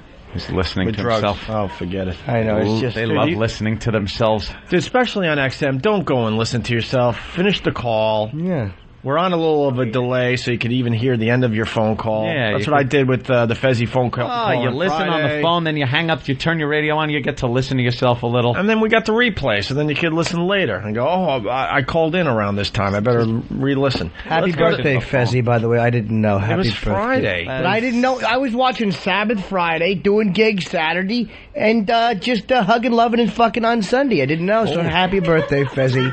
What a great party over Happy there at birthday. Bar 9 we had. Oh, really? Over there, yeah, a lot of fun. Take It Too Far guy from Connecticut, what's up? What's up? Love Jimmy. Love the show. Thank you. Yeah, no problem. I was the Take It Too Far guy when I was a kid, man. I was just always pushing the envelope for whatever reason. I know this isn't going to work for the rest of the country, but we used to stand over 287. There was an overpass there. That's where I used to live. And we used to throw rocks Yeah, they don't know And, overpasses in the rest of the country, so you're correct with that No, but they knowledge, don't know- sir. They don't know where to appreciate the help there. But we used to throw rocks and watch them, bounce off the cars. And of course, I went and picked up like the, double the softball size rock and launched it and made a huge mess. And cops started coming around. We had to run home, and I was just that guy, man, and it just always got me into fucking trouble. Right. And then what happened? That's pretty much it. Is this my first car crash phone call? It wasn't worthy of a car crash. Yeah. No. Thank you, Chris. I won't even whatever. use the energy to reach over and point at a button. That's right. It was more like a fucking Cleveland Indians pitcher boating decapitation. Just a silent, a little dull thud with a fucking floating hat. As we limp toward the finish line today. Oh, we are limping. Oh, no. At 11 o'clock, we're going to do the Jim Brewer Dirt Bombs and Tree Fort Spit. Oh, very, very good. All right, and Bill has the end of the call to Fezzi from Friday. You want to hear this? Yes, I missed Jim Brewer, by the way. Oh, Danny has it? Somebody has it? Yeah, they switched. Danny. All right, let's go. I love you, Opie. Thank you. Bye. No, I love you. I really love you. He was drunk, All right, too. they're calling me. I got to go back down in the basement for the photo shoot. All right, off you go. Take All care, right, buddy. bye-bye. Hot shit. Opie is naked right now somewhere in this city. Isn't that just awful? And he meant it. He did mean it because he was drunk. Hot shit. Hot shit. That's what we said all weekend. Hot shit. Hot shit. Hope he's naked. Hot diggity dog. Somewhere in New York City. All right. Line of the day? Yeah. No. No? Why? The voting process is just wrapping up. Oh, boy. Hope it was to Geezer. Why would Yeah, Geezer maybe. get line of the day? A couple of good ones. Don't give A couple of zingers. Tony might have. Had anyone been able to hear him? I tell you, Ronnie's the new Sinatra, too. What You happened? see Ronnie walk around in appearance? Ron and Fez at Bar 9? People just like, he holds court. He's got like a circle of people around him, just looking, glaring at him, staring into his eyes, guys, girls. He's like Jesus. He just sits there and... Jesus with a stogie. Yeah, Jesus with a cigar. And a Coke history. And he's even growing his hair long and everything. By the way, the laugh in the background makes it sound like an All in the Family set. Opie and Anthony was taped before a live studio audience. I kind of like the live studio audience. I love it. We're going to have to do this from time Unless to we time. have the dramatic ending, like on Good Times when James died, and then it goes without the thing. You just see the credits. Yeah. And it used to make our old TV hum, so Right. you'd see like the credits come up, bump, meep, beep, meep, with no music, no saw- happy music. I saw the final episode of The Office, the English version, over the weekend. Great, right? Oh my God, was it good? What you mean when they're The last episode. That was Where- it. That's how they ended it. where the fucking when they turn the mic off for a second? Yeah. Is that fucking great, man? That was really, really good. I can't even watch the regular Office anymore. Ever since seeing the English version. Do you? Oh, you see, at first you said that you kind of like. I know, but now I so get that the other one is so much better. Did you see? Oh, did you see the fucking the motivational speech he gave? It's one of the funniest things ever I love put you. on film. One of the explain it to Anthony. Have you seen this? Yeah. The motivation. But- The best part is because he has the T-shirt tucked in and the hat backwards, and he's fucking gonna give a speech, and the pants are pulled up just a little too high. He was recruited by this organization to do a motivational speech for another company, so they don't even know him. Comes in with his hat on backwards. Well, he was getting all motivated in like the quote dressing room. So bad. Oh my God! And then he plays dramatic music when he's leaving, and just jogs out of the room, and everyone's like just dumbfounded. Didn't you love when he first walks up and he goes, "Get out, get out," and he points at the door, and you know what he's going for, but you're like, ah. Wait, explain it further. You got to bring everyone on board. He's trying to motivate people, like in business. There's a group of business people watching him, and he's trying to have an impact. And all the other motivational speakers just gave real sound business advice and had on suits.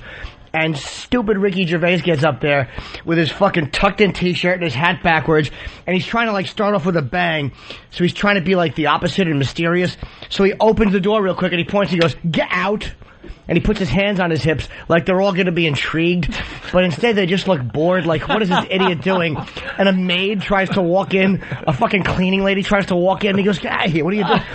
What was the point he was trying to make with the get out? I forget. Like, you're supposed to go, whoa, why does he want us to get out? Because he was going, if you don't have what it takes, or if you don't want it, just get out. Right. But nobody looked like they were intrigued or interested in his curveball. He's such a buffoon. He was a fucking fool. But I liked when he was groveling about the redundancy. Please don't make me redundant. Please don't make, that was fucking great. And he's wearing what was it? The costume? Oh, he had the fucking wacky emu costume. He was like riding a big giant bird, like riding an ostrich, and he had a stick that operated the head. and that's how he got fired, basically. And you don't see that because he's sitting behind his desk and he gets up, awkward. He's already in his costume because he's supposed to be sitting on it, so you don't see that the costume until he stands up. And then he walks out, and he's like, I gotta go make people laugh.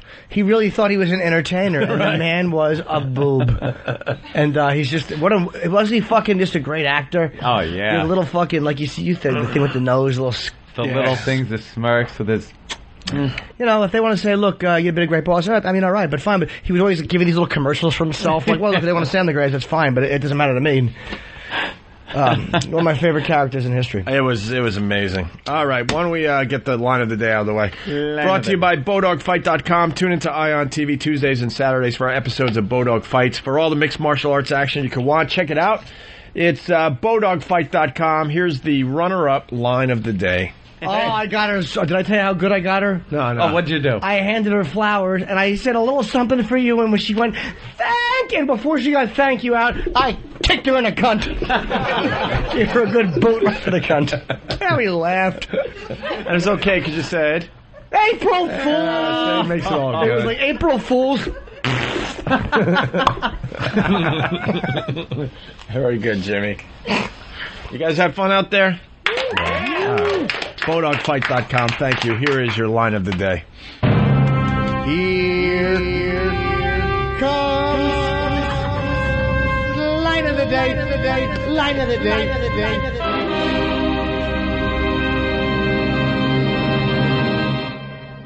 It's weird. It's a vivid memory for me. Like, I remember the fireman was holding me, and he put his hand down my pants. He was holding me, put his little fire helmet on me, then he took his hat off. A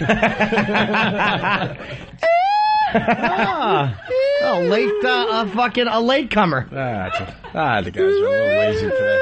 Yeah. Let's just take the last 5 minutes of the show and just... Love the gap in there. That pause is the best part. It really is. All right. Yeah, because you're ready to start talking, and there's more. And then there's more. Hey, did you love at The Office the way it would end? But the music just fucking, the way the music... Yeah. Is that the greatest, man? And fucking show. That's my fucking phone. God damn it, that's a good one. Oh. Do I have that on my phone? I'll fucking stab you.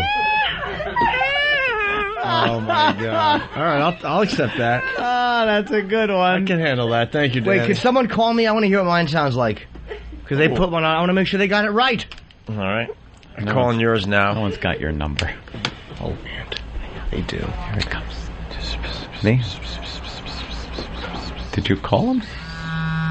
No, the first couple are going to be vibrate. That's the way I have it set up. Saves you from making a spectacle. All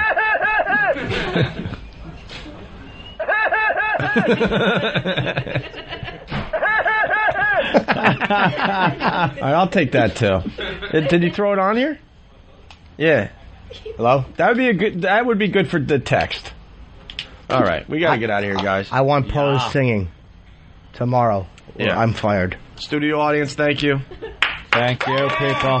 No pictures, though. Leave with no pictures. God. Did he bomb? No, it was. Well, here's what it was. A bomb would have at least been an explosion. Here's what this was. Oh no! A piece of metal fell out of a plane and it just stuck in the sand. Shit. Wait, what happened? What? I missed it. It was a fucking uncle. Let's do the setup again, and then I'll listen this time. Oh my! It was atrocious. What was the setup to the joke? I was talking to Danny. Yeah. And I said, but I was talking to them. We were all talking together. And I was talking to a screen over there. But it was god awful, regardless of who heard it. I said to Danny, "Hey man, I want that thing on my phone tomorrow, which is that Poe thing, or I'm fired." Oh, I did hear that. And now that I think about it. that was you? Oh. It was like a Ricky Gervais character, except it wasn't on purpose. I am very rarely embarrassed. Oh. I am at the moment cringing internally. Wow. By the way, Bill Donahue should have had line of the day. Oh, with which one? He had some zingers. What was the fucking really good one he had? Wait, but Bill had a really good line. What was it? Send someone up to accept the award and everything. Yeah. I say someone's got to interview this young lady. I like her as a candidate, and I've never... Who's going to interview her? Steve. Of course you like her as So a it'll be candidate. She has a Steve. pussy. No, that's... Oh. Jesus, hope. Maybe not. Maybe she has a hog, and then she's congratulations, you're hired. But no, it's almost frustrating having female interns because you can't hit on them. You can't do it. I would probably, if I wanted to hit on you, I'd probably go, "Hey, where are you from?" Let me see if... Would you hit on her, really? Yeah, well, someone give her a... Mike? No. Where's... All right, Where are you? hold on, just real quick. Hey, someone get a mic or I'm fired. I see. You see what I did there? You thought I was going to go with humor, but instead, I didn't. Where are you from? East Brunswick, New Jersey. That's my idea of hitting on a girl. Well, I'm from North Brunswick. We got to give it to her. Bit like your fart. Oh. And.